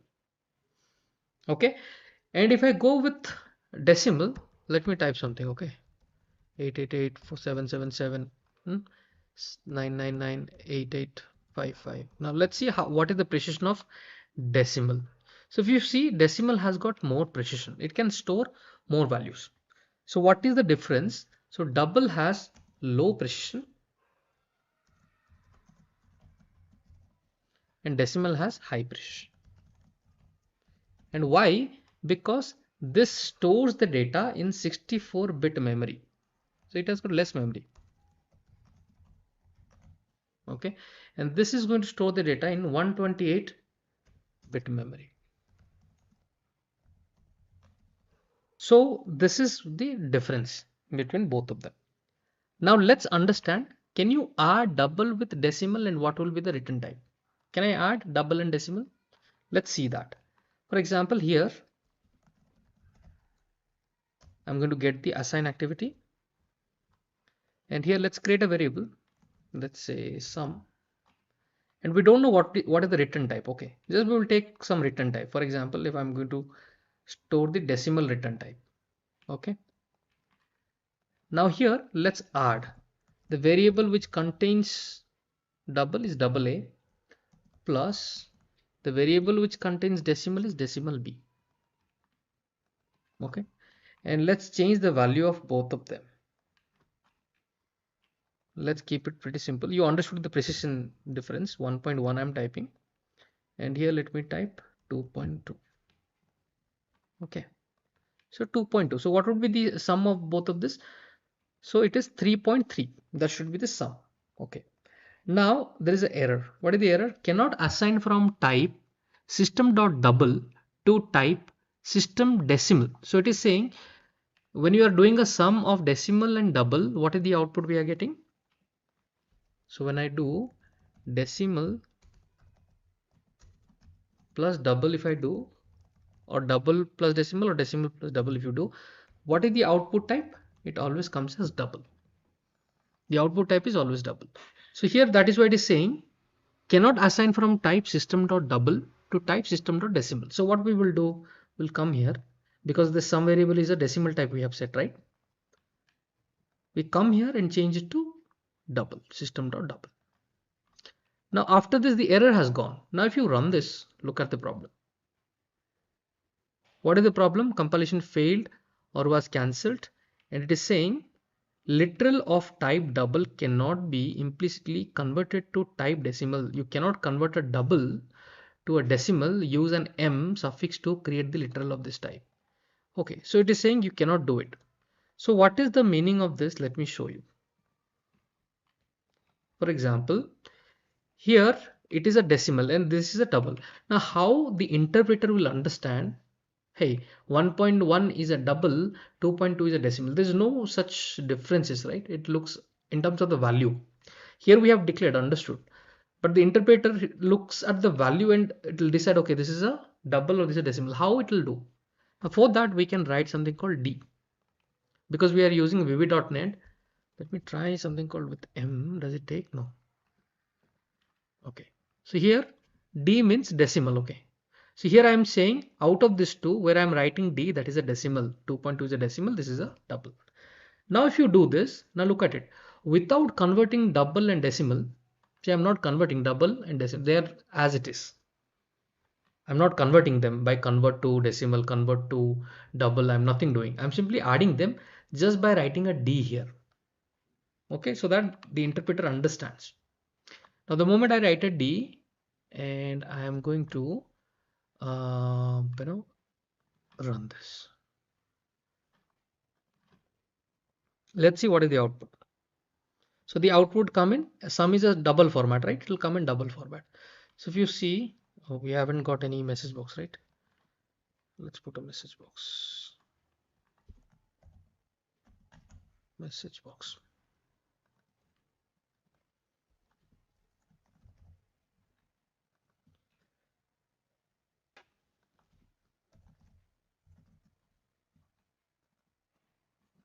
Okay. Now let me run this. Now look at the value. What value we have got? 3.3. So 1.1 plus 2.2 is equal to 3.3. And then with that, you can see so many values have come. Getting it? So many different values we have got. Okay. So this one you have understood. The output of adding decimal with double gives a double. Click on this. Okay. Then go here. So you have understood when I add decimal and double.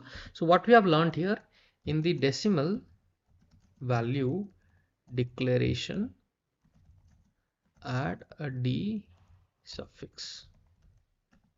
Okay. Now you will say, okay, Rakesh, what if I don't write that?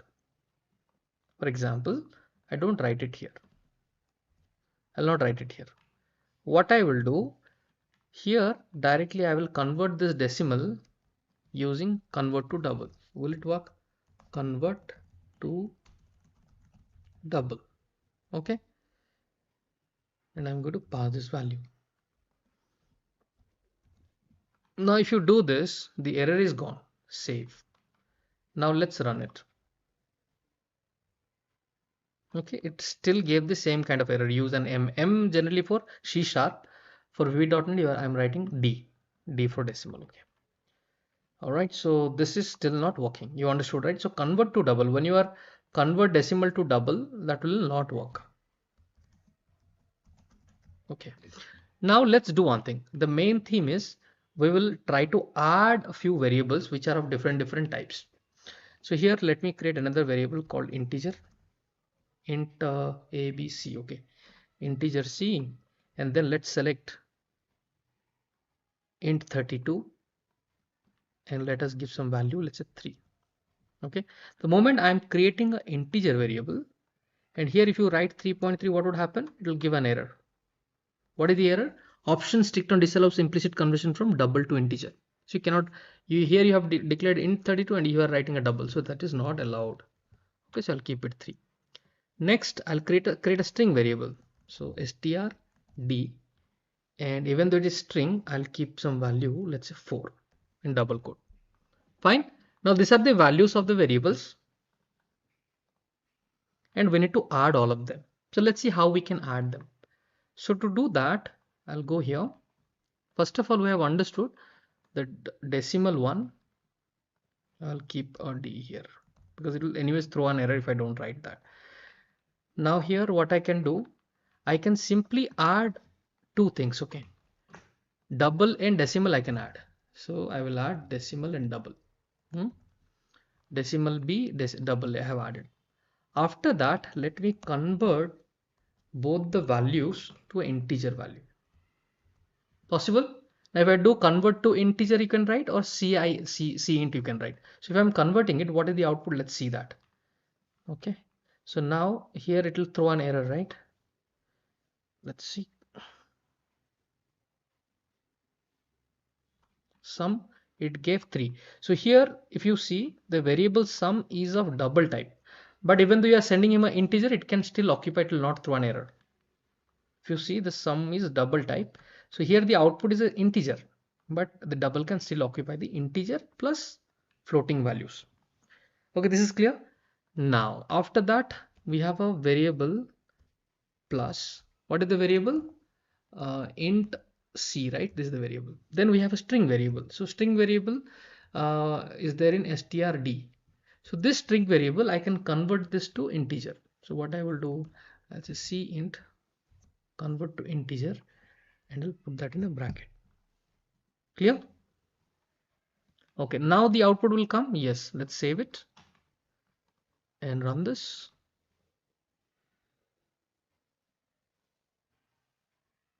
Okay, so the output 10 have come. Getting this? So this experiment is slightly important so that you understand the differences between decimal, double, right? And then in 32 string, your sum variable can be still be double even though your complete output is integer. So all those important points that you have learned in this video. Okay, convert to integer, exercise done. In this video, we are going to learn something new, that is around order by. Let me show you the video agenda for today's video. The video agenda is how will you order the data table by salary column in ascending order. So when you apply order by, what happens?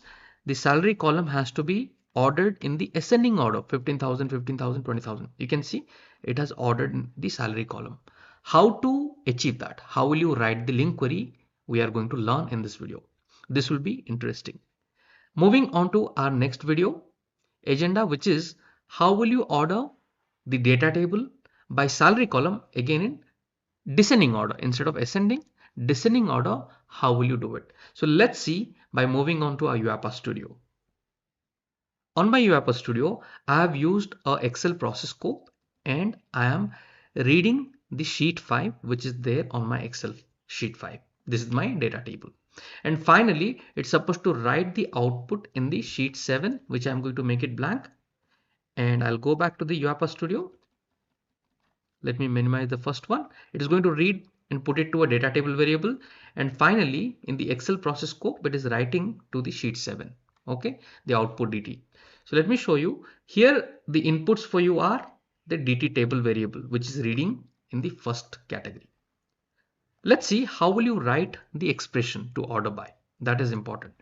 First thing, you take the name of your data table variable, which is DT dot. Then you write as enumerable to convert your data table into data rows. Then you write the method which is order by. And here inside this you will create the Lambda function. And then you will call the column name using the Lambda function X. I'm saying, okay, salary column you order. And I'll convert that to toString if required, or to int, whatever you want. For example, I want to convert it to integer. That also can be done. So convert it into integer. Okay. Done. So now once you do this, you have to, because the output of order by would appear in the innumerable collection of data rows. You can see that. If you highlight your mouse, you get to see that as ordered innumerable row collection of data rows. So now we have to convert that to data table. So simply say copy to data table. That's it. Save it. And this side you have another data table which is going to write it to the Excel file. Now if I run this, what you would see in the sheet number 7, it's going to write the output. You can see it has written the output in the sheet number 7. Okay, now it is ordered. Now the same thing, to do it in descending order, I'll go here. All you have to do, simply change this order by to order by descending. There is something called descending. If you do control space, you will get that order by descending. Okay, now the code remains same. The code remains same. I am going to copy this code to a notepad just to help you. There are two things we have learned. One is order by ascending, and here the code was just having order by, and to order by descending. Okay, here the code has order by descending. That's it. That is the only difference. So there are two different methods that you have learned in the order by. One is order by, one is the order by, the other one is order by descending. If you hit control space by keeping the mouse there, you will get this order by and then order by descending. Clear? So let's apply the order by descending and run this code. Save it and run this code.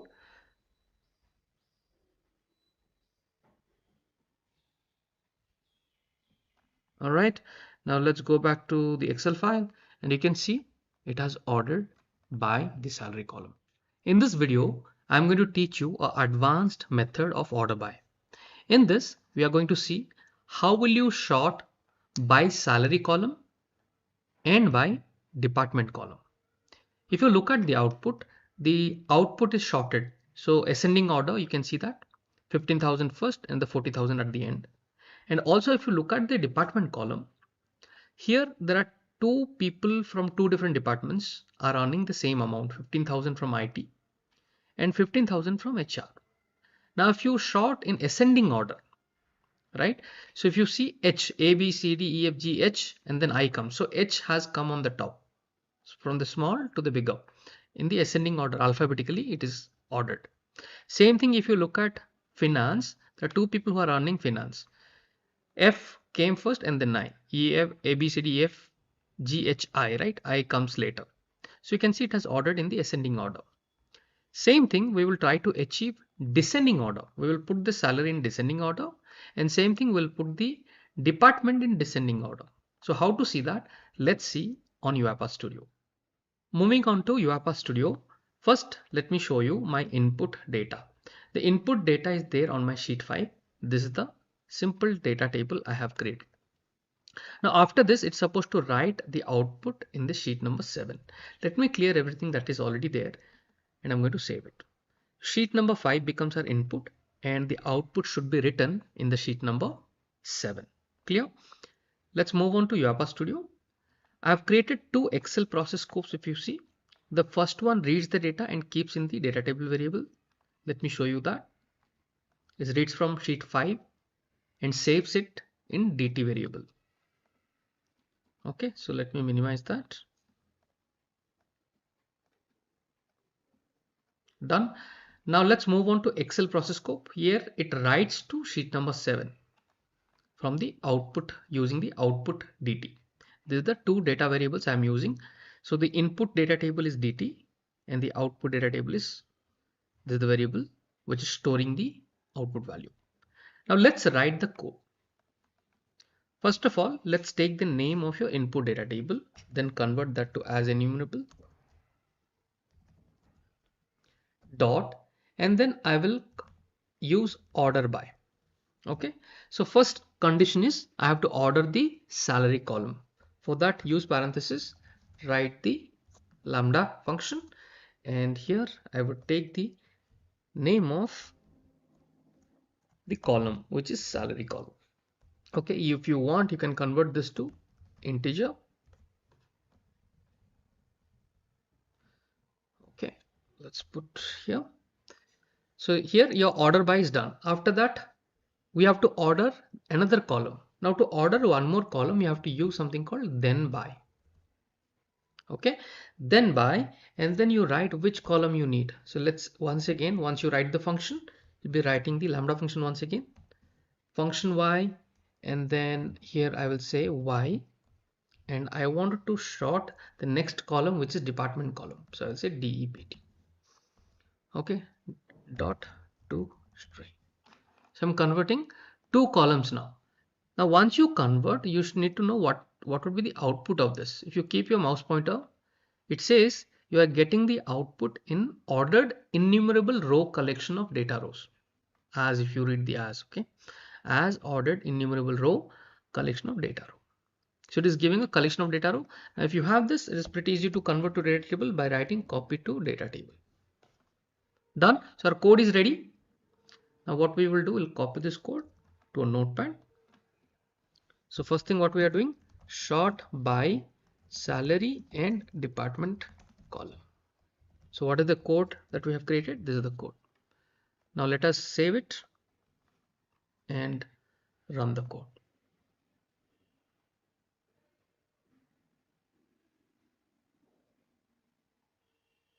So the execution is complete. Let's go here to the sheet number 7, and you can see everything is sorted. 15,000 A, B, C, D, E, F, G, H, HR came first and then I. Okay, the same thing for 30,000 finance and IT. Now we'll do just the opposite descending. Okay, how do you put that in descending order? Now for that, only thing you have to do is highlight this and hit on control space. If you do this, you get something called order by descending. Simply replace that with order by descending. And here then by, if you keep the mouse pointer and click on control space, then you get then by descending simply. So you have to simply replace both of them. Let me copy the code here. Second, descending order. Okay, same thing, just a descending order we want to achieve. Now if you hit on save, and let me show you, let us compare it. Okay, So if I keep this output on a new sheet so that we can compare side by side, and let us clear this output in the sheet number 7 and go here and let's run this code.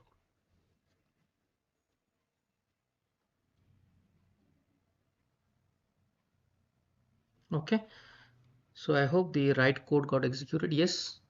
Now if I go to the Excel file in the sheet number 7, you can see how the output has come. 40,000, 30,000, 40,000, 30,000, and then if you see 30,000, there are two common files here. It came in a descending order, not in a ascending order. If you look, compare that, the last value we had, for example, 30,000, finance had come on the top, then IT had come. But here if you see, IT had come on the top and finance. Same thing happened here in the HR also. Getting it? So you have learned two important points today. One is sort by salary in department column, and then you have learned how to put that in descending order. One question that comes to our mind, can I use, let's say I'm descending, but I want this department to be coming in the ascending order, not in descending order. That also you can do. You can do alternative combinations. So here I'm simply using then by, save it and run this.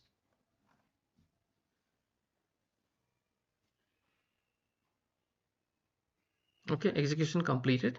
Now if you see, it has come in the same order, just that here IT was previously on the top and finance was at the bottom. Now it has come in the ascending order. This is in descending order, this is in ascending order. So both the things can be achieved. In this video, we are going to learn two different methods. One is skip and the other one is take method. Let me show you a problem statement. You are working on a UiPath automation project that involves exporting employee data to an external system. However, the external system has a limitation on the number of records it can process at once. To overcome this limitation, you need to implement a UiPath workflow that skips a specified number of records before exporting the data. And here are your inputs. So you are sending this data, this is your input data, to an external system, and the condition here is you first skip 2 records and then the export size 3. That means you will be only sending 3 records. That means your output should only send C, D, E. Okay, it will skip the first one, A and B, 2 rows, right? And export size is 3. That's why C, D and E should go to the external system. Now, how will you write a LINQ query to achieve this? You will skip 2 and export 3. How will you do that? Let's see that in UiPath Studio. Let's move on. On my UiPath Studio, the very first thing we have to do is we need an input. So on the sheet number 5, I have created this input file.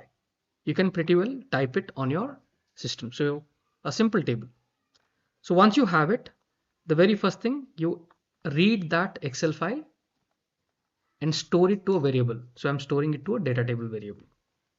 And then we have to write a query which would pass the output to output DT, and then finally it's supposed to write the output in the sheet number 7. So the sheet number 7 is currently blank. So how to do that? Let's see it on UiPath Studio. Let me minimize everything else. Okay, let's have a assign activity where I have the output DT, and let's see the expression. So here, what is our input data table? DT. As enumerable, will convert that to data rows. And after that, the method that I have to implement is skip. Now here we have to skip 2 records. For this, what I have done, I have created 2 variables, record to skip integer variable 2, export size is 3. Using these 2 variables, we will implement the code. Okay, so skip how many? Which variable is containing that? Record to skip. So simply type record and control space. Will give you the variable. Record to skip is 2. That value will come here. Then dot. Then I need to take only limited data. So I will use the method called take here.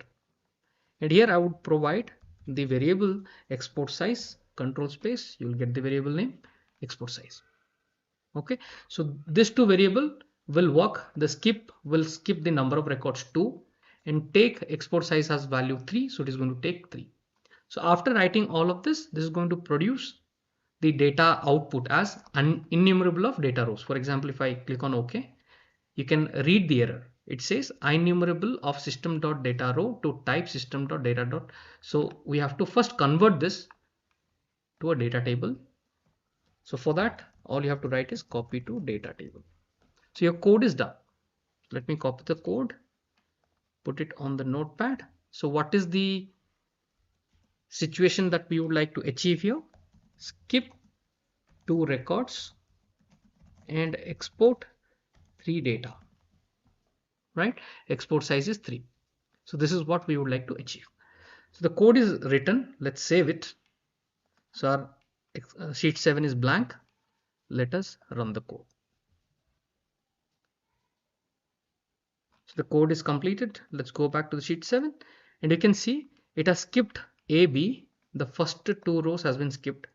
And then after that C, D, E, it has got the data because I have said export size is 3. So I have got 3 rows of data. In this video, we are going to learn about join data tables. Let me show you one of the questions which we will try to solve in this video. The question is, you are working on a UiPath automation project where you have 2 data tables.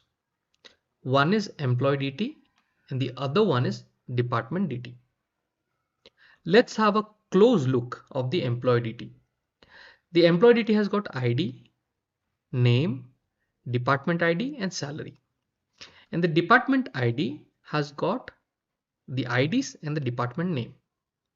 For example, here name of a employee is A and the department ID is 101. That means he is from IT department, right? C, employee C 102 means he is from HR. 103 means he is from finance. So like that, there are 2 different tables. Your task is to perform a join operation using LINQ on these data tables based on the department ID column. So department ID column is your key. Based on this primary key or the department ID key, you will be joining both the data tables. Okay, based on the department ID column and create a new data table named output DT. So the output DT contains what? ID, name, department ID and salary, everything from the employee DT, and only one column from the department DT, which is department names. So now this is a complete table. Everybody can understand which department this employee is from. So how to achieve this? Let's see on UiPath Studio. Let's move on. On my UiPath Studio, the very first requirement is to build a simple table on your Excel file. So on my sheet 5, I have my employee data table. And on the sheet 6, I have my department data table. Going back to UiPath Studio, here in the Excel process scope, I have used 2 different read range activities. One is reading from the sheet number 5, which is our employee DT, and I'm storing that to a variable called employee DT. And I'm reading the sheet number 6 and storing that to a variable called department DT. Pretty simple. All right, let's minimize it. Now we have to get an output in output DT. So here I have created a variable called output DT and I have initialized it. New data table. You can write new system.data.data table or new data table. You can write the namespace or you can skip that. So here you can see I have initialized it. Fine. After this, we need the output in certain format. We saw that combination of both of it. So the very first activity what we will do, we will use build data table. What is the activity name? Build data table. In this data table, we have to store the output DT, the format of output DT. We have to create the format. Click on data table. So what are the columns your output DT will have? Remember, before we proceed, remember all the column names. It's quite simple to remember. ID, name, department ID and salary from the employee data, and from the department DT, we have department ID and department name. So the final output should contain all this 1, 2, 3, 4 column, and from the sheet 6 it should contain the department name. So total 5 columns. Let's go back to the studio and start designing the interface of the output DT. For that, let me remove everything and start changing the names. So the very first one from employee DT is ID, click OK. The second one we have is name. Ensure you are changing this value to string. Okay. Then we have our DPT ID, department ID, which is a string. Okay, I'll keep everything as string to keep it simple. And then next is salary. Okay, and the next column that we need is department DPT name. Okay, so now we have created a structure. Click on OK and ensure this build data table, you are creating this variable output DT. You have to put this output DT variable. So now what happened? This output DT has got a structure. This is required. Once this structure is created, let's create the link query. For that, let me have a assign activity. Now the assign activity, this side I will write output DT, and this side we will write the link query. So let me click on this. Okay, now here you have to focus. It is pretty simple. Once you have get an understanding, you will be able to do it on your own. First, right now, focus. What are the important points I'm going to cover? The very first thing, you take the name of your first data table, which is your employee data table. Okay, hit enter. And remember to write as enumerable. You're converting the data table to data rows. And then as you are using any method, you will use this method dot join. Clear? And parenthesis. Now the very first question I will ask you. Okay, you have written this. Now, with which data table are you going to join? Employee data table is one. What is your second data table? You mention it within the parenthesis. Clear? Pretty simple. Now, what is our second data table name? Department DT. Okay. The name of the second variable, which is department DT. Now, after, okay, you have written employee data table and you have written the second data table dot join second data table. Understood. Based on what condition? So the condition is department ID. Let me save this. So what is the condition? So the condition is both this table has got a common column called department ID, which has some values. And here also we have a department ID, which has some values and there are meaning of it. So department ID is the column which is common in both the tables. So that is your condition based on which you would like to join. Now let's go back to UiPath Studio. And here let's continue the condition. So here I will put a comma. Okay, after that you have to write your condition. So hit enter because you have to write so many things here. I'm hitting enter and trying to come here. Now here, how will you access the department ID, which is there in your employee database data table? I want to access the department ID. Now for that, you will write the Lambda function. So you are already inside the parenthesis of join. Okay, remember that. So here I am writing the Lambda function. And here instead of writing xy, let's write some proper variables. So first is employee DT. So I will say employee. The Lambda function I am saying EMP. And then I wanted to target the department ID of employee table. So I will write DPT ID dot toString. Done. Put a comma. After this, put a comma, hit enter. Okay. Now with this, I have to compare, I have to match that with department ID, department in the second data table I have to match. So the second data table, I'll create one more Lambda function and name it as DEP. You can put X and Y, but again, that is not very professional. So let's write something. So I'm writing DEP. That is representing a second data table, this data table. The first one representing the first data table, I got the department ID. And same way I'm mentioning for the second data table, the Lambda function I've created as DEP. So using the name of that DEP, I'll simply say DEPT ID dot toString. So let's say in your second data table, instead of DEPT ID, it could be department ID. The full spelling could be there. So you can define it here. Whatever the exact name is, you can write it here. Okay. So now what is happening? It is going to join employee data table with which data table? Department data table.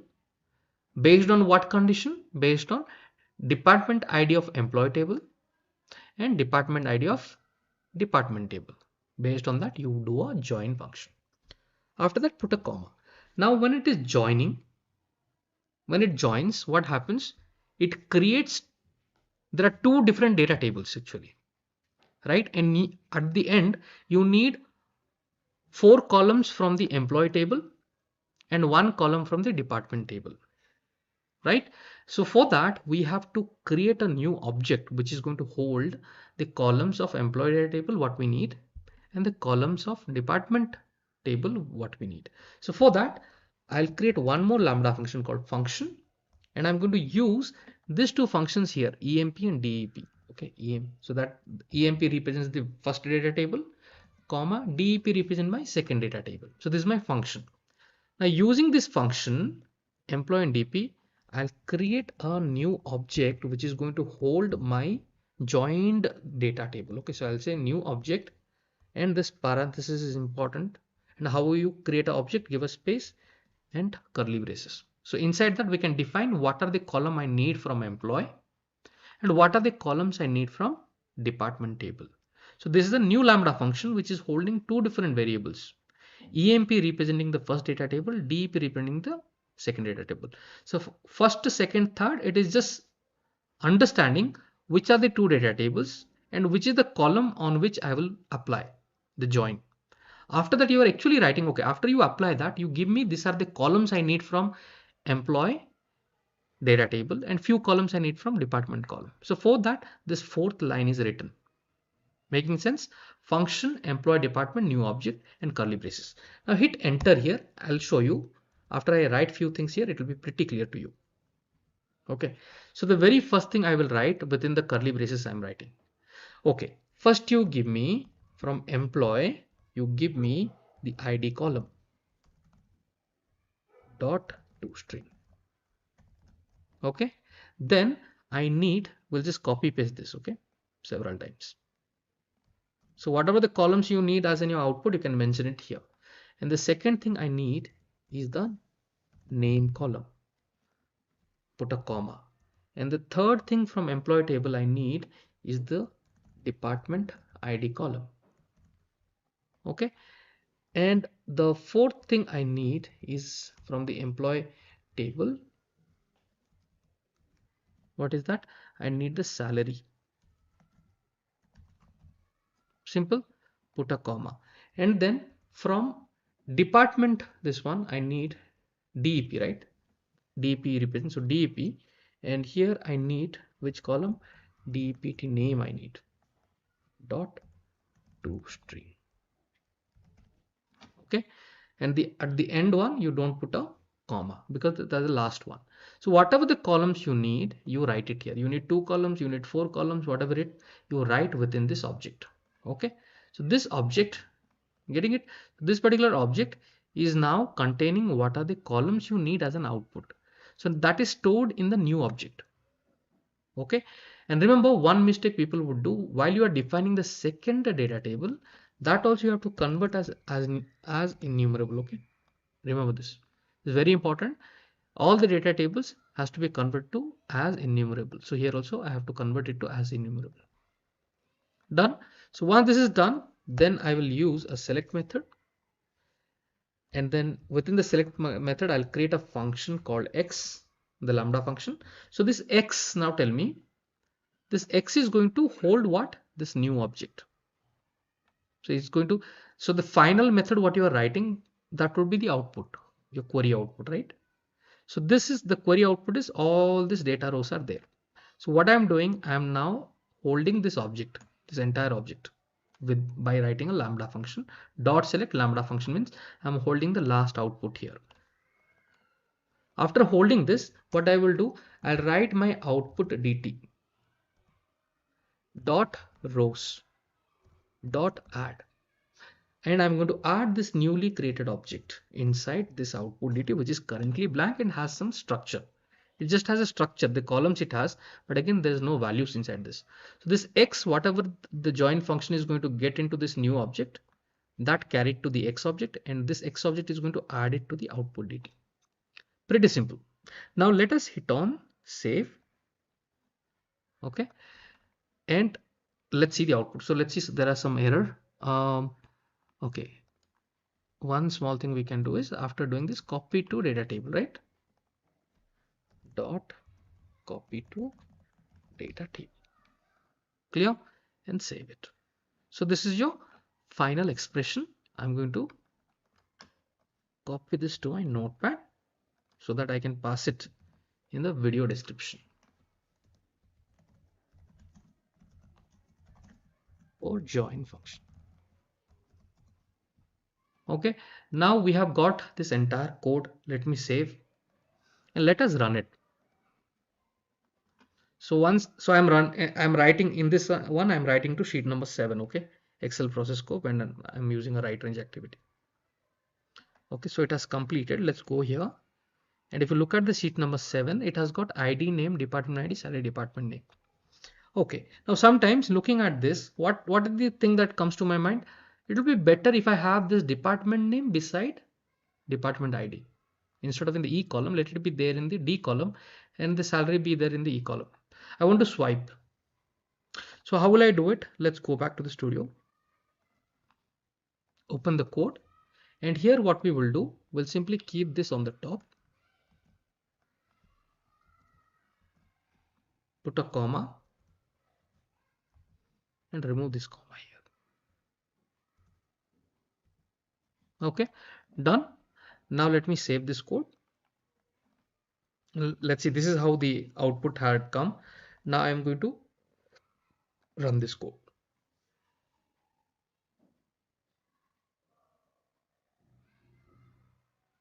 Okay, so the code has run. If I go back, sheet number 7, department ID, okay, it did not change. Let me delete, save. Let me check the code once again. Did I save it? Okay, department name from DEP, employee salary, save it, and run this. Okay, I'll tell you another, what is the mistake happening here is, see what is happening here, it has come, but the column had not changed because of the structure of our build data table.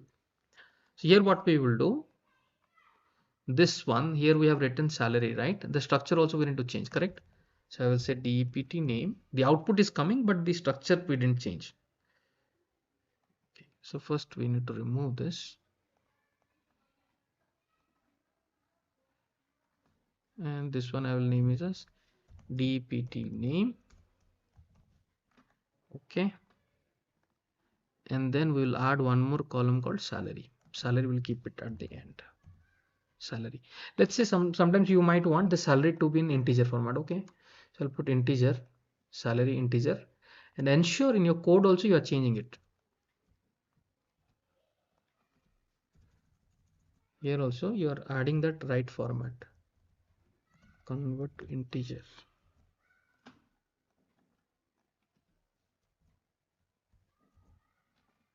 Okay.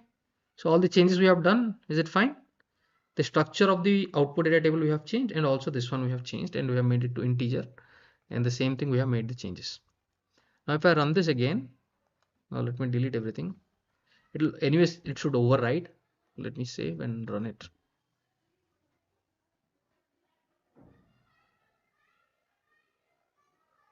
Okay, so the execution is complete. Now if I go back, you can see this came in the integer format, and all these things, department ID, like this you can play whatever the columns you need.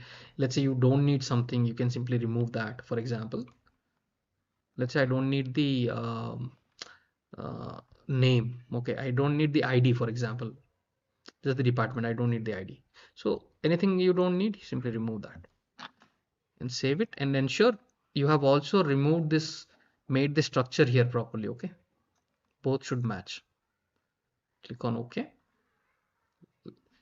And let us erase this, delete, save in the sheet number 7, and let me run it again. So all kind of modification that you want, you can achieve it. All right, so the execution is complete. Now if I go back, you can see I got ID, name, the department ID is no more there. I got department name and salary. In this video, I am going to teach something new as usual.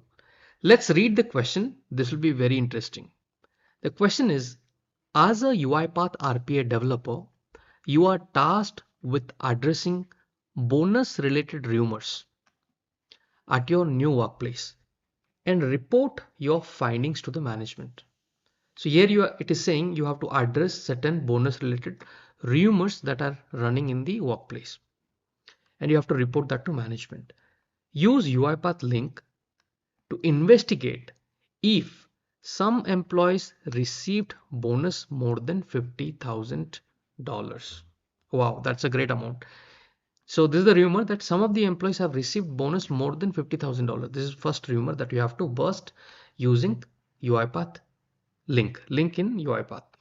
Additionally, check the accuracy of the second rumor, suggesting that all employees received bonus of $15,000.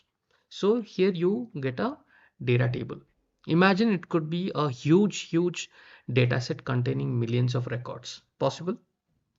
Now in that case, how will you burst these two rumors that are running? There are two different things.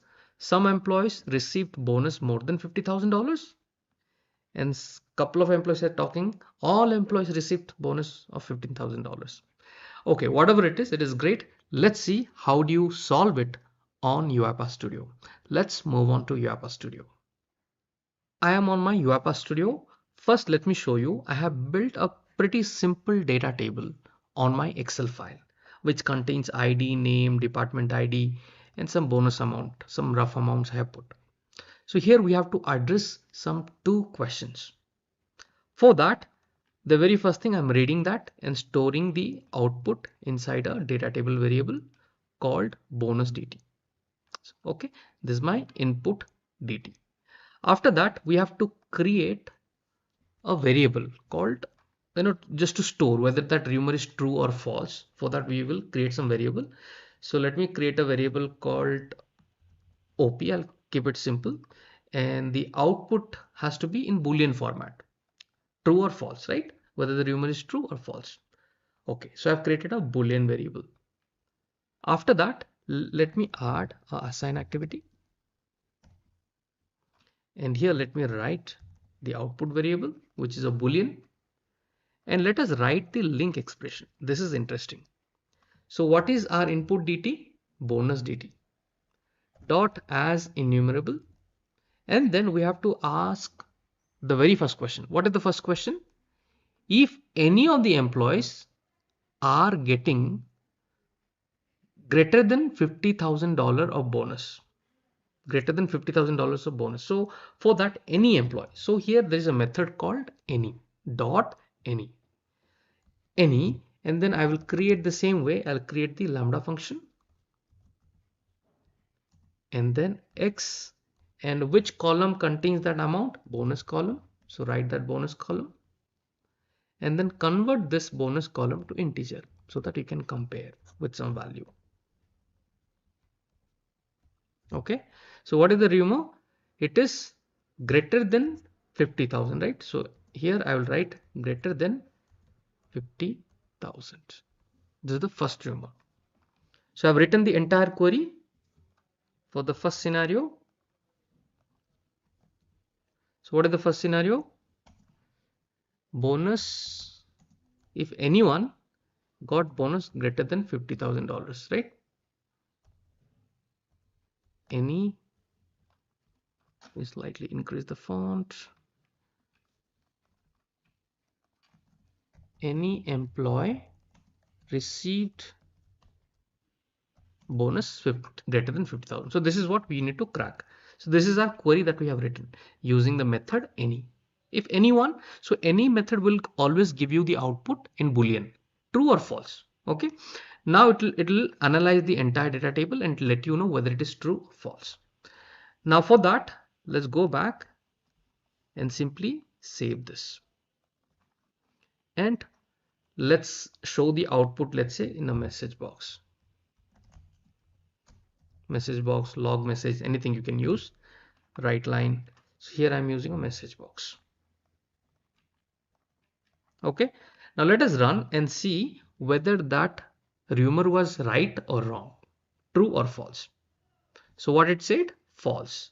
And let us verify manually. You can see none of them have got even $50,000. None of them have got leave about greater than 50,000. So definitely that was a rumor. Now the next rumor is that somebody is saying everyone is getting how much? $15,000 bonus. I think some of the employees have got that and they are probably spreading that. Everyone is getting only this much, nothing more than that. So is it right? Let's see that through our query. For this, let's go back to the query. And here, instead of any, you will say all, because here the question is all of them. What is the question? Everyone, right? All.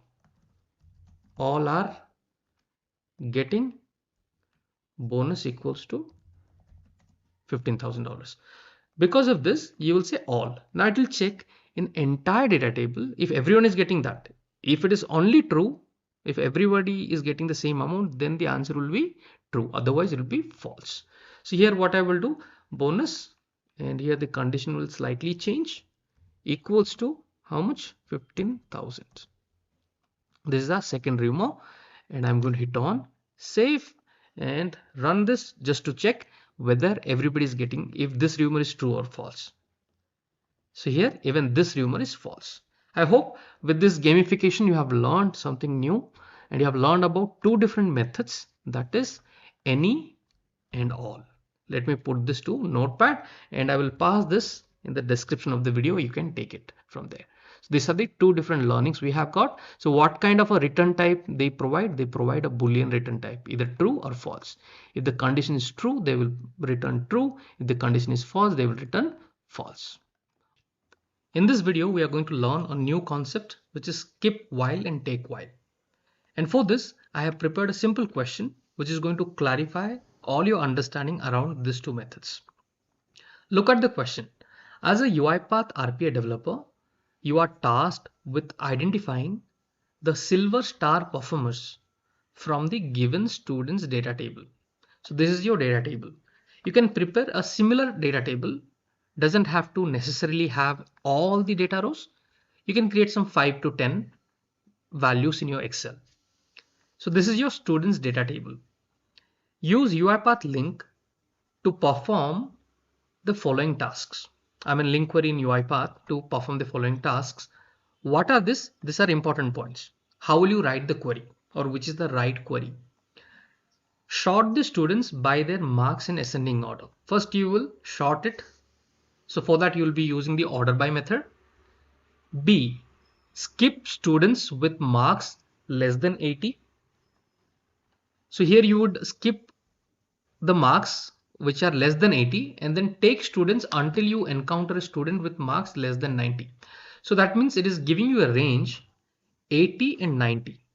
Within this range, you have to find your data table. Your output should be a data table which should contain student marks between 80 to 90, and this is how your current table looks like. So how will you achieve this in LINQ? This will be very interesting and a lot of learning you will get. So let's move on to UiPath Studio and learn in detail. The very first thing, I will show you my Excel file. In the sheet number 6, I have kept all these marks of students. And in the sheet number 8, I would like to print the output.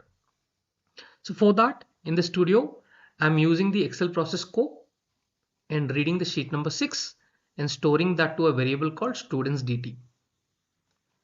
And below, I'll be writing that to sheet number 8, the output data table. So these are the two data table variables that we are using. One is your students data table and the output data table. One is the input, the other one is the output. So let's see, how will you write the LINQ query? I'm going to click here on this assign activity and let's write one by one. So what is your input data table? Students dt. dot as enumerable. The very first task is you have to order by. Okay, so put a dot and then say order by. So this will order in ascending order. If you write order by descending, it does it in descending order. So order by, and here I will write the lambda function of x, and x, which column contains your marks? The marks column. Ensure if you have written mark as a title, not marks, so be careful, there is a s here. Exactly, I'm writing that x dot x marks. So here it will order. So for that I will convert this to integer. Okay, I'll convert this to integer and close the parenthesis.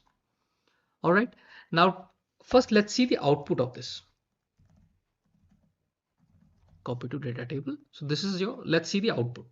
So what is the very first code we have written? This. I am just ordering in the ascending order. This is the ascending order. So the very first thing we have done this. After that we have to continue with a couple of other queries, right? So let us first save it and run this.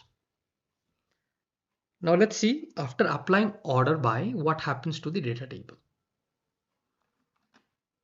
Use Excel. I think I've kept it in edit mode. Run this. Okay, so the execution is complete. Let me go here. Now if you see what happened in the sheet number 6, all the different numbers were there. Now in the sheet number 8, it has been ordered in the ascending order, if you see. Okay, completely in the ascending 11352. If you see it here, 11352. From here it has gone to the top. Okay, so now we have done the order by. After doing the order by, next thing is what I will do, I'll skip which are less than 80. That is our criteria, right? Less than 80. So it will skip all these rows until here. So for that, how will you write the condition? Let's go back.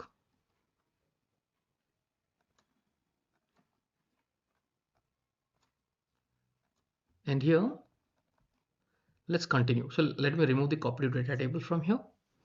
Now after that, put a dot. And then you have to write your next, this one is skip while. So when you have to write multiple such lines, I have taught you one simple method. What you have to do, simply put a space and write a underscore. So this tells UiPath that it is continuation of your LINQ code. Okay, so put a space and underscore and then write your next thing. So what is your next thing? You want to skip while and then you will write a condition. Let me tell you how this skip while works. Okay, point number 2. Let us understand how this skip while works. So the meaning is pretty simple. It'll continue to skip until the condition is true. Until the condition is true, it is continue to skip. So here, if I put less than 80, so what would happen? It will skip this because it is less than 50, right? Until the condition is true, it is continue to skip, and wherever it will reach less than 80, where the condition will become false, it will stop here. That is how the skip while works. It will skip anything less than 80. Until the condition is true, it will continue to skip. The work of that is to skip. So it will continue while the condition is true. What I will do, I'll copy this entire code until here and paste it. Because every method requires a lambda function, I have written that. And here what I will do, after converting that marks, I'll put here, it should be less than 80. So what would happen when I write less than 80? It will check until this condition is true, it will continue to skip. So here I'm writing less than 80. So if I go here to the table, first it has ordered and then it will skip this because it is less than 80. Condition is true, it will continue to skip until here the condition will become false, so it will stop in the 10th record. Getting it? Now let's see how the output is coming. For that, simply use copy to data table. Okay, so this is our next code we have written. So let me put that onto the notepad. Okay, and let us save it and run it. So before running, ensure the sheet 8 I should clear it. Save this and run. So now what I'm expecting, it will have the values anything which is greater than 80 in my data table. Okay, execution complete. Now if you go here, if you see, it has stopped. Anything which was greater than 80 has been skipped. So until the condition was true, until the condition is true, it was skipped everything, and finally we got this output. Okay, now I don't want everything. I want until 90. So I have to put another condition where it will skip the rest of it and only take this many, right? Where the mark is less than 90, because it's a silver award. It is a silver award. So it is 80 to 90. Whoever has achieved 80 to 90, they will get that award. Now for that, we will add one more method here. We'll continue the code. Let me remove the copied data table, and here I have to give a space underscore so that you can continue the code, and here you can write. Just to improve your readability of your code, you are doing this. Okay, putting the underscore. The next thing, take while. There is another condition called method called take while. Now what this take while does, the third point is take while. Again, take while works in the similar fashion. It will take the values until the first one I was skipping. It will have that values until the condition is true. Getting it? So here just the opposite of it, but works similarly. What you do, you copy this entire code and paste it here, and only thing you have to do is change the value to 90. So it will continue to take until the value is less than 90. Now if you look at your table, it will take this because the value is less than 90, condition is true. It will take this, it will take this, it will take this, take this, take this, take this, but this will not take it. So it will stop here. So that means your output come from here to here. Your output will come from this to this. Let's go back, and here let us write copy to data table. Okay, let's save this. So this is our final code.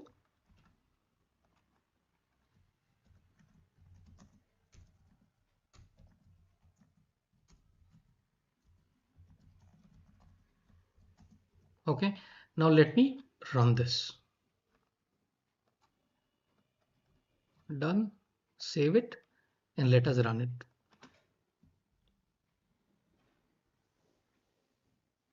Okay, before running, I supposed to clear the data because we'll not get the output properly, right?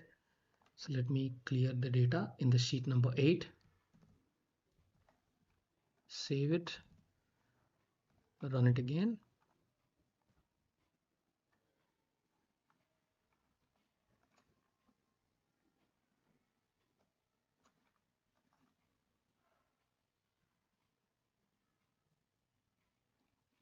Okay, so now the execution is complete. Let's go back to sheet number 8, and this is your final data. Okay, so we have got all the silver stars who have scored between 80 to 90 range. So you understood how your final code has been written, and you have got the understanding of the entire meaning. Just remember, skip while will only work until the condition is true. If you put a greater than here, then everything will change.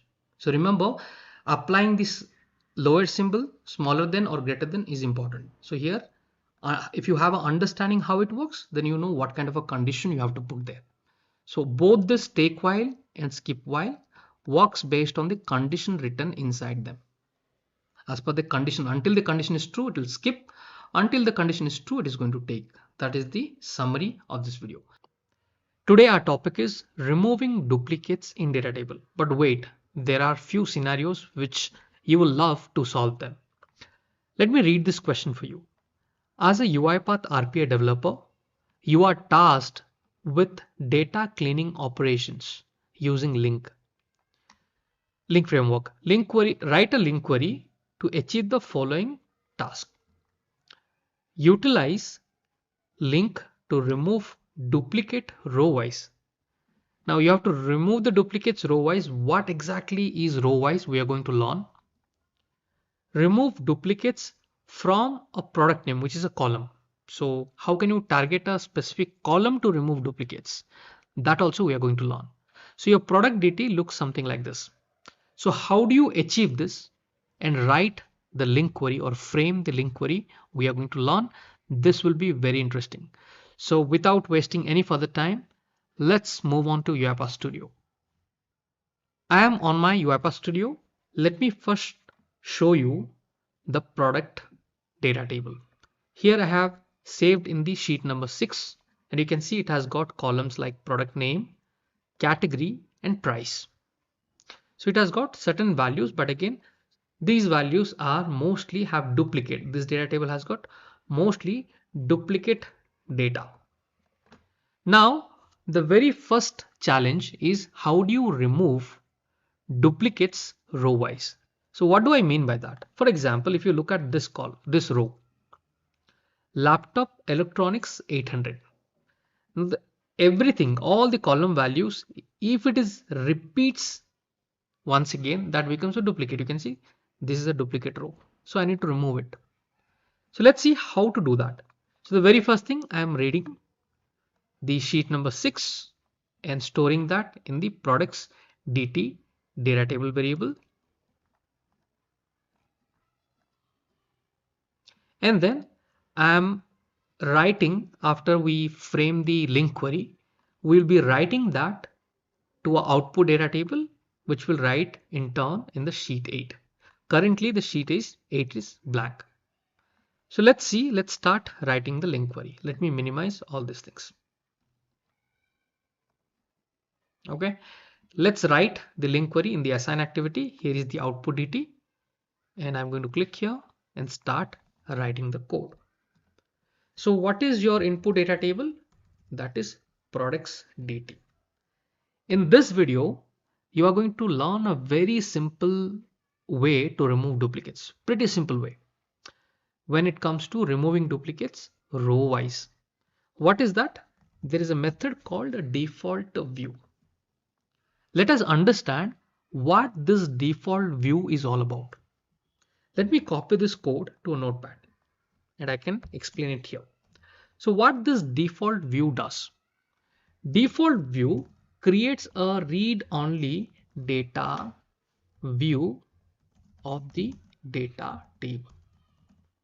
That means it creates a similar pattern how whatever the columns and datas are present inside the data table.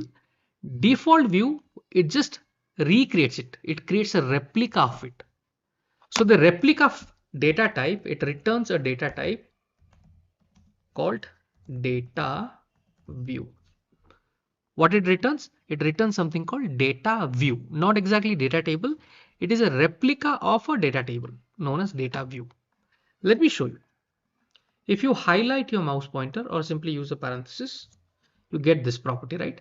Read only property data view. So what this default view does, it creates a replica or a clone, which is a read only. It is a read only property data view. Okay. After that, what we will do, this read only data view got created, right? I'm going to apply another method called toTable. Now what this toTable will do, if you read this particular function, it will convert, the moment you write toTable, it will convert that data view to data table. Now you might be having question, okay Rakesh, why we are doing this? Because this is the simplest way. Without touching the original data table, you are removing the duplicates. I'll show you how. Once you continue, you will understand. After this, so you understood what this default view does. It creates a clone which comes as a data view. It returns a data type called data view. It's a clone of the data table in the read only. Now, the moment you write toTable, right? When you write this function toTable, what happens? The data table, the data view now converts to data table, converts to a data table. And how do you get the proof of that? The moment you keep your mouse pointer here, you can see, if you simply remove this and type again, you will see it converts the data view as data table. Okay, so originally we started with a data table, then it got converted to data view, then it is getting converted to data table. Now, what is the use of learning this? The moment I write something inside this bracket, what would happen? Let me show you the magic. So third point is, after writing to table, if I am going to write true, what this will give, it creates a data table with similar structure of the original table geo products dt with distinct values. So the moment you write true, it creates a distinct value. First, let me show you. Without writing true, let's see what it does. As I told you, this is the table. It creates a read-only data view, and then it converts that data view to table. Let's simply print this and see how the output looks like. It will be the exact replica of your original data table. So let me save it. And in the sheet 8 is nothing is there right now.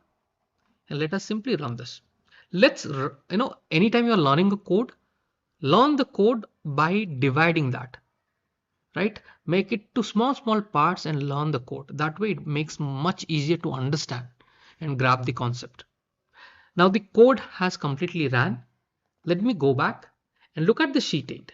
What happened? The sheet 8 got the entire table here because you said to table, it converted to data table and you're writing it to sheet 8.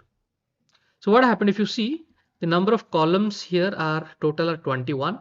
In the sheet 6 also, I had 21. It didn't remove any duplicates. It is exactly the same copy. It copied here and pasted here.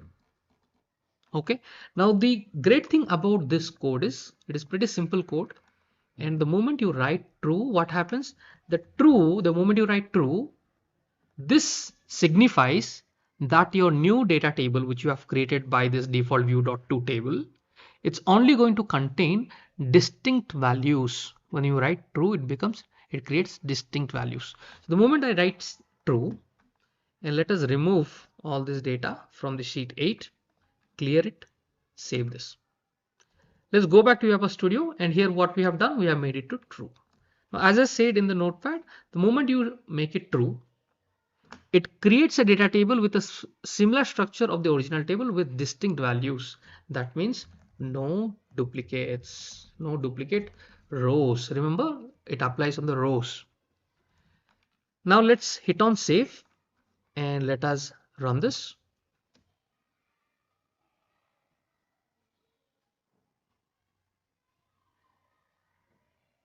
So the execution is complete.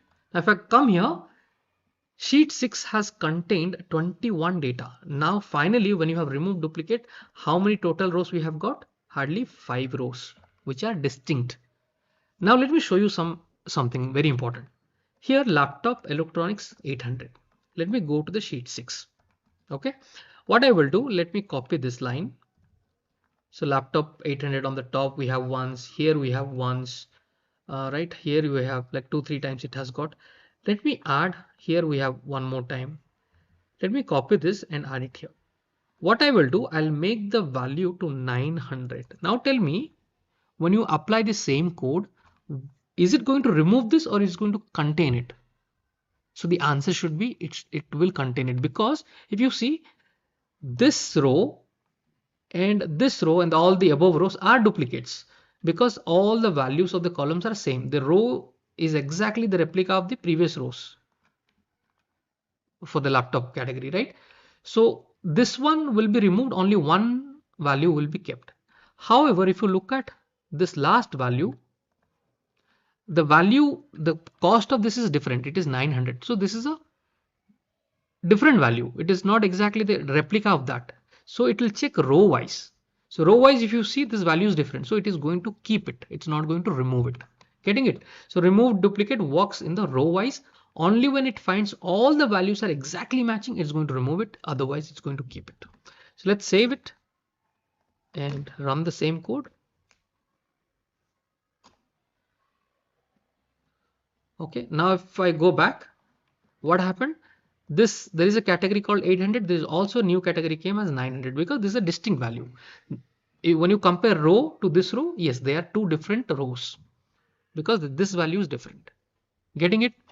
Okay. Now let's change the topic. The topic is I don't want to remove duplicates row wise. I wanted to target a specific column, let's say product name. And in this product name, I would like to have only distinct values. Let's say laptop should not come twice.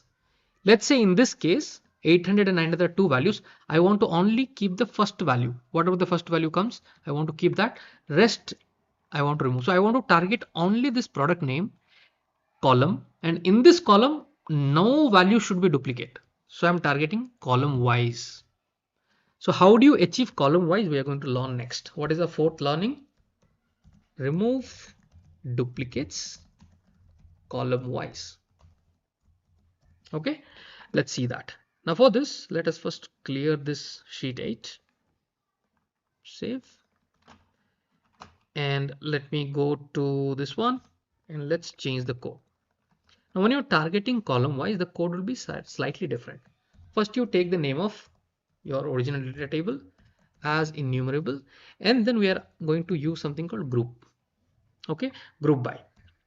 First we'll group by all the items in the product name. So laptop, how many are there? It will get grouped.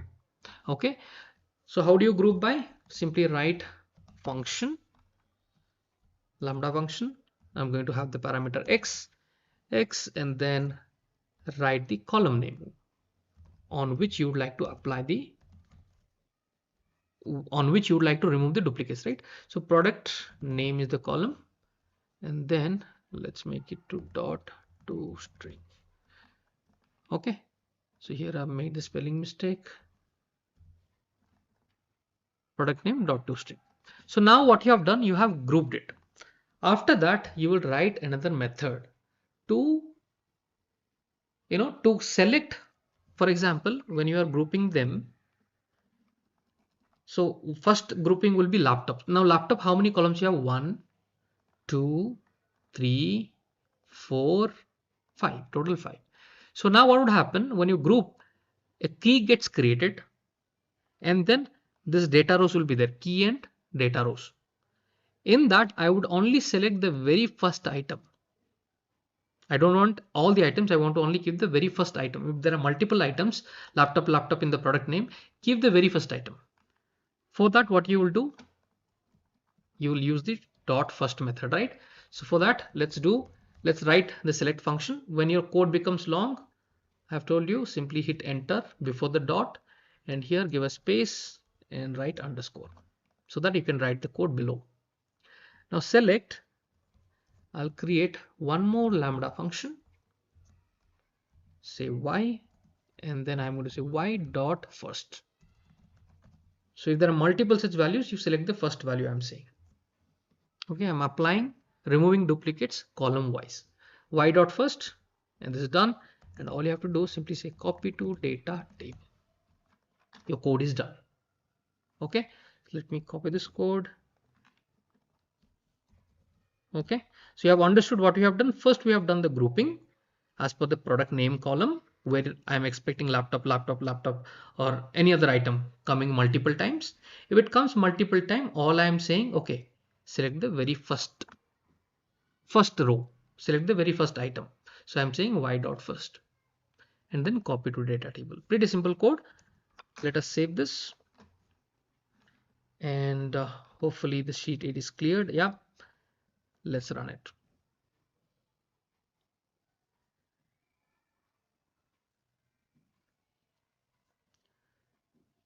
Okay, the execution is complete. Now if you see what happened last time when I was doing row wise, the laptop 900, there were two values. Now if you see the product name, none of the names are duplicate. It's only having distinct values. So it has removed all the duplicates. It doesn't matter how many times they were. It has removed everything, and the column name is maintained very unique names. Last time when we have applied remove duplicates row wise, you had two different values because laptop and 900 value was there. Now when you applied column wise, everything is removed, only laptop kept one. It will only just focus on the column that you have given in your LINQ query. Clear? So this is a great learning. You have understood two important points. One is removing duplicates row wise, You have applied this specific code, right? True. And removing duplicates column wise, you have applied this specific code. In this video, we are going to cover all the questions that are present in the UiPath automation developer professional practice test. So let's face one of the question. Considering that the attached table is stored in a variable called dt, so this is the table, what will be the result of following link query? Here dt as enumerable, right? And remember to check the method. What is the method used here? Count method. And then lambda function. And then what it is trying to count? It is trying to count the item column in the item column which is equals to apple. In the item column, wherever there is apple, it wants to count that. Okay. So here 3, 17, 27, 27. So remember, never sum the quantity of apple. For example, 10 plus 5, 15 plus 12, 27. So don't go ahead and select any of this because it is not trying to sum the quantity column for apple. It is trying to count just the apple. So here the answer should be 3. Let me show that practically on my UiPath Studio.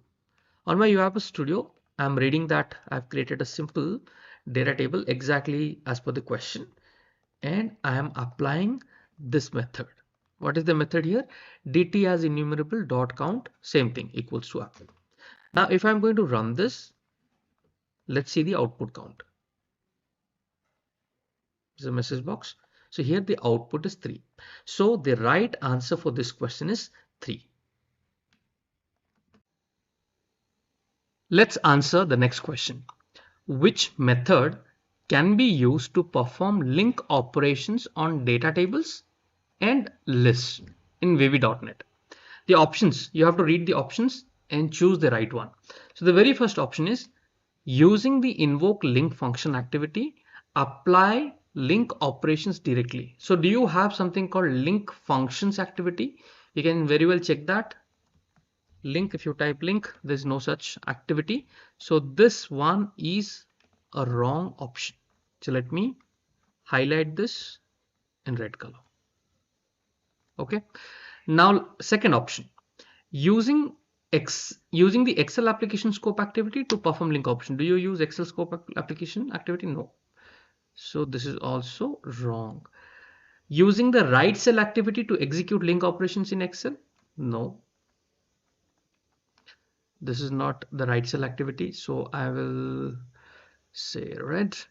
Using the assign activity to apply. So this is the correct answer. Using the assign activity to apply link operations directly. We have seen that multiple times during our course. So this is a simple question. Let's see our next question.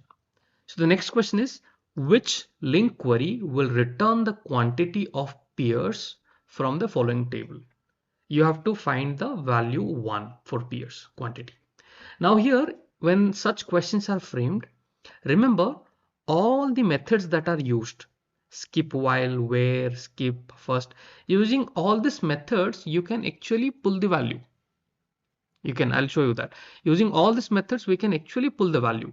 However, you need to see what is written inside that to understand whether this answer will be right or it will be wrong, the conditions and things like that. Okay. Remember, all the methods are equally possible in this case. So let's see the very first one. So what I have done, as always, I have created a simple workflow, which is reading the Excel file, and in the Excel file, I've kept the same data, and then we will write the link query. Okay. So the output, if you look at the outputs are coming in .toString format. So what I have done, I've kept my output variable in output count in string. Okay. So let's write. So what is the first one? Skip while.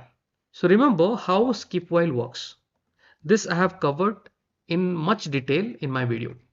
How skip while works? Skip while works if the condition is true. Okay, I'll write it.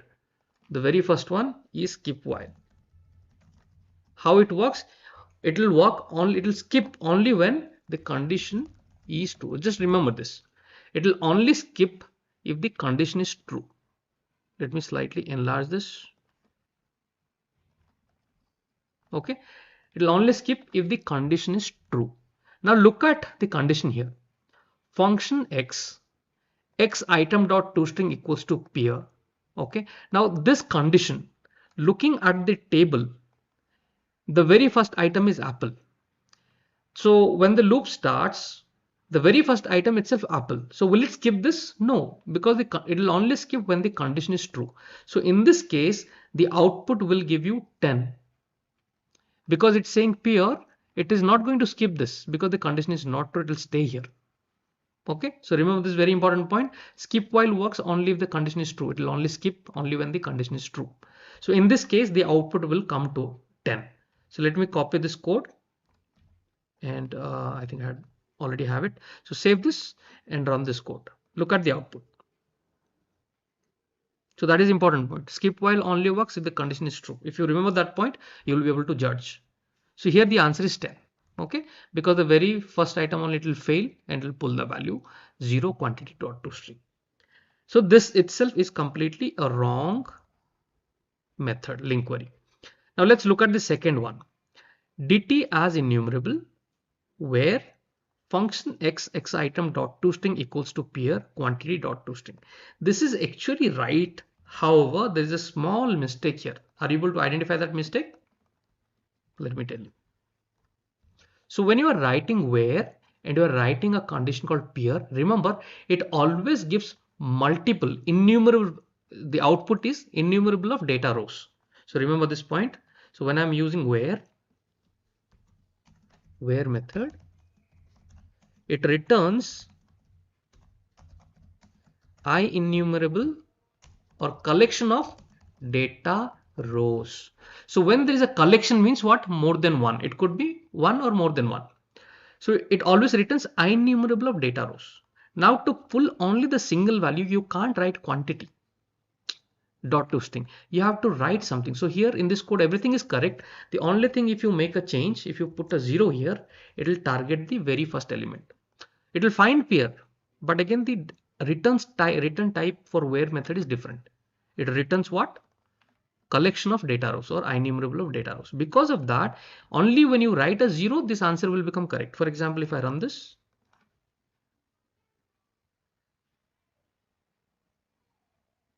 see, it can pull the value 1. However, in our question, because 0 is not written, that's why this answer is wrong. So you are getting a reason as to why are you saying it is wrong. Clear? Let's try the next one. dt as enumerable, skip 5 first item dot quantity. Skip 5 means 1, 2, 3, 4, 5. If it skips 5, then the output will come nothing. The output will become blank. So in this case, if it would have been written 4, then it would have picked the peer value. So let's apply that. I'm going to remove the previous code, paste this code, and if you save this and run it,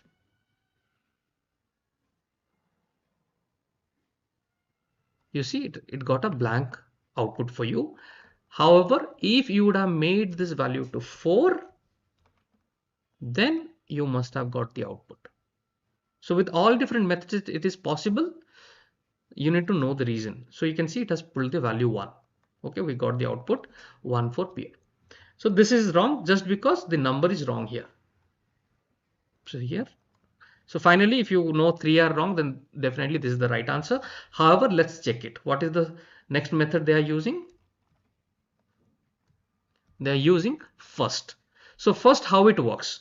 Remember, when you are using the first method, so skip you understood. So I'm writing for the first. So when you're writing first method, what it returns? It returns a single item. Remember, it doesn't return like where it returns multiple IEnumerable collection of data rows. Here it returns always a single item. Now because it returns a single item, you don't have to write a 0 here because it first means the first element, right? One element. Function x dot item dot toString equals to peer and quantity dot toString. So this is a right answer. And if you run this, it will pull the value 1. So all the answers are wrong because of different reasons. So you got it. So this is our right answer. Now look at this question. This question is framed on C#. So I'm going to create my next video where I'm going to talk about this in detail. So let's move on to our next topic. In this video, we are going to learn about the differences of LINQ syntax when you write in VB.NET and when you write in C# project. So let's see, I'm going to show you a demo at the end of this video. The very first thing, we will first analyze the codes. The very first screenshot is of LINQ written in C# and the second one is a LINQ written in VB.NET. This query is quite simple. You have seen many such queries written in VB.NET in my past videos. So this particular function is trying to check if the item contains pair, then trying to pull the quantity value from the data table. Now look at the two different queries. Here let's understand the differences in the query, which is very important for you to understand LINQ queries written in C#. So what is the very first difference? The very first difference is Lambda expression syntax. C# uses arrow syntax for Lambda expression. You can see it here. And then you write the X object and utilize the X object. Here in VB.NET, you write function. VB.NET uses the function keyword to define Lambda expression. That is the first difference. Here it uses an arrow symbol. Here you have to write function in VB.NET. Okay, so that is a clear evidence. That's why I have kept the screenshot to help you compare both the syntaxes. So you got the very first one, very important one. Moving on to our next slide. Here, if you see, C# uses dot notation for method chaining. For example, if you have to write a second line, you simply have to hit enter and write dot first, it will continue. Let's say I want to bring it down. Anywhere there's a dot, you can bring it down and continue to write. C# won't return any kind of a error in your code syntax. VB.NET uses a line continuation. This is an underscore. Here you can see after writing dt as enumerable, I've given a small space and then underscore and then I'm continuing my rest of the code. This is to improve the code readability. This is the second difference. Okay. Moving on to our next slide, comparison operator. If you see here equals to pair. Here you can write dot equals to, or in some of the times you can also use a equal symbol. VB.NET uses equals method for equality comparison or equals to symbol. Okay, but here in C# you have to write in this way, equals to. This is again one more difference. Let's see the next difference. In C#, square brackets are used to access elements. For example, this is an element from data table, data row. This is one column. Now to access that element, you have to write in square bracket, wherein in VB.NET you can write that in parenthesis. Okay, so this is again a notable difference to note. Next, method calls. When I'm doing method calls, what happens? I have to ensure I have to write toString and then use a parenthesis here. Here also there is a parenthesis. But VB.NET you can write or you can skip it. It gives you more freedom. While VB.NET allows for more flexibility in certain cases. So in certain cases you don't have to write that parenthesis. For example, here if you see there's a parenthesis. But here in the VB.NET it gives you that flexibility whether to write or not to write. ToString doesn't have a parenthesis, open and close parenthesis. But in C# you have to have, otherwise it will throw error. This is again a notable difference. Now let's move on to UiPath Studio and see them all in live. On my UiPath Studio, I will first show you how do you create a C# project. Because if you have to write a C# code like this, which is written in C#, by looking at this you can understand. By looking at the Lambda symbol you can understand this is a C# code. Now for the code to work, your project has to be built on C#. For that, go to Home, click on Process, and here in the process, in the Advanced option, click here and then ensure you are selecting C#. So your project is should be made of C# and hit on Create. For demo purpose, I have already created one C# link. If I open it, you can see this is the C# project. Similarly, I have kept another UiPath Studio instance open. This one is created on VB.NET, and here I have written the code in VB.NET. Both are the same code but written in two different ways. Now let's compare each of this code once again, just to understand the differences. So the very first difference is your Lambda function. It is written in VB.NET, and in this one, it is written in the previous one is written in C#, the Lambda function, and here this one is written in VB.NET. Getting it? So all the screenshot you have seen, all I'm going to do now, first let's run this in C# and see. So a couple of things I have mentioned. If you don't write this, what happens? Let's say I'm not using a parenthesis. You can see the error has appeared. For example, if I remove the parenthesis here, you can see there is an error. So like this, the error might appear in the C# LINQ query if you are not using parenthesis. So parenthesis is one of the recommended way to start with. And here you should have a square bracket. I cannot access an element using a parenthesis. You can see there is an error. The moment I replace this with a square bracket in C#, the error will vanish. Okay, so let me first run this particular code. And it is actually working on an Excel file, sheet number 6, and finding the PA value 1. You can see it is pulled the PA value 1. And on the vivid.net, the same code I have written. So here you have a lot of flexibility. For example, here if I'm writing a parenthesis, it won't stop you. For example, here I'm putting a parenthesis, you have got the flexibility. Okay, this parentheses are generally to pass certain parameters, right? So if I write it here, you can see there's no error. It gives the flexibility. You can write it, you don't write it, doesn't matter. In some of the cases it is mandatory, but mostly it will give you that flexibility. So you can see it has got the value 1. So at the end we have learned the differences between both of the syntaxes. I hope this video would add some valuable information while you are learning few more codes around C#. In this video, you are going to learn a new concept of list of data tables. So what do I mean by list of data tables and where I got it from? If you go through the practice test question, there is a question from the LINQ query. What LINQ query can be used to filter a list of data tables? So what exactly is a list of data tables? For example, here I have got 3 different data tables. Can I add these 3 data tables which are of different structure, different data? For example, if you see this has got some 4 columns, this has got some 4 columns, this has got some 3 columns, and all the columns are different. Now, is it possible to create a list of data table? If yes, so what is a list of data table?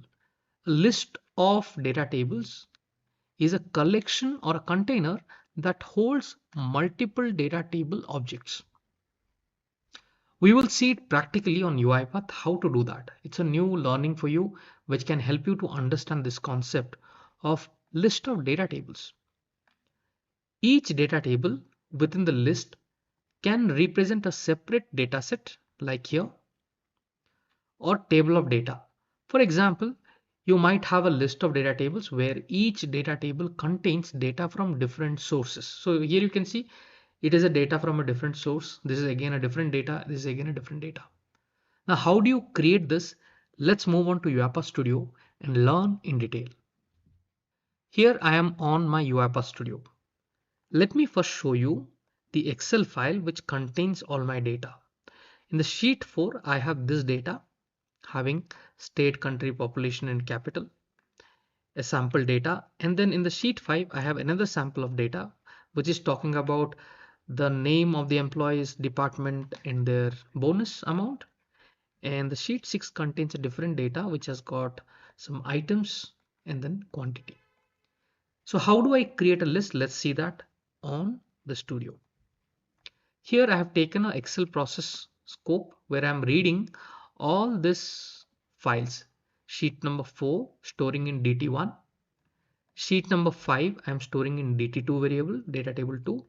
And sheet 3 I'm storing in data table 3. Now let's see how do you create a list out of all this. Now to create a list, there are different ways. I will use something called invoke method. In the invoke method, I will first put a list. So for that, I have created a variable called my data tables. And this is a list of data tables. And how do you create it? Simply go for browse for types and type list angular bracket. You get this. And here you come and select system.data.data tables. After that, click on OK. So here you have created something called list of data tables and the name is my data tables. I am going to use this object, the list object called my data tables here in the target object, and then go to parameter. And here the very first thing I'll create an argument to add the dt1 and click on and ensure you are selecting the data type as data table because this particular variable is of data table. So I'm going to click on OK. All right. So there is still an error because we have to add a method here to add to a list because the list is completely blank now. So you have to simply say add. Now you also have to ensure you are declaring that list, initializing that list. So here, because I'm using a C# project, I am saying new list data table in angular bracket and parenthesis. This is how you initialize in C# project. VB.NET, it is quite simple. New list of data table. Okay, so once you have declared your list and you have done this, I'll repeat the same method 2 more times. Control V, Control V. And in the second one, go to the parameters and here change the value to dt2. Click OK. And for the third activity, go to the parameter and add the dt3. So finally, we are adding 3 different data tables into the blank list variable, which is my data tables. Now, once it is added, how do you print it? How do I really see it is getting added or not? First of all, let's run this. If you run this, we will see whether this is working or not. Okay. So now you can see all the activities ran. However, one will be interested to understand whether this list variable, my data tables is a list variable. How do I print and see what are the values inside? For that, we will use a for each activity. And inside this, I'm going to use my list variable, which is my data tables. And the current item is going to hold one data table at a time. Now, how do I print it? To print this, I'll click here and type output data tables. Okay. Now the very first item will bring the dt1, then dt2, then dt3 when the loop is running. Okay. So dt1 is the entire data table now. Now what I will do while the loop is running, all the 3 data tables will come one by one. So what I will do is I'll feed this current item inside the output data table. And here in the text, let me create a variable. I think I have already created a variable. No, let me create it. Create variable and say text dt. Okay, hit enter. Let's go back to the variable panel just to verify. I have dt1, dt2, dt3 and text dt. I will put it to entire sequence. Once this is done, let us print it. To print, I'm going to use a log message. And here I'm going to write the text dt. Now, if I run this particular flow, what would happen? We will be able to see all the 3 data tables. Let me run it.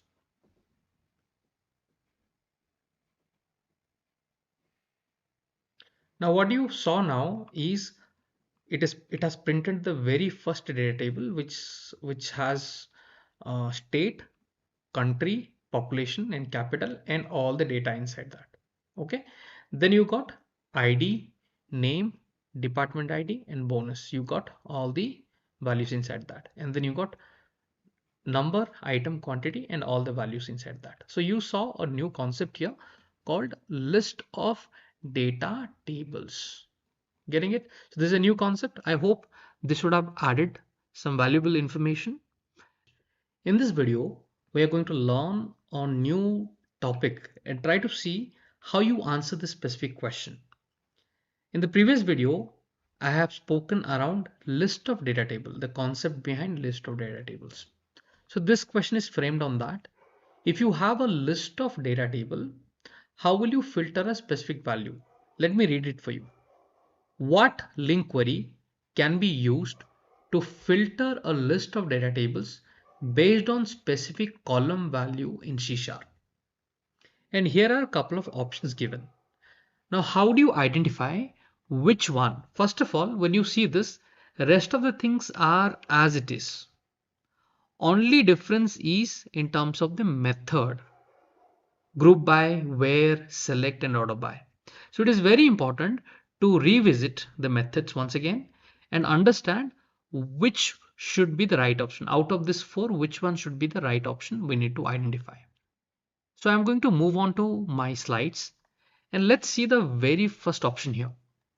My data tables dot group by and then dt. This is the Lambda function. dt is the variable.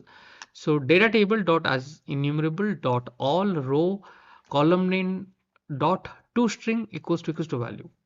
Now let me help you to recall the group by. Remember, in a group by, use a Lambda function. That's right. However, you are grouped by a column. The group by usage is you are grouping a column, right? So your input supposed to be a column. You don't pass a specific value to group by. You say this column you group it. This column you provide a column name as the input. You can't provide a value. So that's why this is a wrong answer. Okay. Let's see our second option. The second option they have given order by. Now order by, again you pass a column name. Ascending order, descending order, which column would you like to do, ascending, descending. So you always pass a column name as an input. You don't pass a value. So that is why this option is also wrong. Let's see our third option. The third one is select. Remember, the select is used to project or transform. Remember this word? To transform a column into column, x into x, all that we have seen. So again, there you don't apply a filter equals to value. You simply say, I want to transform this particular column into something else. You want to multiply by 2, multiply by the same number. So all those things can be done with dot select, right? To transform or project, but not to filter. So after finding the three wrong ones, you know which is the right one. So dot where, this is where you will be filtering and passing a value. So this is the right answer. So in this question, you will be selecting dot where as your right answer. So thank you guys for watching.